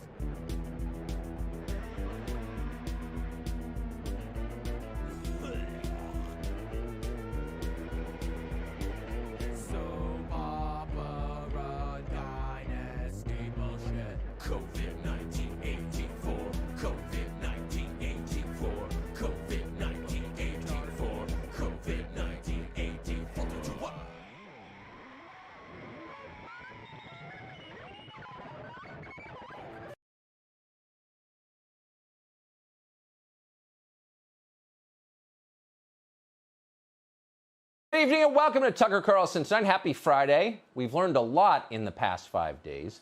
Maybe the most important thing we've learned is that Joe Biden is not capable of running the country. Joe Biden is senile. Saying that out loud is not an attack on Biden. Any decent person feels sorry for him. You watch him gaze vacantly into the middle distance or stumble like a drunk man trying to cross an icy street as he careens through his prepared remarks. There's no joy in watching any of that. It could be any of us someday and probably will be. It's not Joe Biden's fault he can't think clearly. It's an indictment of the people around him. In the months before last November's election, Joe Biden's own family knew perfectly well that he was in profound cognitive decline. They were worried about it. They told other people they were worried about it, which is how we know. But they did nothing to stop Biden from running for president. Neither did Ron Klain, who's now the White House chief of staff. Klain is highly familiar with Joe Biden's senility. He works there every day. So does Mike Donilon and Gene Sperling and Susan Rice and the rest of the people making the decisions in this country, very much including Barack Obama. They all know. These are hard and cynical and clear-eyed people. They have worked with Joe Biden for many years. Not one of them has any doubt that Biden is failing. And now that's obvious to the rest of the country. Anyone who's been paying attention already caught on to this, of course. But until recently, it didn't seem to matter a whole lot. You saw Biden on television grinning and mumbling. He was up there reminding you to put on your little mask or wear your seatbelt or go easy on the sodium. None of it seemed especially threatening. These are the things that elderly men talk about in real life. Be safe out there, kids. But in the last week, we've been reminded how tiny our domestic concerns actually are. They're neuroses born of narcissism. A Chinese flu virus? Please. That's hardly the scariest thing going on in the world right now. It's not even close. The entire U.S. military has just been humiliated by illiterate peasants in turbans. And if that's not insulting enough, many of them were carrying our rifles as they did it. It makes you wonder about the future of the West and who's going to replace us when we're gone. Someone in authority probably ought to be thinking about that and about a lot of other things, too. What are we going to do when the Chinese finally move against Taiwan? How are we going to respond when there's a credible challenge to the U.S. dollar as the world's reserve currency, et cetera, et cetera, et cetera? There are issues out there, a lot of them, in other words, that matter slightly more than whether you keep your mask over your nose on that Southwest flight to Tucson. It is shameful. It's embarrassing when you think of how totally frivolous and up our own butts we've been for the last couple of years. All we can say for certain at this point is that Joe Biden will not be making any of the big decisions going forward. He's not capable of being the president in crisis. So who will be? We can't say. But it's clear if you watch closely that things are changing very fast in Washington. The people around Biden are moving away from him in ways that are not at all subtle. Why is this happening now? Was it always the plan? Did the party that hates white guys finally realize it was being led by one? Again, we don't know the answer. But the signs of it are everywhere, and they are strikingly obvious. Some of Biden's most senior appointees are contradicting him in public. If you cover politics, it is shocking to see that. It's a violation of the first and most ruthlessly enforced rule in any White House, which is don't diminish the boss. But suddenly they're doing just that, and they're doing it openly. Just hours after Biden assured the country that things were fine in Afghanistan, Lloyd Austin, as defense secretary, described the situation in Afghanistan as a disaster, and then Austin repeated this for emphasis. Others are doing the same thing. Here's Biden this afternoon telling us that American citizens are having no trouble whatsoever getting to the airport in Kabul. We have no indication that they haven't been able to get in Kabul through the airport. We've made an agreement with the Taliban thus far. They've allowed them to go through. It's in their interest for them to go through. So there was the President of the United States going on television today to assure us that things are fine for Americans in Kabul. But just an hour later, here's the Pentagon spokesman telling you that actually that's not true. Americans are being beaten in Kabul. Watch. Defense Secretary Austin just now in a briefing call with House lawmakers said the reports Americans have been beaten by the Taliban in Kabul. Is the U.S. military under orders to stay at the airport and not go protect them? I think we've been talking about this throughout the entire briefing. We're certainly mindful of these reports, and they're deeply troubling. And we have communicated to the Taliban that that's absolutely unacceptable, that we want free passage through their checkpoints for documented Americans. And by and large, that's happening. So the president tells us that we have an ironclad deal with the Taliban and everything's cool. An hour later, John Kirby tells us we're deeply concerned about what the Taliban is doing. So in a normal administration with the president who planned on serving out his full 4-year term, what you just saw would qualify as a kind of scandal. The Pentagon spokesman would be in serious trouble. He just contradicted his boss, the man who's supposed to be in control of the entire executive branch of government. But as we noted, things are changing very fast. Watch it happen again. Here's Biden from today telling us that al-Qaeda has been driven from Afghanistan. What interest do we have in Afghanistan at this point with al-Qaeda gone? We went to Afghanistan for the express purpose of getting rid of al-Qaeda in Afghanistan, as well as getting Osama bin Laden. And we did. Once again, just an hour after he said that, the president of the United States is contradicted in public by his own employee. Again, here's the Pentagon spokesman. We know that Al-Qaeda is a presence, as well as ISIS, in Afghanistan, and we've talked about that for quite some time. But the president just said that there is no Al-Qaeda presence in Afghanistan. That does not seem to be correct. What we don't think is that what we believe is that there isn't a presence that is significant enough to merit a threat to our homeland as there was back on 9/11 20 years ago. So that's the opposite of what Biden just said. So here you have the top spokesman for the most powerful agency in the entire government informing us that the president of the United States has no idea what he's talking about. You don't see that every day. In fact, you never see it. But it's not just Biden's employees who appear to be turning on him in public. So are some of his key political allies, the neocons, liberals who used the Republican Party for their own purposes for decades before abandoning it when Trump arrived, are now attacking Joe Biden openly and very aggressively. That didn't take long. But most telling of all is this. It's from CNN. Watch. It is just an absolute mess. And we heard President Biden say yesterday in his comments to ABC News that this is not a failure. And I think a lot of people outside that airport, particularly those taking the kinds of extreme actions we're just talking about, would like to know, if this isn't failure, what does failure look like exactly? So Joe Biden failed, and he's lying about it. That's what CNN just told us. It is hard to overstate the significance of the clip you just saw. CNN is not a news network. CNN is a political organization. Its anchors and reporters don't decide for themselves what to say on camera. They are told what to say. They're told in highly specific terms every weekday morning on a call with their commander, Jeff Zucker. There's no intellectual freelancing at CNN. Here's what I think. No. It's a united front, a single hymnal for the entire congregation. When CNN takes a position or changes its position on something, it changes as one. Everybody, from the chirpy morning dingbats to Don Lemon on the night shift, they all say precisely what they are told to say. Ever watch the channel? And now they're saying something very, very different. Consider this person. This is a former member of the morning zoo crew on a contemporary hit station in Yakima, Washington. On a good day, she's probably operating with a functional IQ of about 85. So it's fair to say she is not coming up with her own material. And yet here she is, visibly outraged on the air, telling you what an incompetent, bad person Joe Biden is. The rapid fall of Afghanistan stunning the Biden administration and this nation, quite frankly. And many of the promises, predictions, and the words of the president and his White House are coming back to haunt them.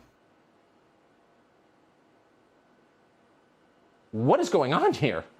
These are literally the people who got Joe Biden elected president. He would not be president without these people. And now, just 7 months into his administration, they are telling you that he has failed personally. It does not make sense.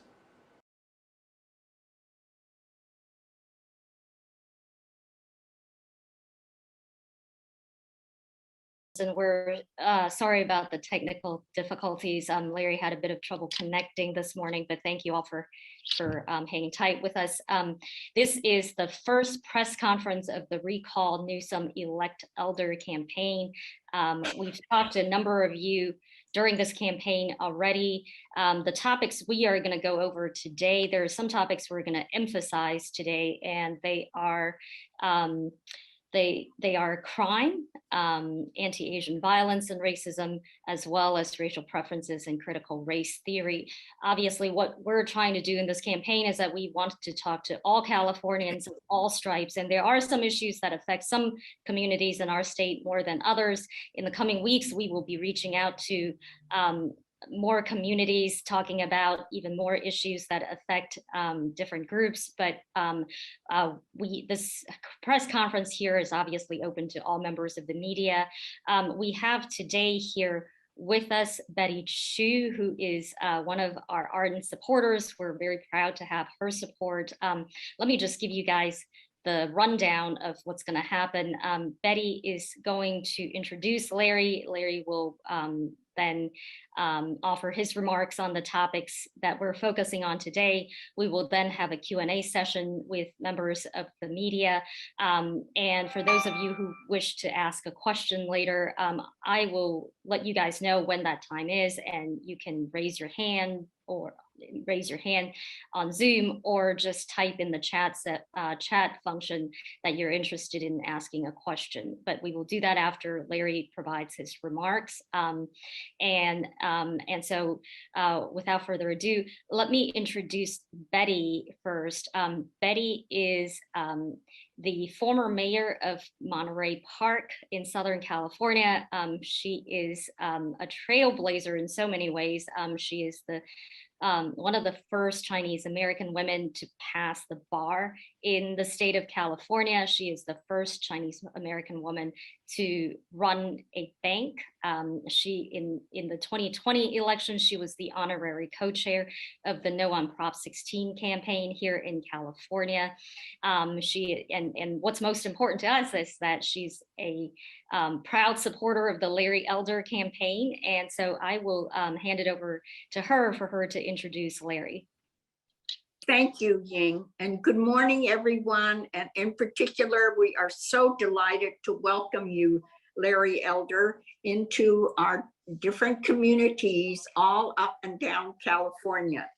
As many of you know, Gavin Newsom's leadership failures have caused many California businesses to close, small businesses to close permanently, and residents to flee the state of California, this wonderful golden state. Newsom, in particular, as it relates to our community, Newsom signed anti-Asian legislation, such as Proposition 16 and critical race theory. These have added to the explosion of anti-Asian hate, violence, and crime in California. This is the worst that I have seen against our Asian community in my 80+ years. And furthermore, it has been the worst that I have seen economically in our community in my 80+ years. Larry has had a fantastic career, and a career over the past 30 years. So we know where you stand, Larry. You have been an attorney and are still licensed as an attorney, best-selling author, an award-winning filmmaker, and most notably, a nationally syndicated talk show host with your own star on the Hollywood Walk of Fame.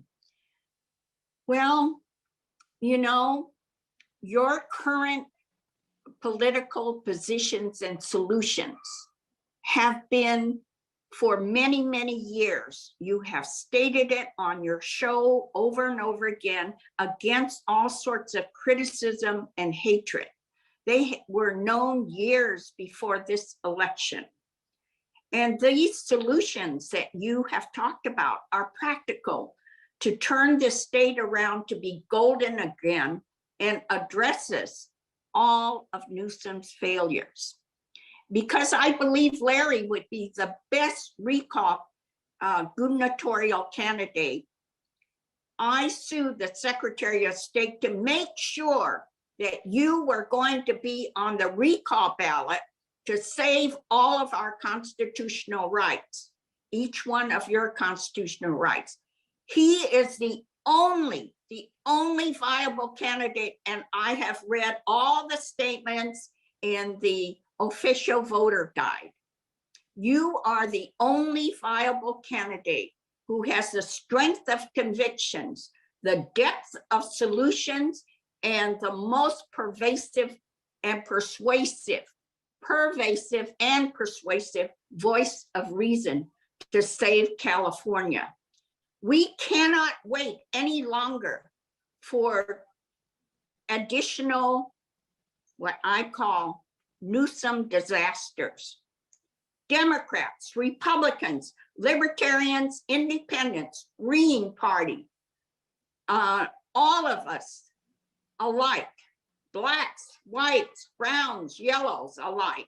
We are united in knowing what the problems are.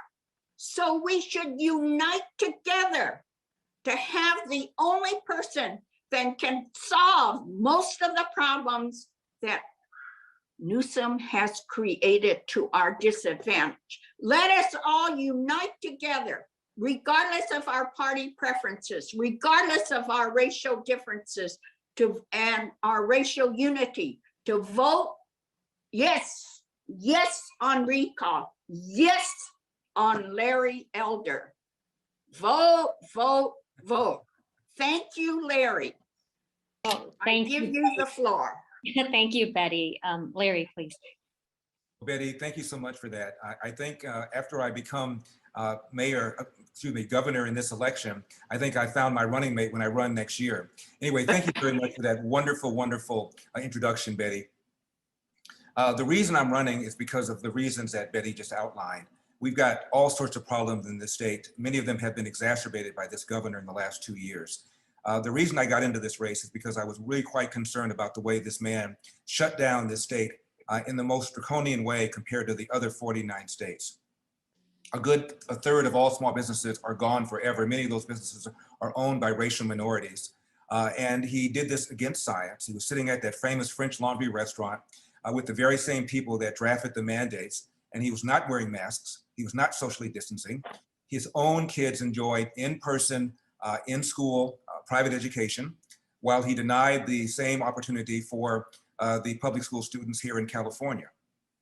80% of the public school students in California are Black and brown students, and these are the ones that people on the left claim that they really care about.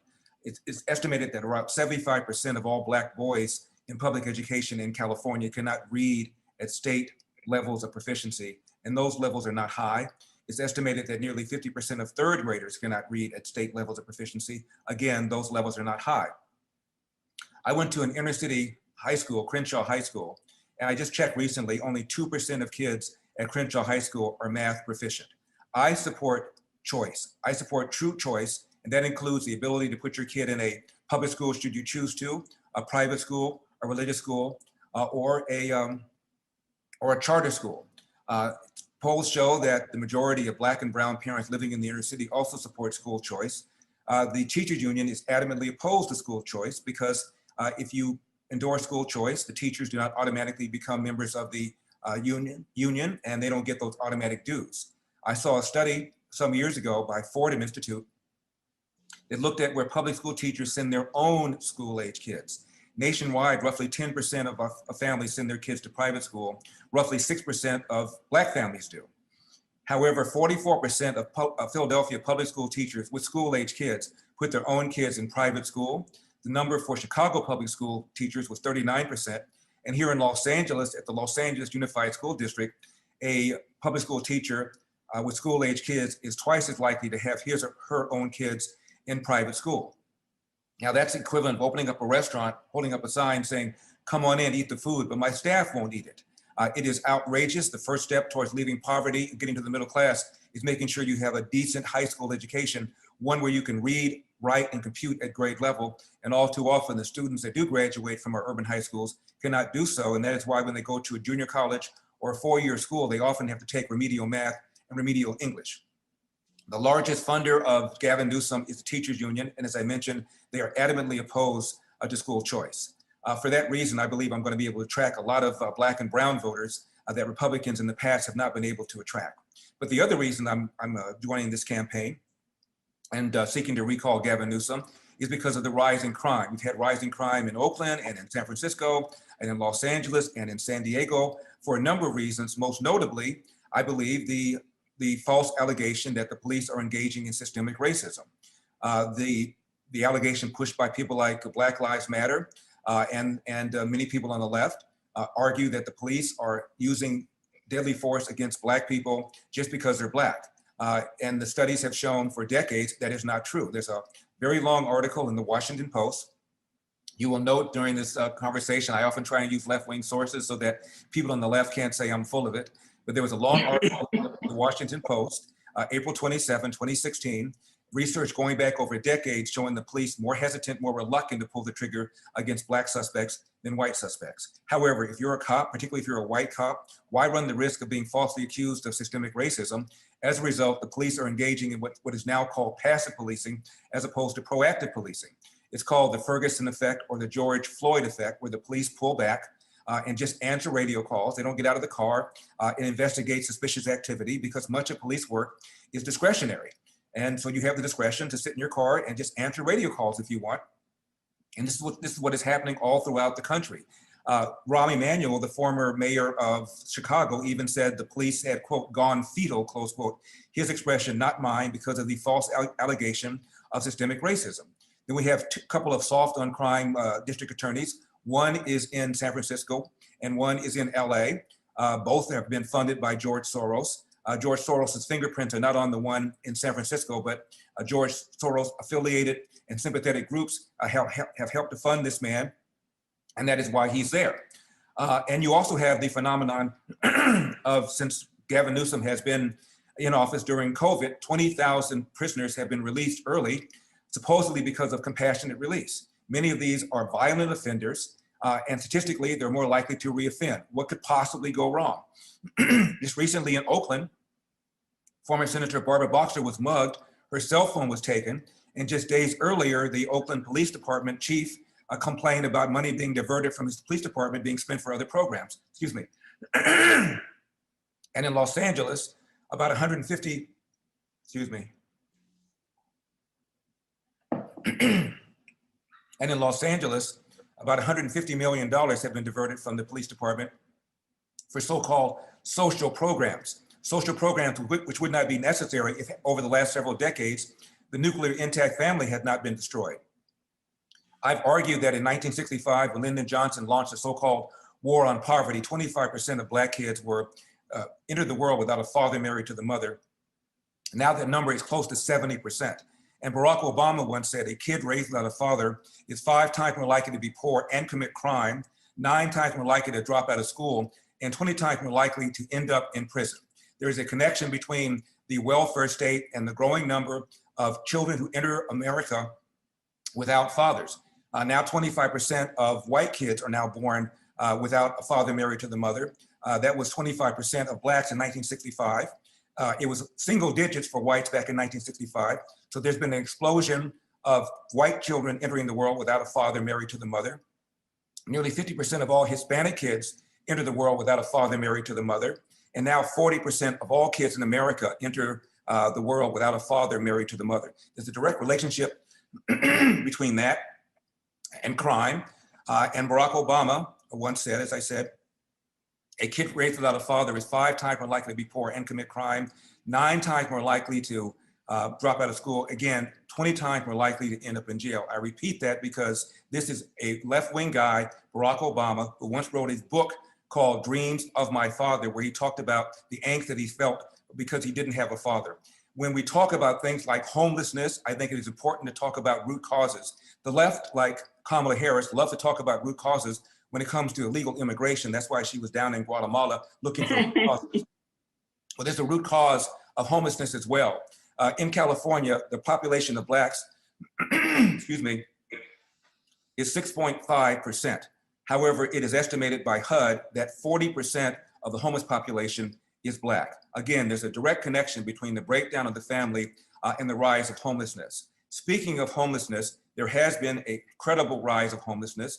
and the way that the Newsom administration and the Democrats in Sacramento, and they're dominated by supermajorities of Democrats, is to have a housing first policy without dealing with the underlying reason why so many people are homeless. And the dominant reason is because of mental illness and because of substance abuse. Unless you deal with the mental illness and the substance abuse, simply building homes, by the way, at a much greater cost than the private sector would build, is not going to do anything. We should get churches involved in this. Government has proved it cannot do it. Get churches involved in getting people motivated, giving them spiritual revitalization. And after that, we need to have lots of low-cost housing, something that has been stopped because of the California Environmental Quality Act and the environmental extremists that seem to feel that anytime you put a spoon in the dirt, it has an adverse environmental impact. And as a result, we have a shortage of homes in California. The average price of a home in California is $800,000. The average price of a home, again, $800,000. That's 150% more than the average price of a home in America. And according to Leo Hanian, he's an econ professor at UCLA, one of my frequent guests on my radio show, excuse me, the average price of a home in California is 50% more than it would be but for these environmental rules and regulations. I'm so sorry. One of the many things I intend to do when I become governor is to declare a crisis on homelessness and unleash the private sector to build low-cost housing. Many projects are being stopped because of lawsuits, and many developers are not even trying to build property because of the fear of the lawsuits. I'm going to change the attitude when I get there. We also talked about the way this man shut down this state against the medical advice. We have the phenomenon of yet another possibility that we may even face more mandates, including face masks and vaccines. If I become governor, when I become governor, assuming there are mandates for masks and statewide mandates for vaccines, they will be suspended right away. This is America. We have freedom in America, and virtually anybody in California who wants to be vaccinated can do so, and people who are poor can be vaccinated for free. I have been vaccinated. I'm going to be 70 years old in April, and I have other comorbidities, including a blood condition. My doctor strongly advised me to get vaccinated, and I believe vaccines work, and I believe if you're in a high-risk category, you should be vaccinated. But there are many Americans who disagree with me, who feel that the vaccine was done too quickly.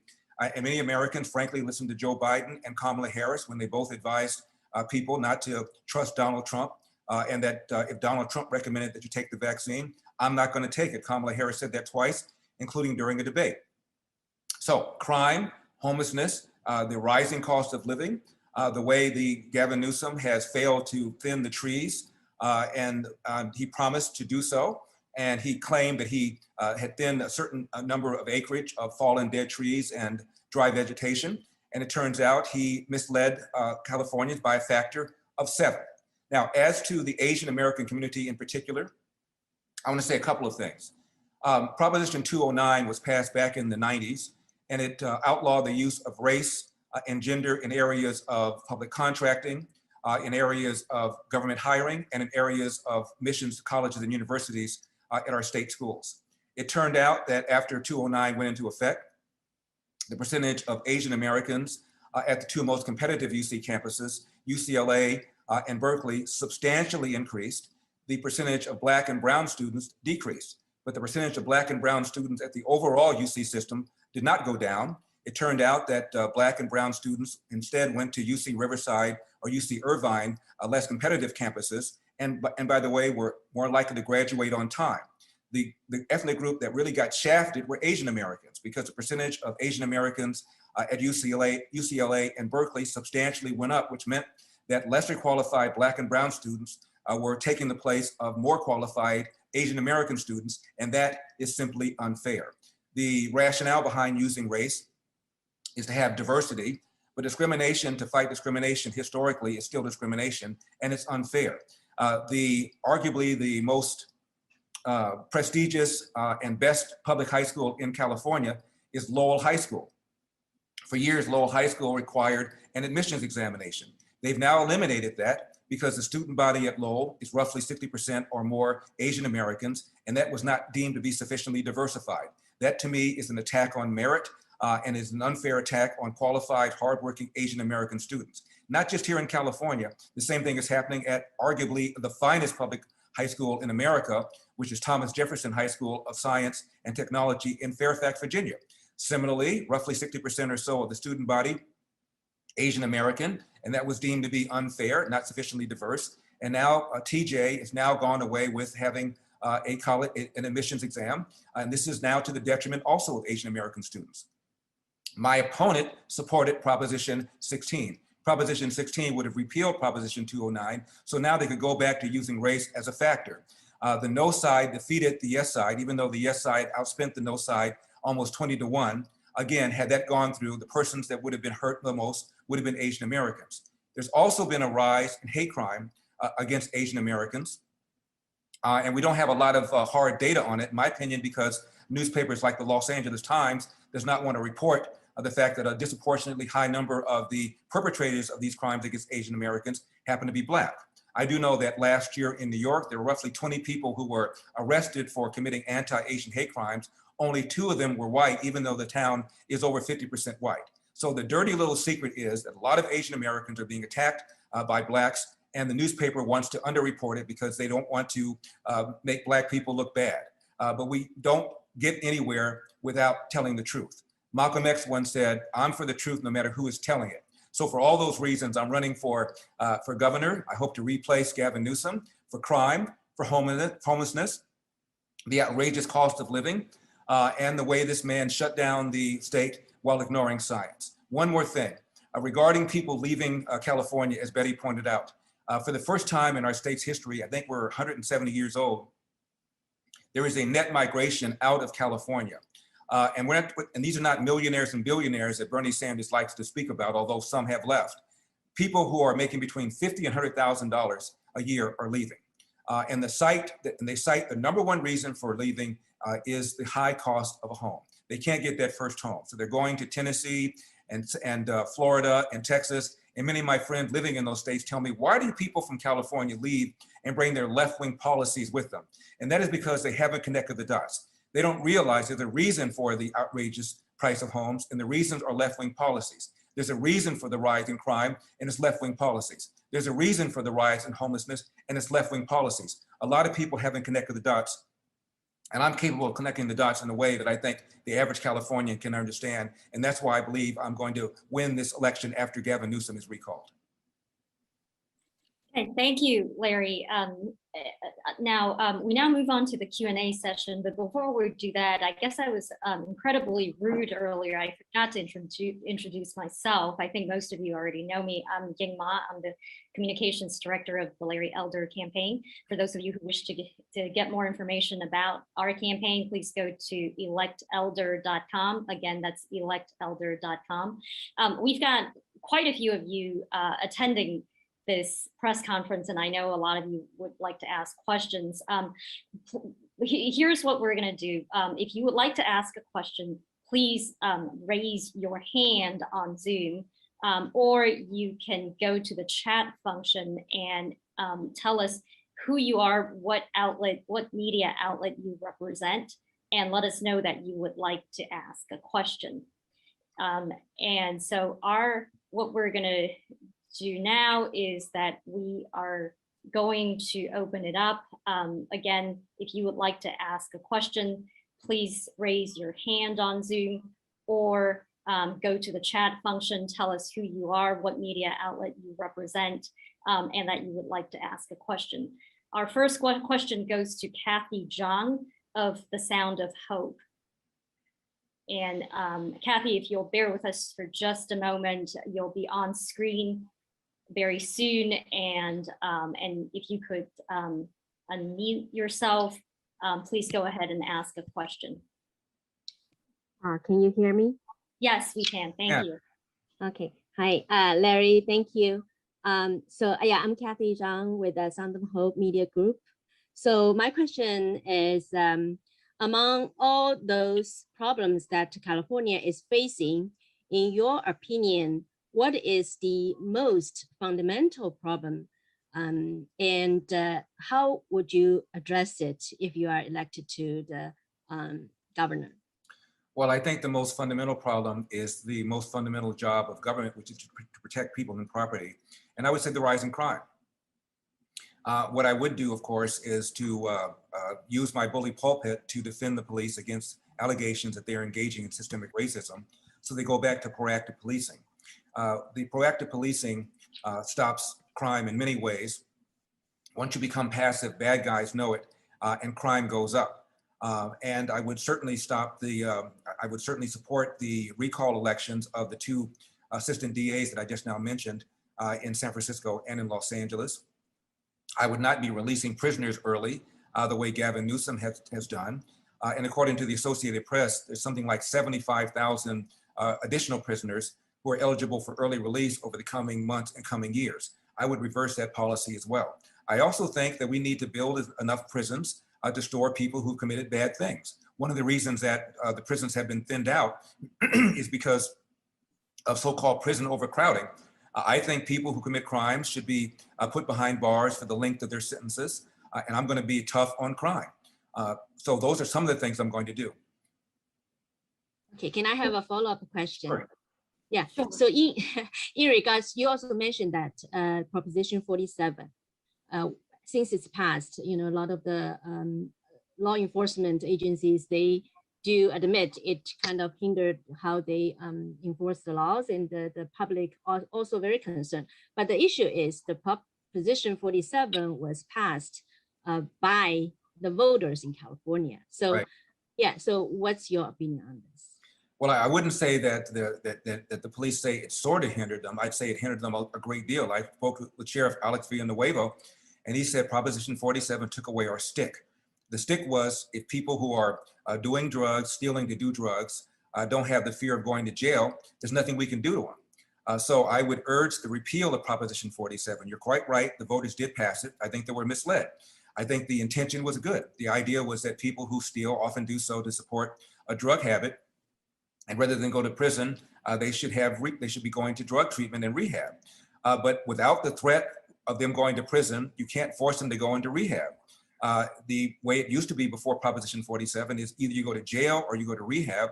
Now you no longer have the threat of sending people to jail. There's also the problem of cashless bail, also supported by these two DAs in San Francisco and in Los Angeles. If somebody commits a crime and they're free without any real penalty, if they don't go to prison, if they don't show up for their court date, it turns into a warrant, and you therefore don't have the stick to make sure they show up to court and ultimately do their time. So for all those reasons, I would urge people to repeal Proposition 47 because I think the voters were misled into thinking it was going to be humane when in fact it's caused all sorts of problems. Not least of which is that people can now steal up to $950, not just every day, but at every store. And if they get caught, they get a ticket. They're not convicted felons. And so a lot of people are hurt, including a disproportionate number of stores and shops that are owned by minorities. And in the Bay Area, something like several Walgreens have been shut down and the hours have been restricted. So people working there are now being hurt as well, in addition to customers being inconvenienced. So again, I'm going to have a whole different tone there. And the tone is going to be the number one responsibility of government is to protect people and property. And in my opinion, this governor is not doing that. Okay, Thank you. Kathy, thank you very much for that question. Our next question comes from Lynn Koo of KTSF in the Bay Area. Lynn, if you'll hang on just for a few seconds, you will appear on the screen very soon. And at that point, please go ahead and ask your question. Oh, so am I on mute? Yes, no, you're not. We can all hear you. Please go ahead and ask your question, Lynn. Hi, Larry, I have two questions. And actually, Lynn, I'm sorry, let me interrupt you just for a second before you start. There are a lot of reporters on this call, and we thank you for your time and we thank you for joining us. Obviously, we're not going to be able to get to all of you, so we apologize in advance. And as we indicated in our media advisory yesterday, we are going to give preference in the Q&A session to media that regularly cover the topics that we are discussing today, crime, anti-Asian violence, racial preferences, and so on. So again, we apologize in advance to those of you we will not be able to get to, but we certainly are open to talking to you another time if we cannot get to you later. Lynn, please go ahead. Sure, thank you. I do have a question regarding the crime because I know in the Asian community, a lot of people concerned about public safety. So they're asking for more policing and more patrol on the street. But on the other hand, there is a strong voice about defund police. So can you talk about what's your position versus like defund police versus more policing and the patrol? And I have second question if I'm able, if you can answer to that. You mentioned about you're going to suspend the mandatory mask and the vaccination if you are elected. And so can you talk about what's your base? Because right now the Delta variant, the virus is spreading out quickly. So how are you going to do to stop it if you suspend the mask and the vaccination mandatory policy? Thank you. Regarding defund the police, I'm adamantly opposed to defunding the police. As I mentioned earlier, the number one responsibility of government is to protect people and property. Also, the defund the police movement has demoralized many police officers. I understand in Chicago, there are now 1,000 fewer officers than there was almost a year ago because many officers are retiring earlier or are not signing up to join the police because they feel demoralized. The former police commissioner of New York, Ray Kelly, recently said that only 7% of NYPD officers would recommend the job to a friend or to a family member. So they are demoralized by this defund the police movement. And of course, when you take more resources away from the police, you have fewer police officers, fewer patrols, crime is going to go up. Now, regarding my saying that I'm going to suspend any mask mandates or vaccine mandates when I become governor, as far as I can tell, the science is pretty clear that if you are vaccinated, you are protected against the coronavirus and also protected against the Delta variant. People have made the decision, many of them have made the decision not to take the vaccine, as I mentioned, for all sorts of reasons. Some people don't believe that it was conceived too quickly. The average vaccine takes around 5 years. Donald Trump did this in around 11 months. I said earlier that Joe Biden and Kamala Harris both said that if Donald Trump told them to take the vaccine, they would not. Some people have had an adverse reaction to a shot before. Some people have already contracted the coronavirus and feel that they have some sort of immunity to it. And I don't think the science is at all clear that young people are likely to be hospitalized, likely to die, certainly, less likely to be hospitalized. So the idea that we're requiring children to wear masks, to me is against science. And as far as school teachers are concerned, if they are concerned, they should get vaccinated. I am not going to tell what private businesses what to do. I'm talking about what I would do as a governor regarding state employees. But if a private business wants to require people to wear a mask and require people to have shots, that's a whole different thing. But at the state level, I'm not going to require any kind of public worker to wear a mask or any kind of public worker to have a vaccine. I think that's an assault on freedom. Thomas Jefferson said, it's a mistake to trade freedom for public safety. And I believe he's right. I was in Palm Desert not long ago on a campaign tour, and I stopped onto a coffee shop. It wasn't a Starbucks, but it was like a Starbucks. And I noticed that some of the wait staff were wearing masks and some not. And I was waited on by a young lady who told me she was a college student. She didn't have a mask on. And I asked her what the policy was inside the store. And she said, well, my boss allows us to wear a mask or not wear a mask. And I said, have you been vaccinated? She said, no. And I said, may I ask you why? And she very politely said, she wasn't offended. She said, I don't feel like I need to give you a reason why. Well, this is America. And I don't believe the state should be telling people to wear a mask. I don't believe the state should be telling people to be vaccinated. Again, if the private sector wants to do it and wants to have that kind of policy, that's the private sector, but not the public sector. Okay, thank you.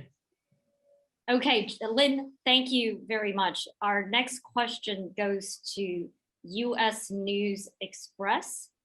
And if you could wait till your picture comes on the screen, and then if you could please unmute yourself, please go ahead and ask a question. Okay, can you hear me now? Yes, and please identify yourself. Okay, thank you very much, Larry. This is Vers Lovulo from US News Express. So I have a question about the wildfire. You know, California has wildfire, you know, take away a lot of properties, money, and also the, you know, people's lives. So, but we seem to have totally out of control. So I really want to know if you're gonna do something for this, and also what are you gonna do? And shall we, you know, the technology in Silicon Valley is so advanced that they can easily put some like detector or something to, you know the heat and then to prevent, instead of, you know, send all the fire department to pour out the water, pour out the fire. So I want to know, what are you thinking about it? Well, it's funny you mentioned that about technology. I recently was at a factory and they had invented some material that you could use with homes that are very, very fire resistant and would probably cause less damage for structures. But the primary reason we're having these problems is because of the failure to thin our forests. The logging industry is about half of what it used to be because of the anti-logging attitude that we have here in California. And many of our trees are way too thick, and many of the dry vegetation has not been cleared away. Governor Jerry Brown left a plan to clear 500,000 acres of fallen trees and dry vegetation. And from what I can tell, only a fraction of that was done. Gavin Newsom bragged about the number of millions of acreage that he had cleared away, and it turned out that he misled by a factor of 7. So I'm going to devote resources to actually thinning the forests and making sure that when we do have these fires, they're not nearly as severe and as combustible as they are. But part of the problem is this. Nearly half of all the new homes in America, let alone California, are built in areas that are wildfire prone. And as a result, we have far more people and far more structures who are at risk than before. One of the reasons for this is because building near urban areas is because it's become increasingly expensive because of the California Environmental Quality Act that we were just now talking about earlier. So there's an incentive to build in wildfire areas because it's cheaper, a disincentive to build closer into urban areas because it's more expensive because of the California Environmental Quality Act. So that plays a heavy role in this as well. Also, if you look at the management of forests that are owned by the private sector versus the state versus the feds, it's very different.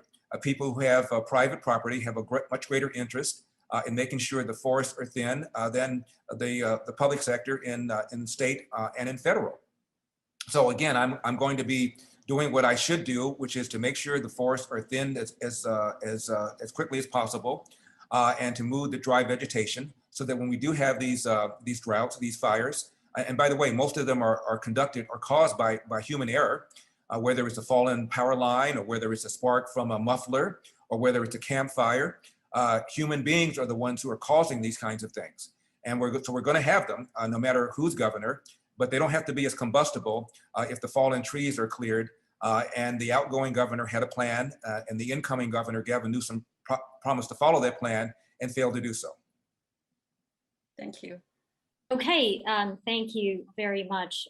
Our next question comes from Liam Yan. And Liam, again, if you could wait for your picture to show up on the screen, unmute yourself, then please ask a question.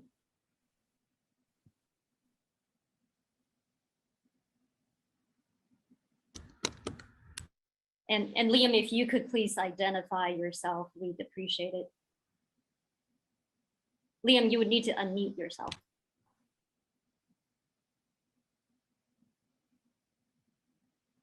Can you hear me now? Okay, yes, we can hear you now. Thank you. Oh, thank you. Yeah, thank you, Bing, and thank you, Betty and Larry. I've been a long time fan since the David Rubin report. Oh, thank you very much. Could you identify yourself for those? Oh, yeah, this is Liam Yan from U Channel Television. It's based on Bay Area. It's for Chinese audience. So we have a problem about the religious organizations' role, especially in this COVID era, because I saw a religious organization, to be more specifically, is a Christian church called River of Life.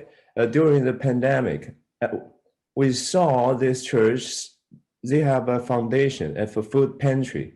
so serve thousands of families in our community.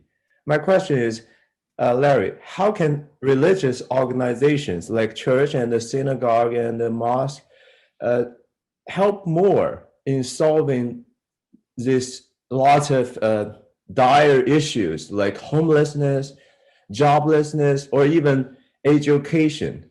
Like, how can a state government to help this organization to do more?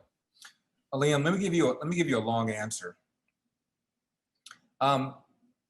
Most of us in high school read a book called Democracy in America, written by a Frenchman named Alexis de Tocqueville.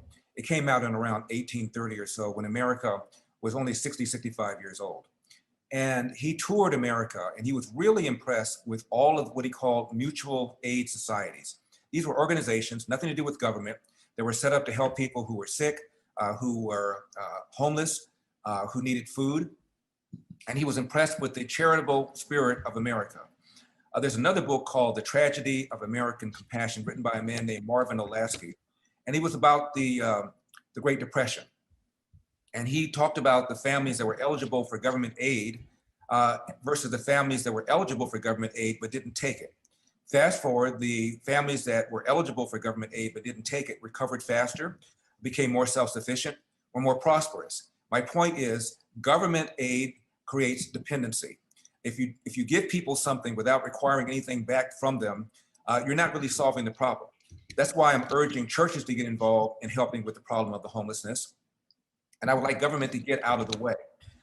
The man that I mentioned, who wrote a book called Democracy in America, also wrote a book around the same time about his experience 2 years before he visited America. He had gone around Europe, and he noticed that the wealthiest country, which was England, had the greatest number of beggars in the streets. The poorer countries didn't have it. And he wondered why. And he found out that England became one of the first, if not the first, state to have government welfare. And he found that government welfare created dependency. He said he didn't really know what to do about it, what the answer was, but he knew that government did not know the answer. So nonprofits, religious organizations, these are the people that know better who the people are in the streets, what they need. And if we empowered them, our result would be a whole lot better. Again, when I say empower them, I don't mean giving them government money, because government money always comes with strings attached. Leave the money in the pockets of people. Don't tax us so much. Let us spend our money on charitable organizations. Let us spend our money on organizations that truly make a difference. I did some volunteer work for United Way years ago. And for every dollar that is donated, roughly 80, 85 cents goes down to the intended beneficiary. Far more effective, far more efficient than government. So I'm urging us to get out of the way, less government, more individuals. We're the most generous nation on the face of the earth. We give more money, we forgive more money. The International Monetary Fund, the World Bank, we are far more generous than any other country on the face of the earth, including all of those of Europe. And if we just allowed Americans to help other Americans, we'd be far, far better off. One of the other findings in that book called The Tragedy of American Compassion I mentioned, during the Great Depression, when 25% of adults were unemployed and nearly 50% of Black adults were unemployed, charitable giving skyrocketed.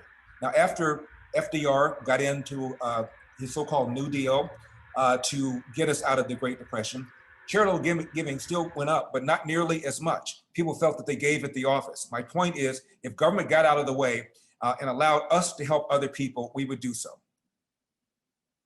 Okay, thank you, Larry, and thank you, Liam, for that question. Our next question goes to Singdao Daily. June Shang had asked a question via the chat function. June, I'm bringing you onto the screen. If you would prefer not to ask the question, I could also read off your question to the audience, but I see that you're now on. So yeah, I'm on. You could, okay, welcome, June. Welcome, June. So please go ahead and ask your question. Sure, thank you. Hi, Larry. This is June Shen from Xindao Daily. My question is the first one. Do you have a specific plan on how to save the businesses from moving out to California and keep the economic prosperous in California? And the second question is, what makes you the best candidate for the governor to replace Newsom? Thank you. Well, June, as far as what I can do to stop businesses from leaving, there are so many things that hurt business. It's hard to know where to start. I practiced law briefly in Ohio, and I was a workers' compensation lawyer for a time. And I defended large companies against claimants who were claiming that they were owed something. The burden of proof was on the claimant to prove his or her claim. That is not the case here in California. I talked to a man who owned a number of restaurants. He was very wealthy, and the reason he was able to defend this claim is because he was very wealthy. But he found out that there was an employee who claimed that he was owed $65,000 in back wages. He found out the employee wasn't even in California when he allegedly incurred the back wages. So the employer fought the claim, and the lawyer for the claimant wanted to settle for $50,000. The employer refused. They went to court through the administrative process, and then the lawyer for the claimant wanted to settle for $25,000. The employer refused, and then the claimant said, "Okay, I'll settle it for $10,000." The employer refused. Finally, ultimately, the employer prevailed, but he ended up spending way more money than the $65,000 that this employee claimed that he was owed. And my point is, this is one of the many, many, many reasons that people cite for why it's such a business unfriendly atmosphere here in California. There's also the so-called PAGA law. That's a private attorney general law that allows people to easily form class action lawsuits and file lawsuits against employers. Also, the California Environmental Quality Act that I mentioned before, that has caused so many contractors to have projects held up for years and years and years, scaled down. I talked to a number of developers who said, for example, 20 years ago, I had a 2,000 unit development project on the boards all ready to go. I got sued.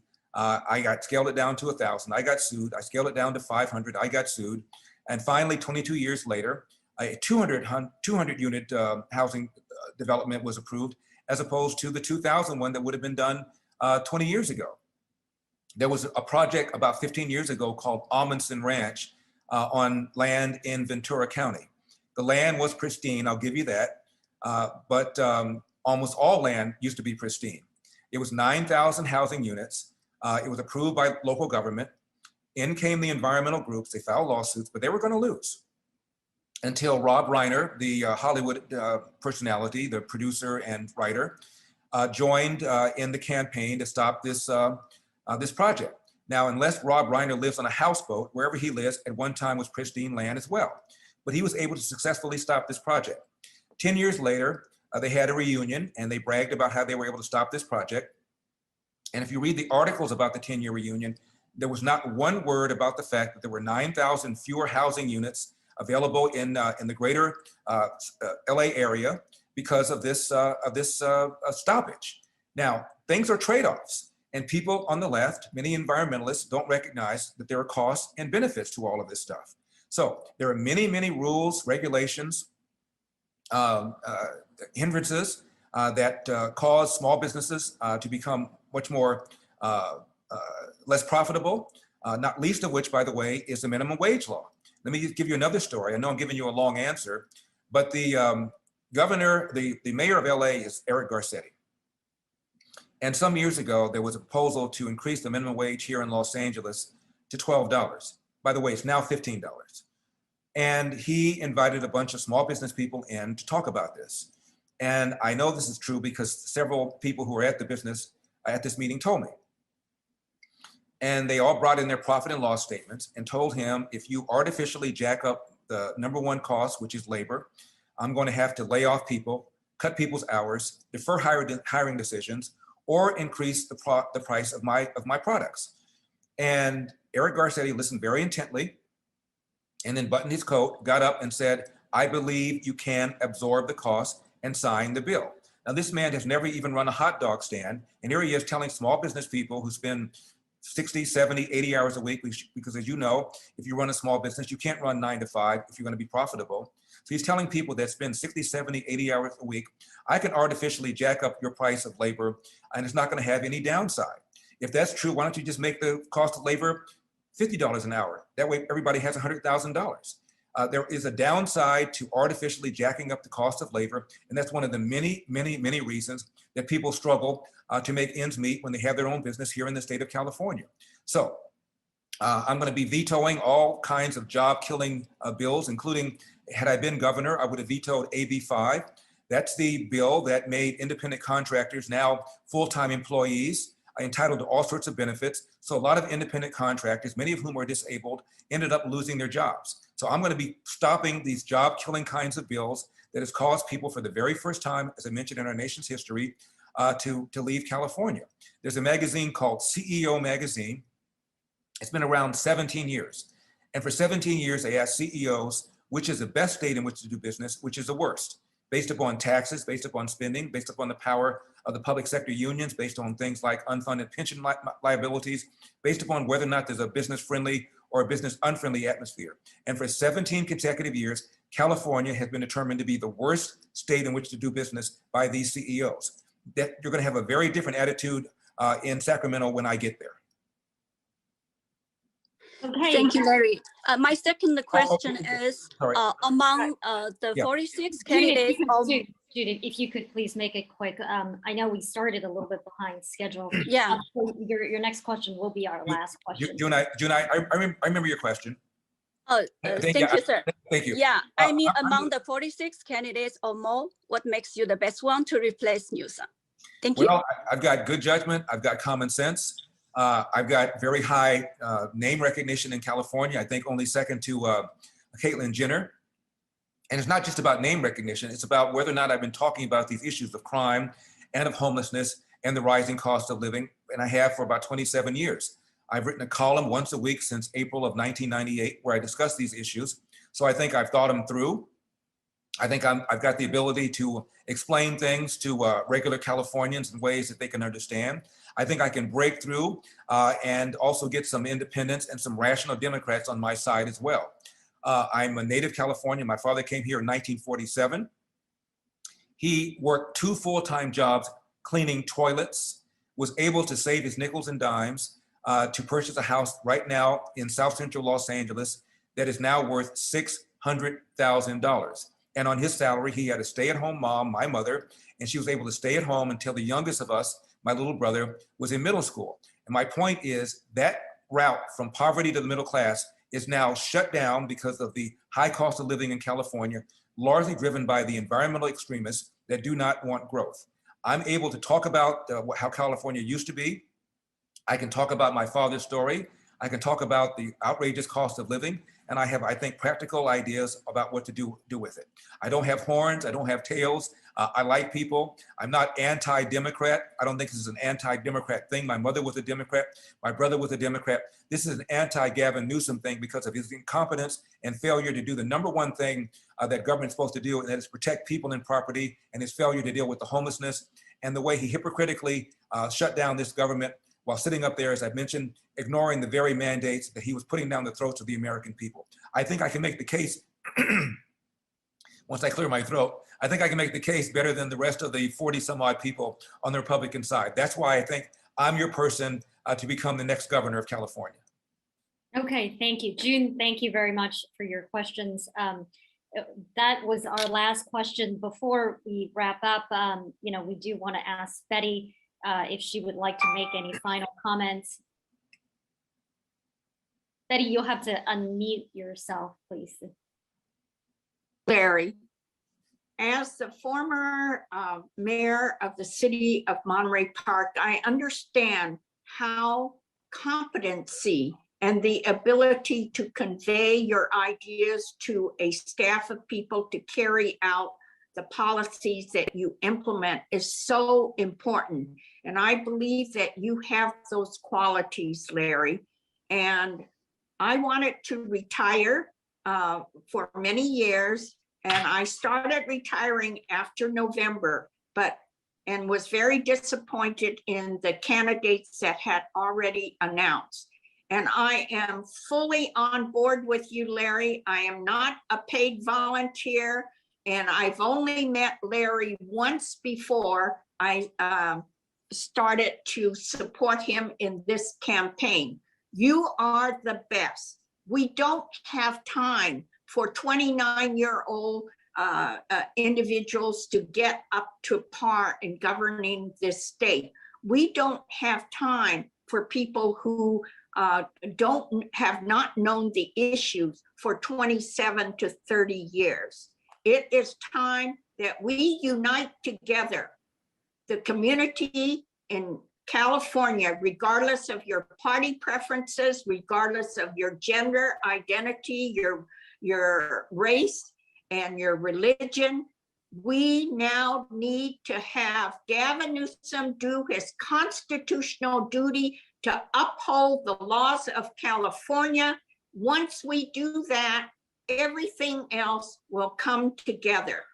I believe in you, and I know that the events that I have attended, Larry, you are our Save the California candidate. Thank you. Thank you, Betty. Larry, do you have any final comments before we end this press conference? I do. I'd like to say one more thing. Again, Betty, thank you so much for that ringing endorsement. I really do appreciate it. One of the reasons, in my opinion, that Arnold Schwarzenegger failed when he became governor and moved to the left is because he was used to being loved. He was used to having adulation. I'm not used to that at all. I've been called an Uncle Tom and a sellout and all sorts of nasty things for a very long period of time. And I'm not going up there to make friends. I'm going up there to change things. I'm also not afraid to tell the truth. I'm not afraid to call out the left-wing media for their own bias. I remember back in 2006, there was a group of 3 young white girls who attended a Halloween party in Long Beach. They were attacked by a mob of around 20 or 30 blacks. A black Good Samaritan was driving by and waded into the mob. And had he not been there, who knows what would happen to those girls, but they were attacked viciously. The LA Times headquarters is just 20 miles away from Long Beach. They did not write one word about this vicious assault on these 3 white girls for almost an entire week. Because they didn't want to make it look as if black people were doing something bad. We can't solve a problem unless we tell the truth. And so I'm going to go up there and tell the truth about what's going on in California. I'm going to go up there I'm not going up there to make friends. I'm going up there to tell these lawmakers they need to do their constitutional duty and to protect people and property. And I'm not going up there to be loved. So if people think I'm going to go up there and do what Arnold Schwarzenegger did and run into some resistance and all of a sudden cave, think again. That's not going to happen with me. Okay, thank you, Larry. Go to electelder.com for more information on Recall Newsom Elect Elder. And for those of you who wanted to ask a question and that we didn't get to, again, we apologize. I do know that there are a number of you on this call that we've talked to multiple times. Our goal in this campaign is to talk to as many people in the state as possible and to reach as many communities as possible. A number of the media here who asked questions today have not actually been able to ask a question of Larry in this campaign. And obviously many of the issues we cover today affect their communities more than others. We will have more press conferences coming up later on in the weeks to come, and we look forward to talking to everybody again. Thank you all for attending today. And thank you, Larry and Betty. Thank you, Betty. Thank you, and let's win.